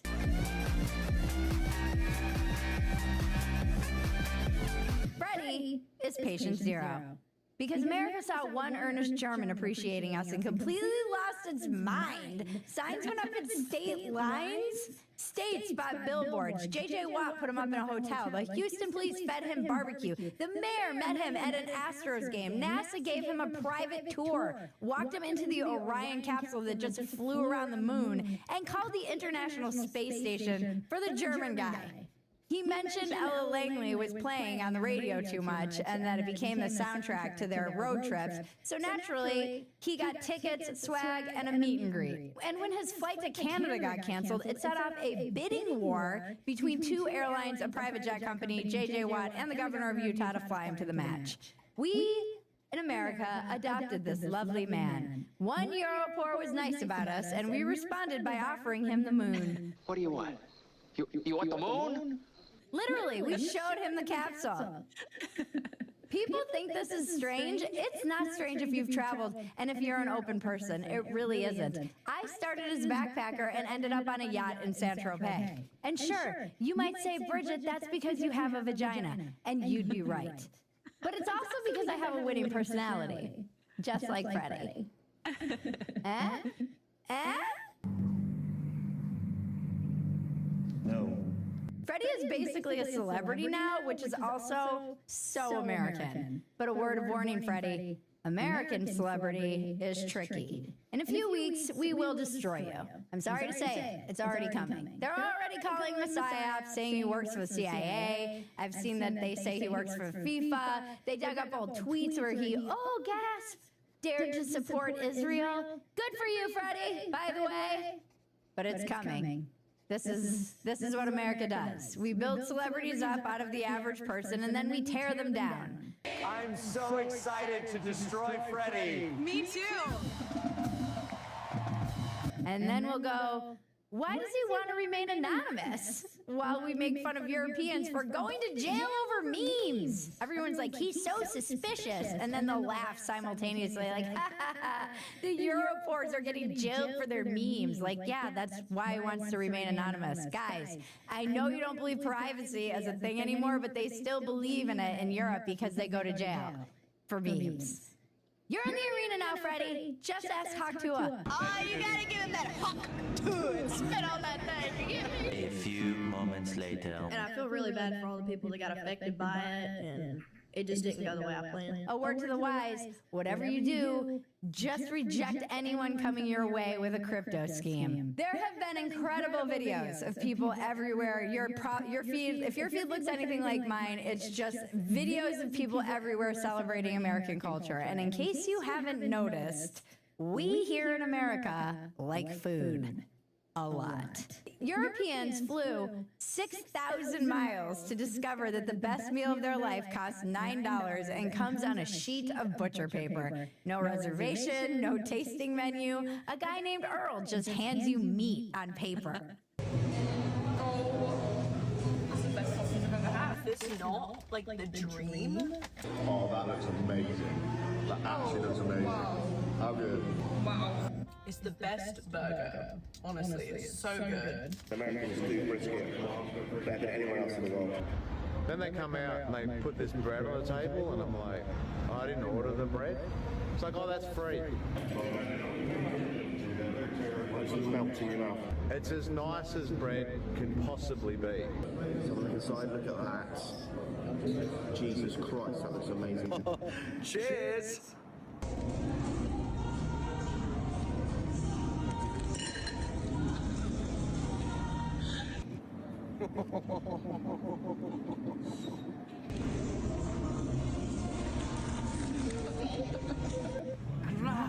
How big is it?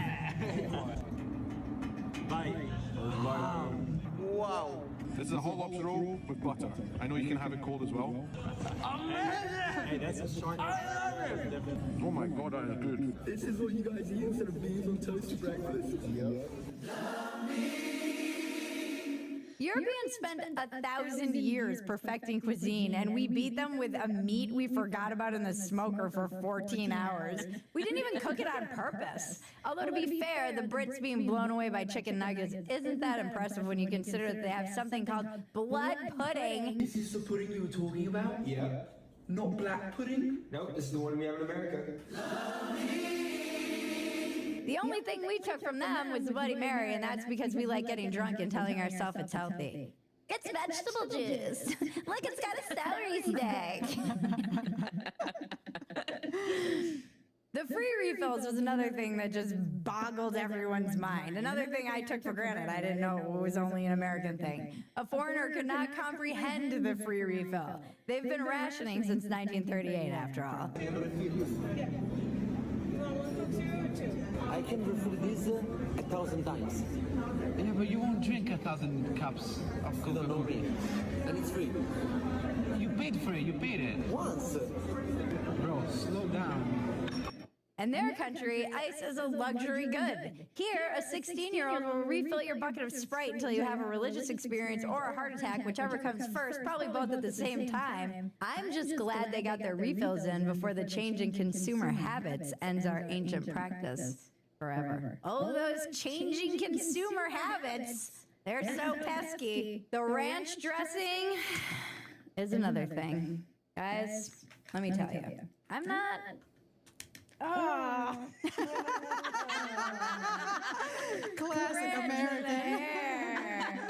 Ew, I got ranch in my hair. My first blowjob. The French built a mother sauce for every occasion, and we strolled in with a bucket of buttermilk and sour cream and blew their f***ing minds. The real hero of this World Cup is ranch dressing. What's absolutely sending me is seeing visitors to the US try and take home as much ranch as possible.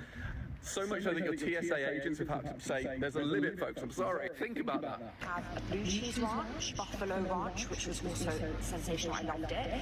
A spicy ranch, telling you all of these are absolutely sensational. People aren't leaving the US with souvenirs anymore, they're leaving with emergency condiments. It's somewhere between the football and the excessive drinking.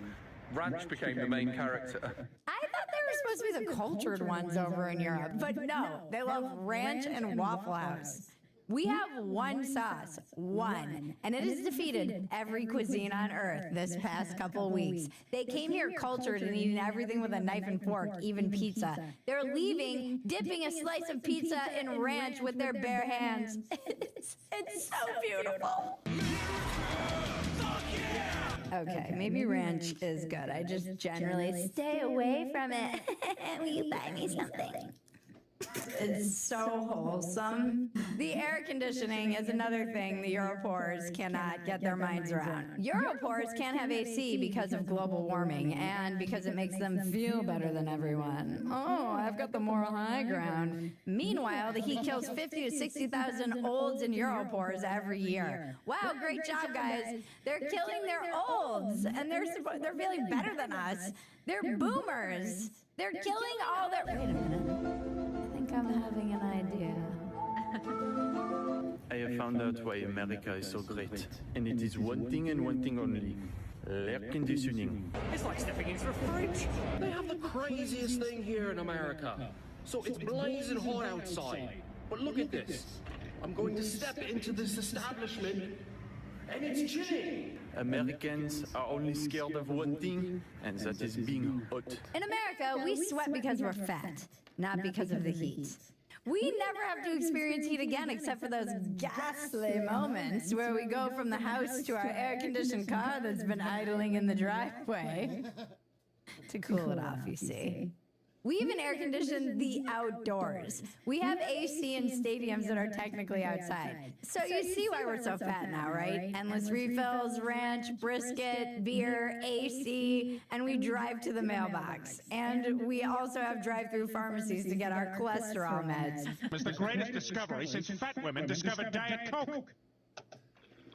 Now I can eat anything! And we have go-karts in the grocery store. We are so fat. And Big Pharma is about to fix our fatness too. Yay! You Europors should follow our lead. Here in America, we create problems, and then corporations come along and solve them and make us pay for the solution. In fairness, sometimes China causes the problem first. But look, learn from us, Europe.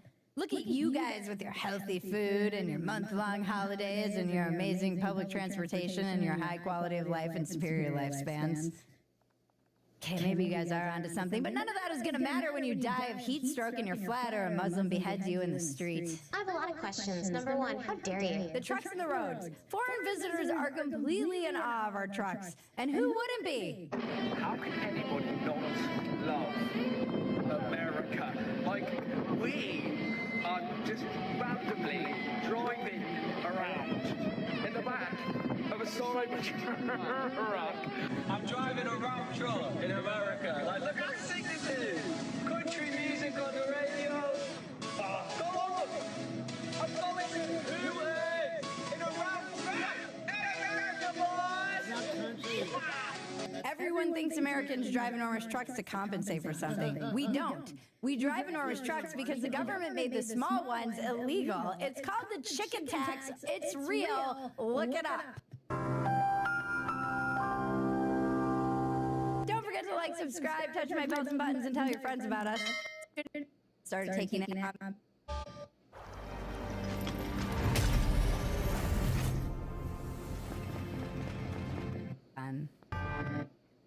Takes its sports. 85 grados, al igual que en San Fernando. Thank you, Janice. World Cup fans have been blown away by our stadiums, and in case you hadn't noticed, America takes its sports seriously, and we already have the infrastructure in place. The last two World Cups were in Qatar and Russia. What the f are you supposed to do when you go there? What do you do in Qatar when you're not at a game other than hope you don't end up getting some poor woman stoned to death for accidentally looking at her ankle too long? I am, however, tomorrow buying a place in Qatar. Michael Fiore posted on X, one of the most incredible aspects of the World Cup in the United States is what we didn't have to do to prepare for it. Qatar built multiple brand new stadiums, a metro system, roads, hotels, entire districts. Thousands of laborers, aka slaves, died. South Africa built new stadiums, parking, etc. Brazil spent billions on a stadium and transit projects. Russia built and rebuilt venues across the country. Meanwhile, the U.S. was like, we're good. We gotta modify a few playing surfaces and some stadiums. Cool. All right, we got it. Do you know how easy this is for me? Do you have any fucking idea how easy this is? This is a fucking joke. And I'm sorry you can't do this. I really am, because I wouldn't have to fucking sit here and watch you fumble around and fuck it up. The sport venue infrastructure in the U.S. mogs every other country on earth, and it's not even close. That was his line, not mine. I would never say mogs. And then someone in the comments replied, the USA could put on a second World Cup only using stadiums it didn't use in this one. Which is true and amazing and ridiculous. And then, of course, there's what truly makes America great. Our superstores and gas stations, which is usually one place. This land was my land. But now it's our land. Walmart, Bass Pro Shops, Costco, all of these visitors have been touring our national monuments. No, I'm not talking about DC. I'm talking about Buc-ee's on I-90. There's something perfect about Europeans treating a gas station as their pilgrimage in America. The allegedly lowest class thing about America, ranch and gas stations, and they love it. Buc-ee's is America's Mecca. Finding a gas station with clean bathrooms is basically a holy experience. Get your Buc-ee's pre-rug out and remember the 5 pillars: brisket, refills, ranch, the clean bathroom, and the t-shirt that says, I survived the brisket line. Imagine archaeologists discovering a Buc-ee's 10,000 years from now. They describe it as a place where nomadic people gathered to worship, contemplating why 120 is a sacred number, 120 gas pumps, 120 soda fountains. They'll be reciting from the book of Buc-ee's. And the beaver said, Let there be 120 pumps that no man shall wait. And then, of course, we can't forget,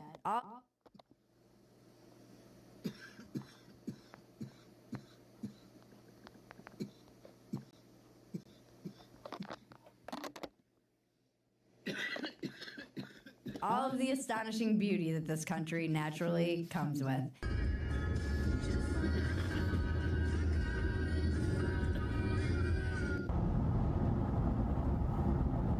There's America right there. How the hell is this actually real?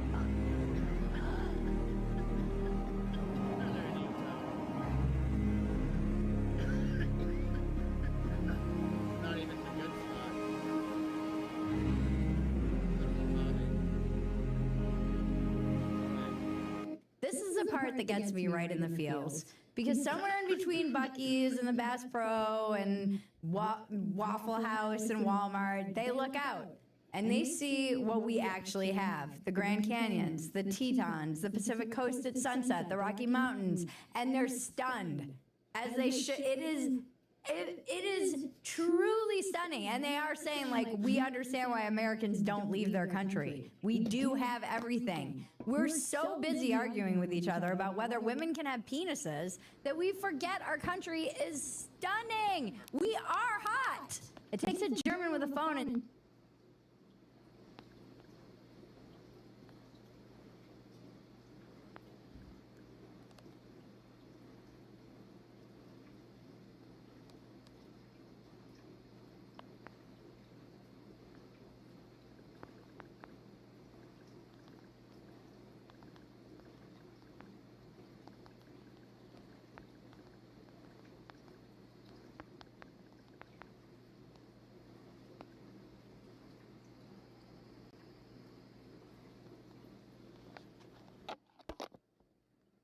phone in zero context to remind us to look around every once in a while, or we could miss it. You know, today I learned something, guys. They didn't just come to see our gas stations. They came to remind us that the gas stations are inside us. From all that lard we consume. They've come along and given us such a gift before our birthday, truly, recognizing all the things we take for granted. The mundane stuff that's amazing, like AC and free refills and ice, and the God-given stuff like Purple Mountain's majesty from sea to shining sea. It is getting me in the field.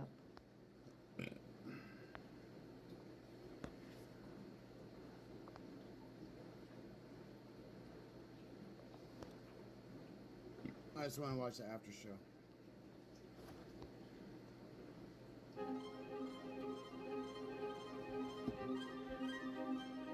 Solution at a glass I'm office fucking chair. annoyed Rick and Morty aren't on right now.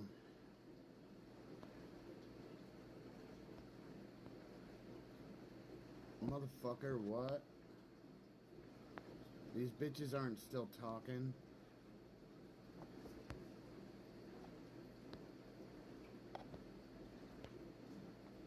Wait, what? I can't watch it? Many people who believe in carrying concealed still don't carry every day, not because they don't believe in staying. Dude. I'll give him a fucking thumbs down. Can't watch it, dude? What a bitch. Fucking bitch.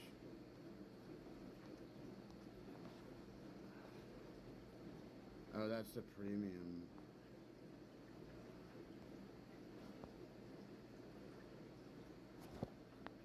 Oh, he just did that.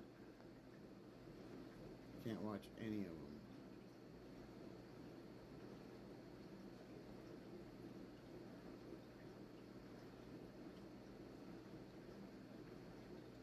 We can't talk about this from Politico. California clashes with Trump DOJ over election. We got it from Breitbart. Whoopi Goldberg. Introducing glass office chair mats by Vitraza, the premium alternative to cracked, curled, and... From Trump's Truth Social, he says, here's another example of a crazy pro-algae, likely paid protester. The sign says, first they came for the algae, which is a reference to the famous post-World War II statement about Germans not speaking out against Nazis. And they came for the Jews, and I did not speak out, we get it. And here's an image of Amfifa, and they're wearing a big pink frog costume. Now, I'm gonna let you in a secret. This frog costume, Viva, did you know they're air-conditioned? I did not know that, but I did know if you spray something in the back of foul odor, it goes into the... Yes, so there's a motor on the side. There's a small air compressor. And it inflates the suit. It's not an air compressor, it's just a small fan. So I actually, I had a friend who worked at Dairy Queen. No, was it an Orange Julius? Or no, wait, was it? Yeah, it was an Orange Julius in Chicago. Remember those? They still have those? I don't know. And it was funny because my friend was a manager, and she told the staff, someone has to... We got it from Breitbart. Whoopi. So, as you can see, Rumble will let you watch Dick. So, looks like there's really not shit else on. Yeah.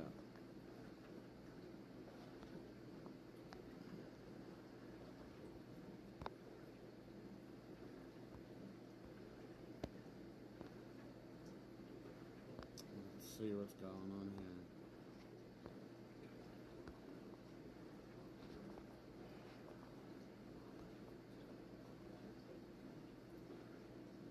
Couple big storms just slowly moving. These ones are cooking. This one's down here are going slow. That guy's just chilling. That one up there in Wisconsin's cooking across. It's got good movement.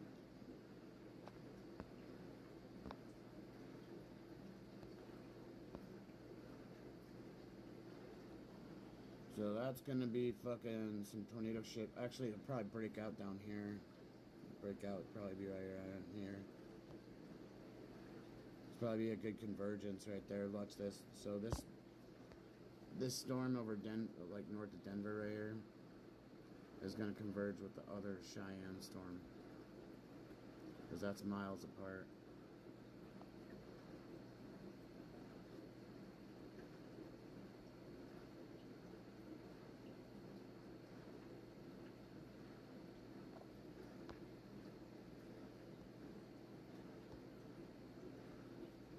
Texas is getting fucking flooded, dude. Look at this.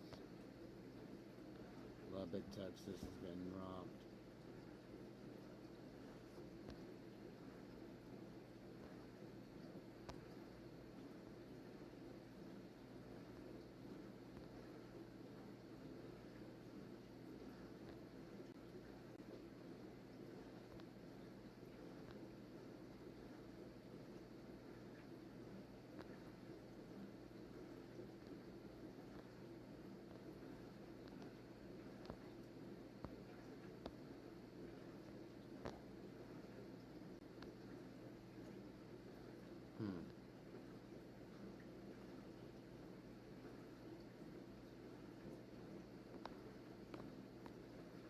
That's our 3 states touch right here.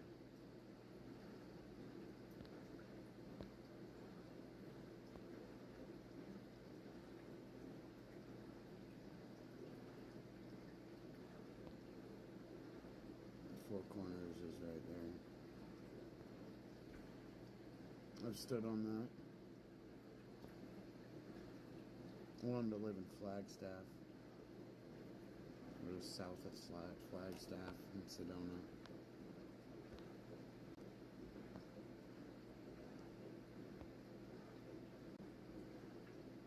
It's got beautiful down there right now with this little storm.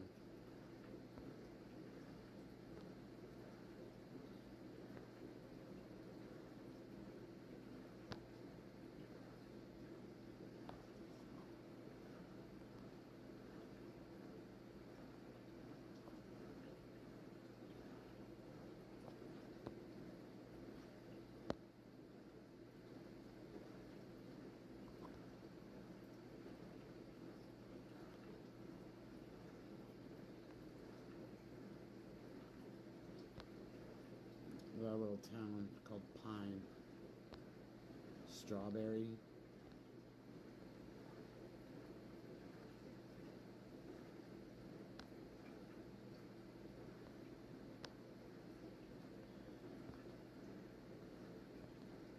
Driven this, Black Canyon City.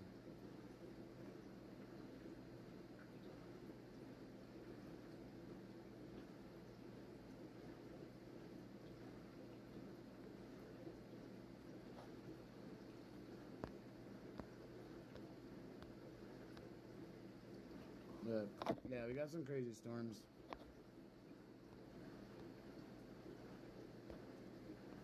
Is there anything fucking cool that's new?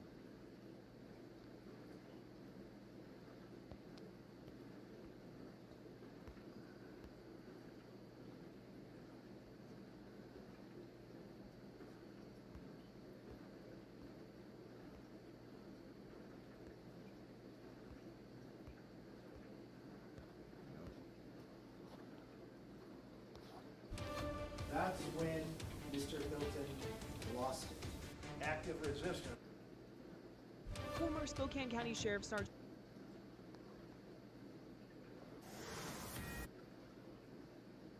I want to take back. What if your government has trained you to be real?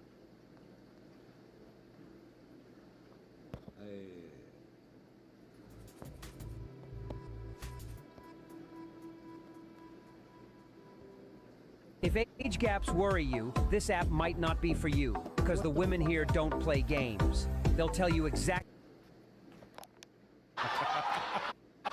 Drew. I don't mean to offend.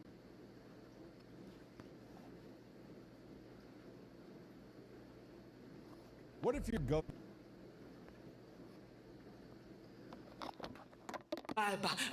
Wow, I sound.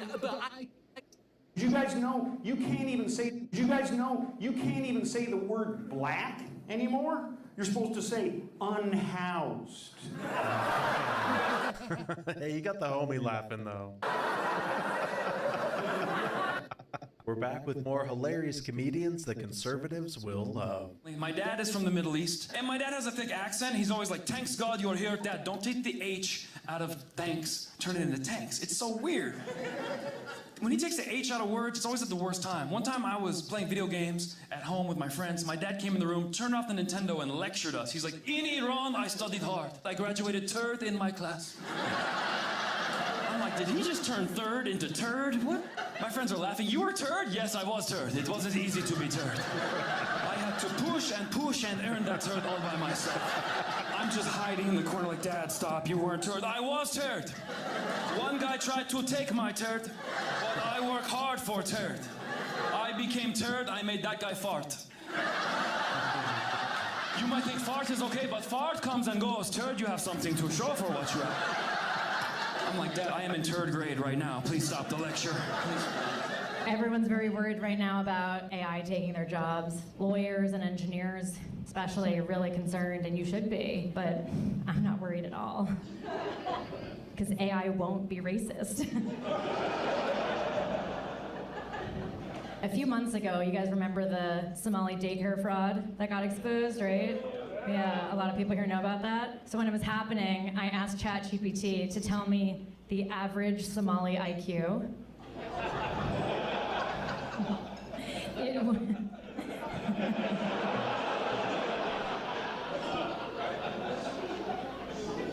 It wouldn't tell me.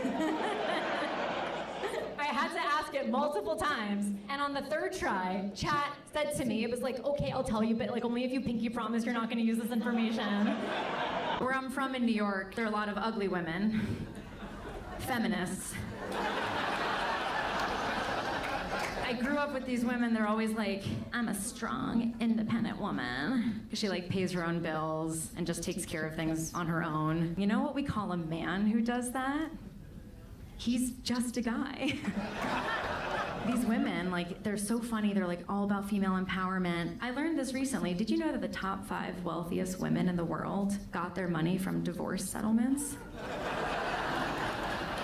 It's genius, actually. What am I doing, working this hard? No, but it's true. They take the money that their husbands earned through capitalism and they funnel it through these like crazy socialist causes. And they always have to come up with new problems, you know, like the Anti-Gravity Foundation, because it keeps minorities down or something. It's like, isn't that? My insurance company fired me, as they should. They should have done it sooner, to be honest. I wasn't very good at my job. Hopefully there's some terrorists that aren't very good at their jobs. A terrorist that's bad at his job is a good person. I mean... That is true. I think. A bad terrorist is a good guy. A bad terrorist. What do you think about Nick Fuentes? I always get this question about Nick Fuentes. I go 50-50 on it. I don't trust anybody in this game. Sometimes I look at myself and I'm like, are you Assad? Did you know that Canada has a new healthcare program that includes assisted? They're calling it the Hillary Clinton. And Epstein was the first candidate? Okay. You're gonna take one, you're gonna take one. I will tell you this, you know, I actually used to be a liberal, I used to be a feminist, I used to believe all of this stuff. And then I started diving into things and I had this feeling inside, something's not right.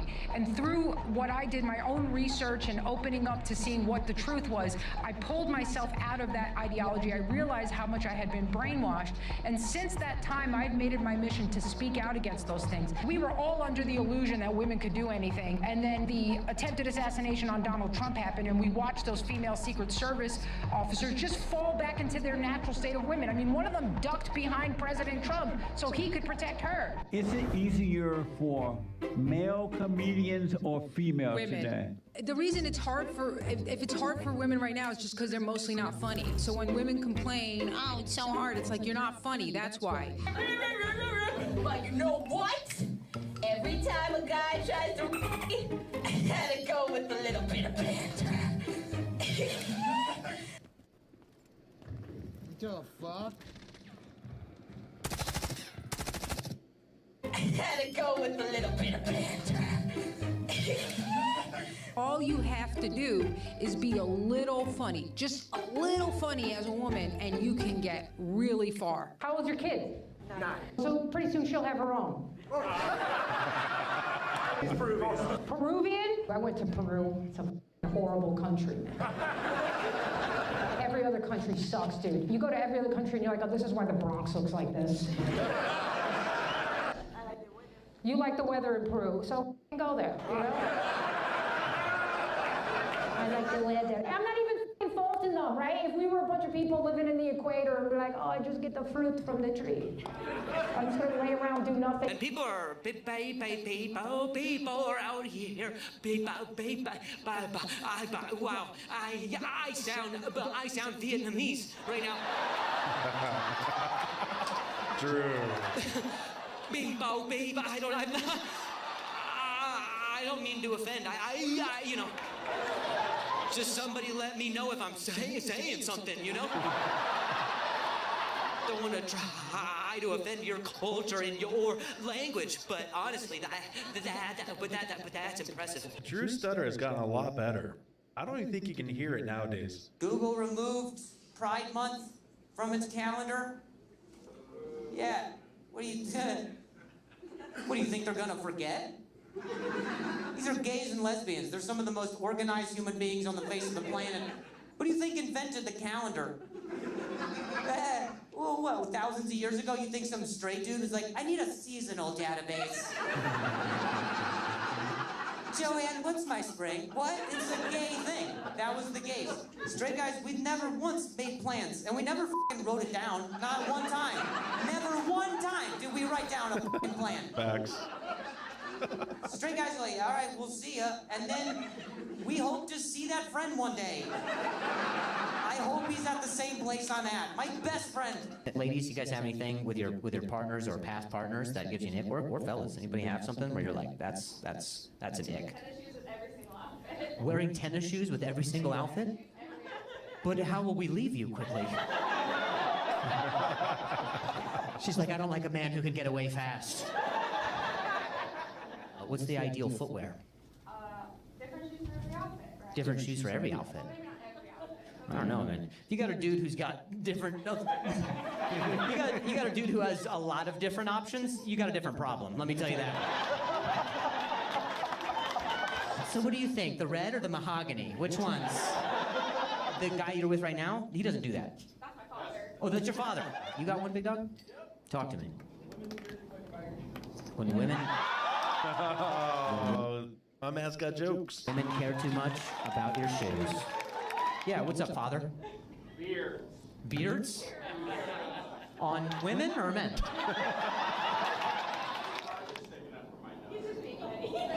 Oh, he's saying beards because you have a beard. That's hilarious. And then he's just like, I don't like dads. The pettiest thing of all time. You're only 4'6"? She's 3'9"? Holy crap, does she have another person next to her that's shorter than that? You guys like the Russian dolls? That's awesome. If it helps, you're 3'6"? Yeah, this is the weirdest auction I've ever hosted, I'll be honest. This is the most insane thing. There's gotta be someone that can beat that. Check under the tables, folks. Look under your... If everybody can lift your feet, please. We're looking for a small... you guys are a couple? Oh, nice. How did you guys meet? Little People of America Conference. Little People of America Conference? That's awesome. Do they have like different ones for different countries? Where it's like Little People of Guatemala. It's just people from Guatemala. And I would be killing it. Dude, I would love to go to that conference. Just walking around, move. Where's the pretzel shop? Where's the gift shop? How tall am I? It'd be kind of rude to answer at this time. Let's say I'm at the end of the Russian doll, all right? I'm at the end. Hey, Fudge, can you come on stage? Yeah. So, I thought that I was at the end of the Russian doll.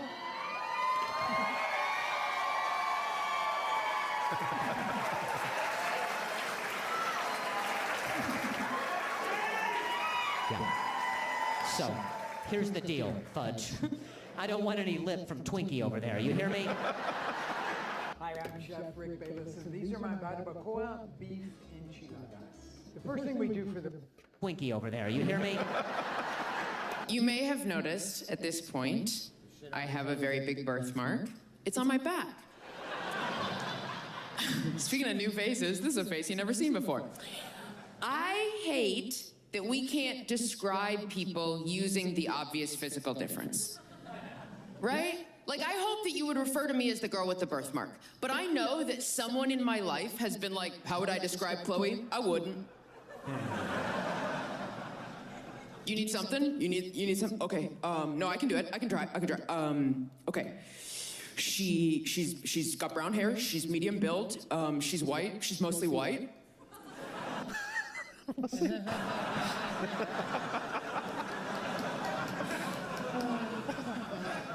I actually like Spirit. I've flown Spirit so much, I don't even make fun of them. I'm one of the few comedians that defend Spirit. I just want to help you. If you've never flown Spirit, just lower your expectations a little bit. And just know, it's $30. You're going to get anywhere in America for $30 eventually. That's the promise. That's right. Probably why they shut down. When you sit down, don't expect much. The seats are very uncomfortable. You can't even recline. They put you slightly forward. You're like bent. And you're like, where's my armrest? They don't give you an armrest. You didn't pay for all that. They give you a little metal nub for your elbows. You could just put your... You can sit like a T-Rex. That's all you can do. And the longer you sit like that, your arms fall asleep, your back falls asleep. By the time you get to Florida, you get off the plane, you look like everybody else in Florida.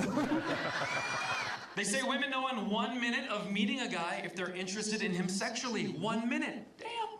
It's amazing how slow women are at making that decision. Ladies, you thought that was fast? Every guy in this room got you beat by 59.5 seconds. We threw the whole room in under a minute. We're like, yes, yes, yes, yes, yes, yes, yes, yes. There goes yes, over there's a no there. Take a shot. Now it's yes. We're gonna get to yes. That might be 2 shots. I'll be back. Damn. But I was smart. I brought a coupon. Buy 1 entree, get 1 free. Now, something I should tell the single people. Don't bring a coupon. If you're married, you bring out a coupon, your spouse is like, good work, baby. More money for the family. That's why I married you. Fantastic.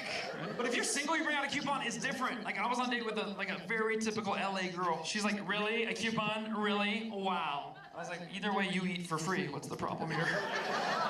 Truth. Regular straight white guys are considered the enemy right now. They have no minority status, and that's a big deal right now. You gotta have your minority status, because regular white guys, they blame you for stuff. Like, you had slaves, and you stole your land from the Native Americans, and you're just rich and privileged. And you're like, well, I didn't have any of that. But they don't see that. So what I recommend to the straight white guys here is become a minority. The easiest one for you is look gay, if you can. It's the easiest one. All you gotta do is turn your wrist out, okay? And I'll show you how to do it. You straight? Now you're protected too, all right? You might get into college, get into the military easier, I don't join the firefighter academy, I don't know what's gonna happen. Turn your wrist out, you just be you look nicer to people. You go from he might beat your ass to he might touch it, hey. Just try it. I was on a yacht on Mother's Day for 150 mothers in Orange County, California, and I was the only man on the cruise. Picture that, 150 Orange County moms and me. And it felt good, they laughed at my jokes, and I knew if the yacht were to sink, those women would float. Have you been to Orange County? Orange County women, they come with their own flotation devices. They just be waiting for help to arrive, just wait. Waiting. Some of, not all of them, some of them float different, just. But that's still sea level, they're okay, they're okay. The only ones I was worried about are the younger ones. They float different.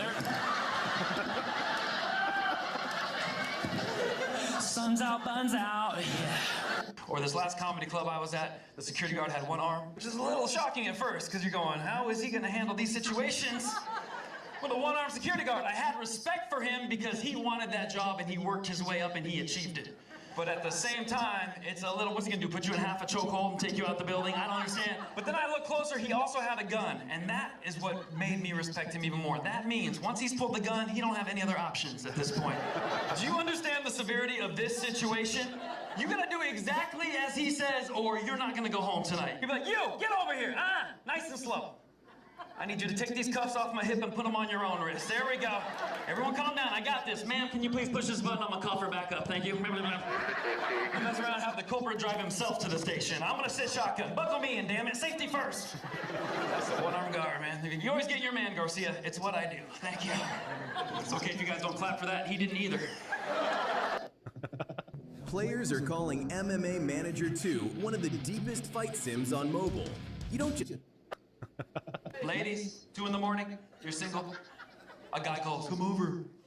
How far are you willing to drive? Who's going 80 miles? Not a lot of takers. 40 miles, nah. 20 miles, probably not, no. No, see, she said, you come here. Look, so lazy. You come here. I want direct delivery. We're willing to go 80 miles. You won't even cross the street for these gentlemen. Look at you ladies. So lazy. Look at that. No, women will get mad at you for even calling. They'll lecture you. If you wanted to see me, you would have called me at a reasonable hour. Well, I'm sorry, that's your problem. If they're nice, it's still a no, but it's nice. No, I wish I could, but I can't. Oh, it sounds so fun too. No. No, I know, but I'm sorry, not sorry. Sorry, not sorry, but I can't. I know, bye. Now, the second half to this joke, and I hope I'm not giving away the punchline, is he then asks the women how far they would travel to see their man if they found out he was with another woman. I had a liberal heckler in the audience. She booed me. Who's booing? Me. Do you want to say something? Yeah, like you are a racist. I'm actually a professional racist. But I never actually included the joke that set her off. Do we want to hear it?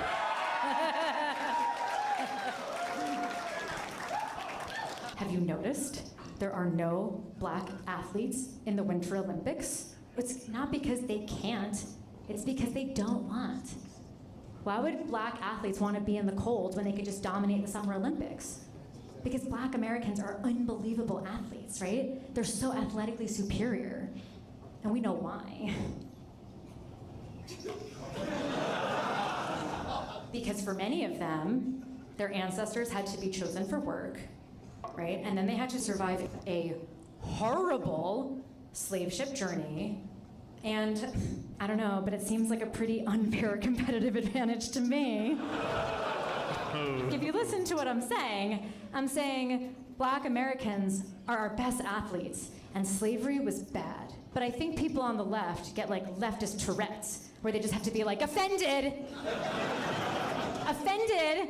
And then she said, you can't speak for all black people. So you're telling me I can't speak for black people as you, a rich, liberal white woman, speak for all black people. I had to tell her, you know, being offended doesn't make you right, right? Thank you. Thank you. And she died doing what she loved. Stuffing ballot boxes in Los Angeles. I went to one of these New York City prep schools. If you've ever seen Gossip Girl, it was a lot like that. I was in class with kids whose parents were famous hedge fund billionaires and politicians and artists. And I have to tell you, growing up in that kind of environment, being surrounded by liberals as the only Republican, that was ghetto. I recently at a show was told by some young Gen Z kid, he looks like older than you guys, he told me I'm not allowed to say ghetto. I had to give him a little history lesson. It goes all the way back to the 1500s. They put Jews in ghettos in Italy. But then obviously, black people came along and made it way cooler. So I was like not looking at you guys the whole time I told this joke, by the way. But back to my time in the ghetto of New York City private schools. I've spent my whole life in rooms with liberals who assume that I agree with them because, I mean, I'm obviously liberal passing, so.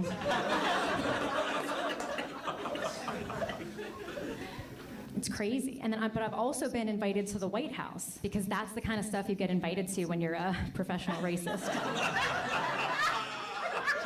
Something we have to deal with in Miami is the HOA. Do we have that here? Oh yeah. Who are the HOA presidents in this room? I feel like there was some enthusiasm. No? Yeah? You're gonna hate this. With the Homeowners Association, I love the drama of the HOA. My favorite part of the HOA is actually just how everyone's politics are totally inverted. Have you guys noticed this? Conservatives become liberals, and liberals become conservatives. Like your Kamala girly neighbor, you know, that passive-aggressive bitch. She, like the people that are like, defund ICE, no one is illegal. They know exactly where their property line is. They love security and fences, right? The conservatives, we're the lawless creatures. We're kind of crazy. Like, I will shoot off my fireworks and fly my Cracker Barrel flag if I so choose. And then we get in trouble for not asking permission and just painting a very tasteful 20-foot mural of a shirtless Kid Rock. And then your neighbor comes up to you with like the rules of the HOA. Someone cares about founding documents all of a sudden. And then you have to escalate all the issues to the board. And Amy Coney Barrett is still there to ruin your day. My favorite is the gays who come up to me, because they're all closet conservatives. A lot of them, right? Yeah. We have some people nodding. Do we have any gays in here? No gays? It's time to come out of the closet again, guys. You can say you're conservative. Statistically, that's impossible. Some of you have to be gay. Like, some of you have to be liberal in here, too. They're hiding among us. We'll sniff them out. You're pointing? You're outing someone? Sir, this is not a safe space, but you could come out to us. Are you the liberal here? I can't tell. Are you guys gay together, or you're just liberal together? Yeah. Same difference.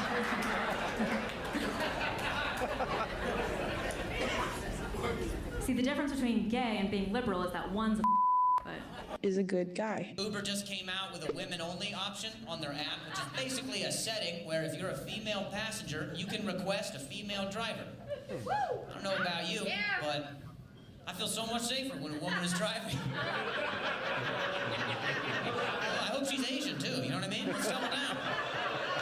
Yeah, sure, she rear-ended a gas station, but hey, I learned her skincare routine. That was worth it. Oh, look at all the ladies getting mad at me. They're like, Drew, you don't understand. Male Uber drivers are kidnapping women. Okay, but we got you to the warehouse safely. You just reversed into a family on the sidewalk, all right? What comedian was your favorite? Drop a comment down below. Don't forget to like and subscribe to Conservative Vibes. I'm CV, and I'll see you in the next video.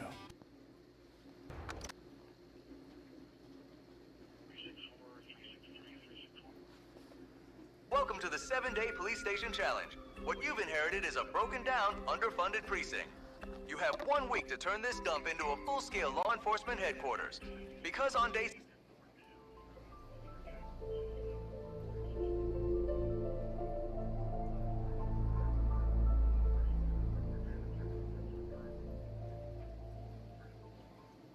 Good morning, folks. Welcome, observers. It is Tuesday, June 23rd, 2026, and today we're going over space weather, a bit of large-scale weather patterns, a look at the seismic community finally getting proactive, and in case you didn't catch last night's live stream, the top story from that will be broken down here as well.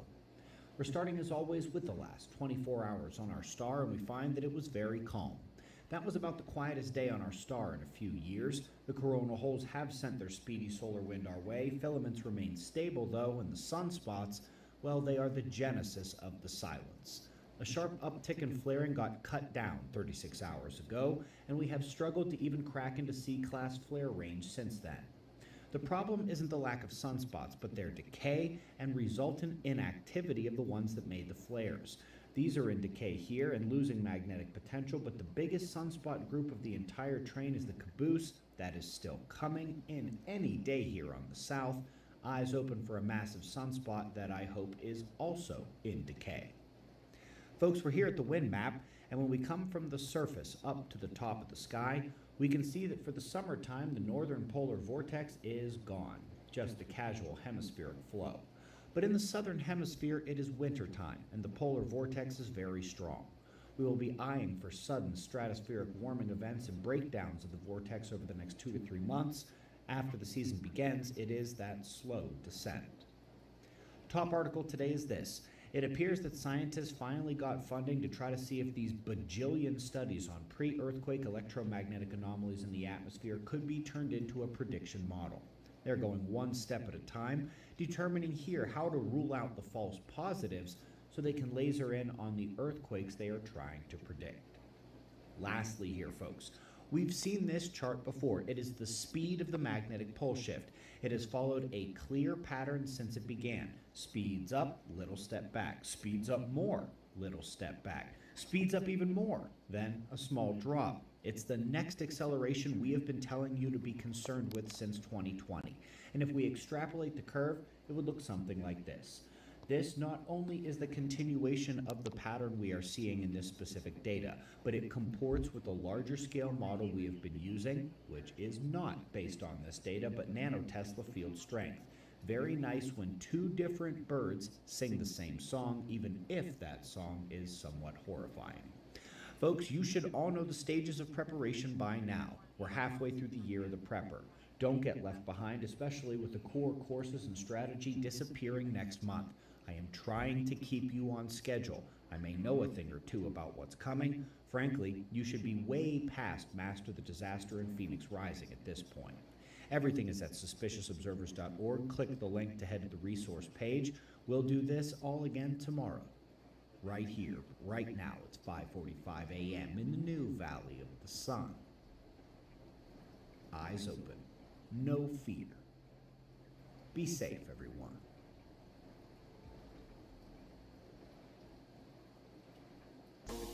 Disney Magic Kingdoms.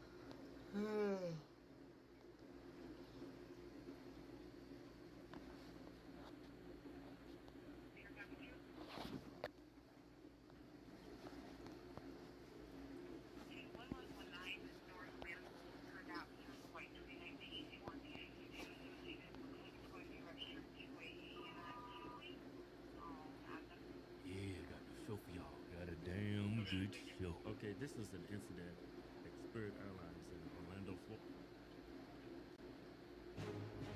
Tonight, the dangerous triple weather threat with fires, floods, and deadly heat affecting millions. The flash flood emergency here at home, fast-moving waters, trapping drivers and washing out roads. Wildfires exploding out west, plus overseas, a record-shattering heat wave in Europe, leaving dozens dead. Our reporters in London as brutal temperatures scorch the region. New video of a suspect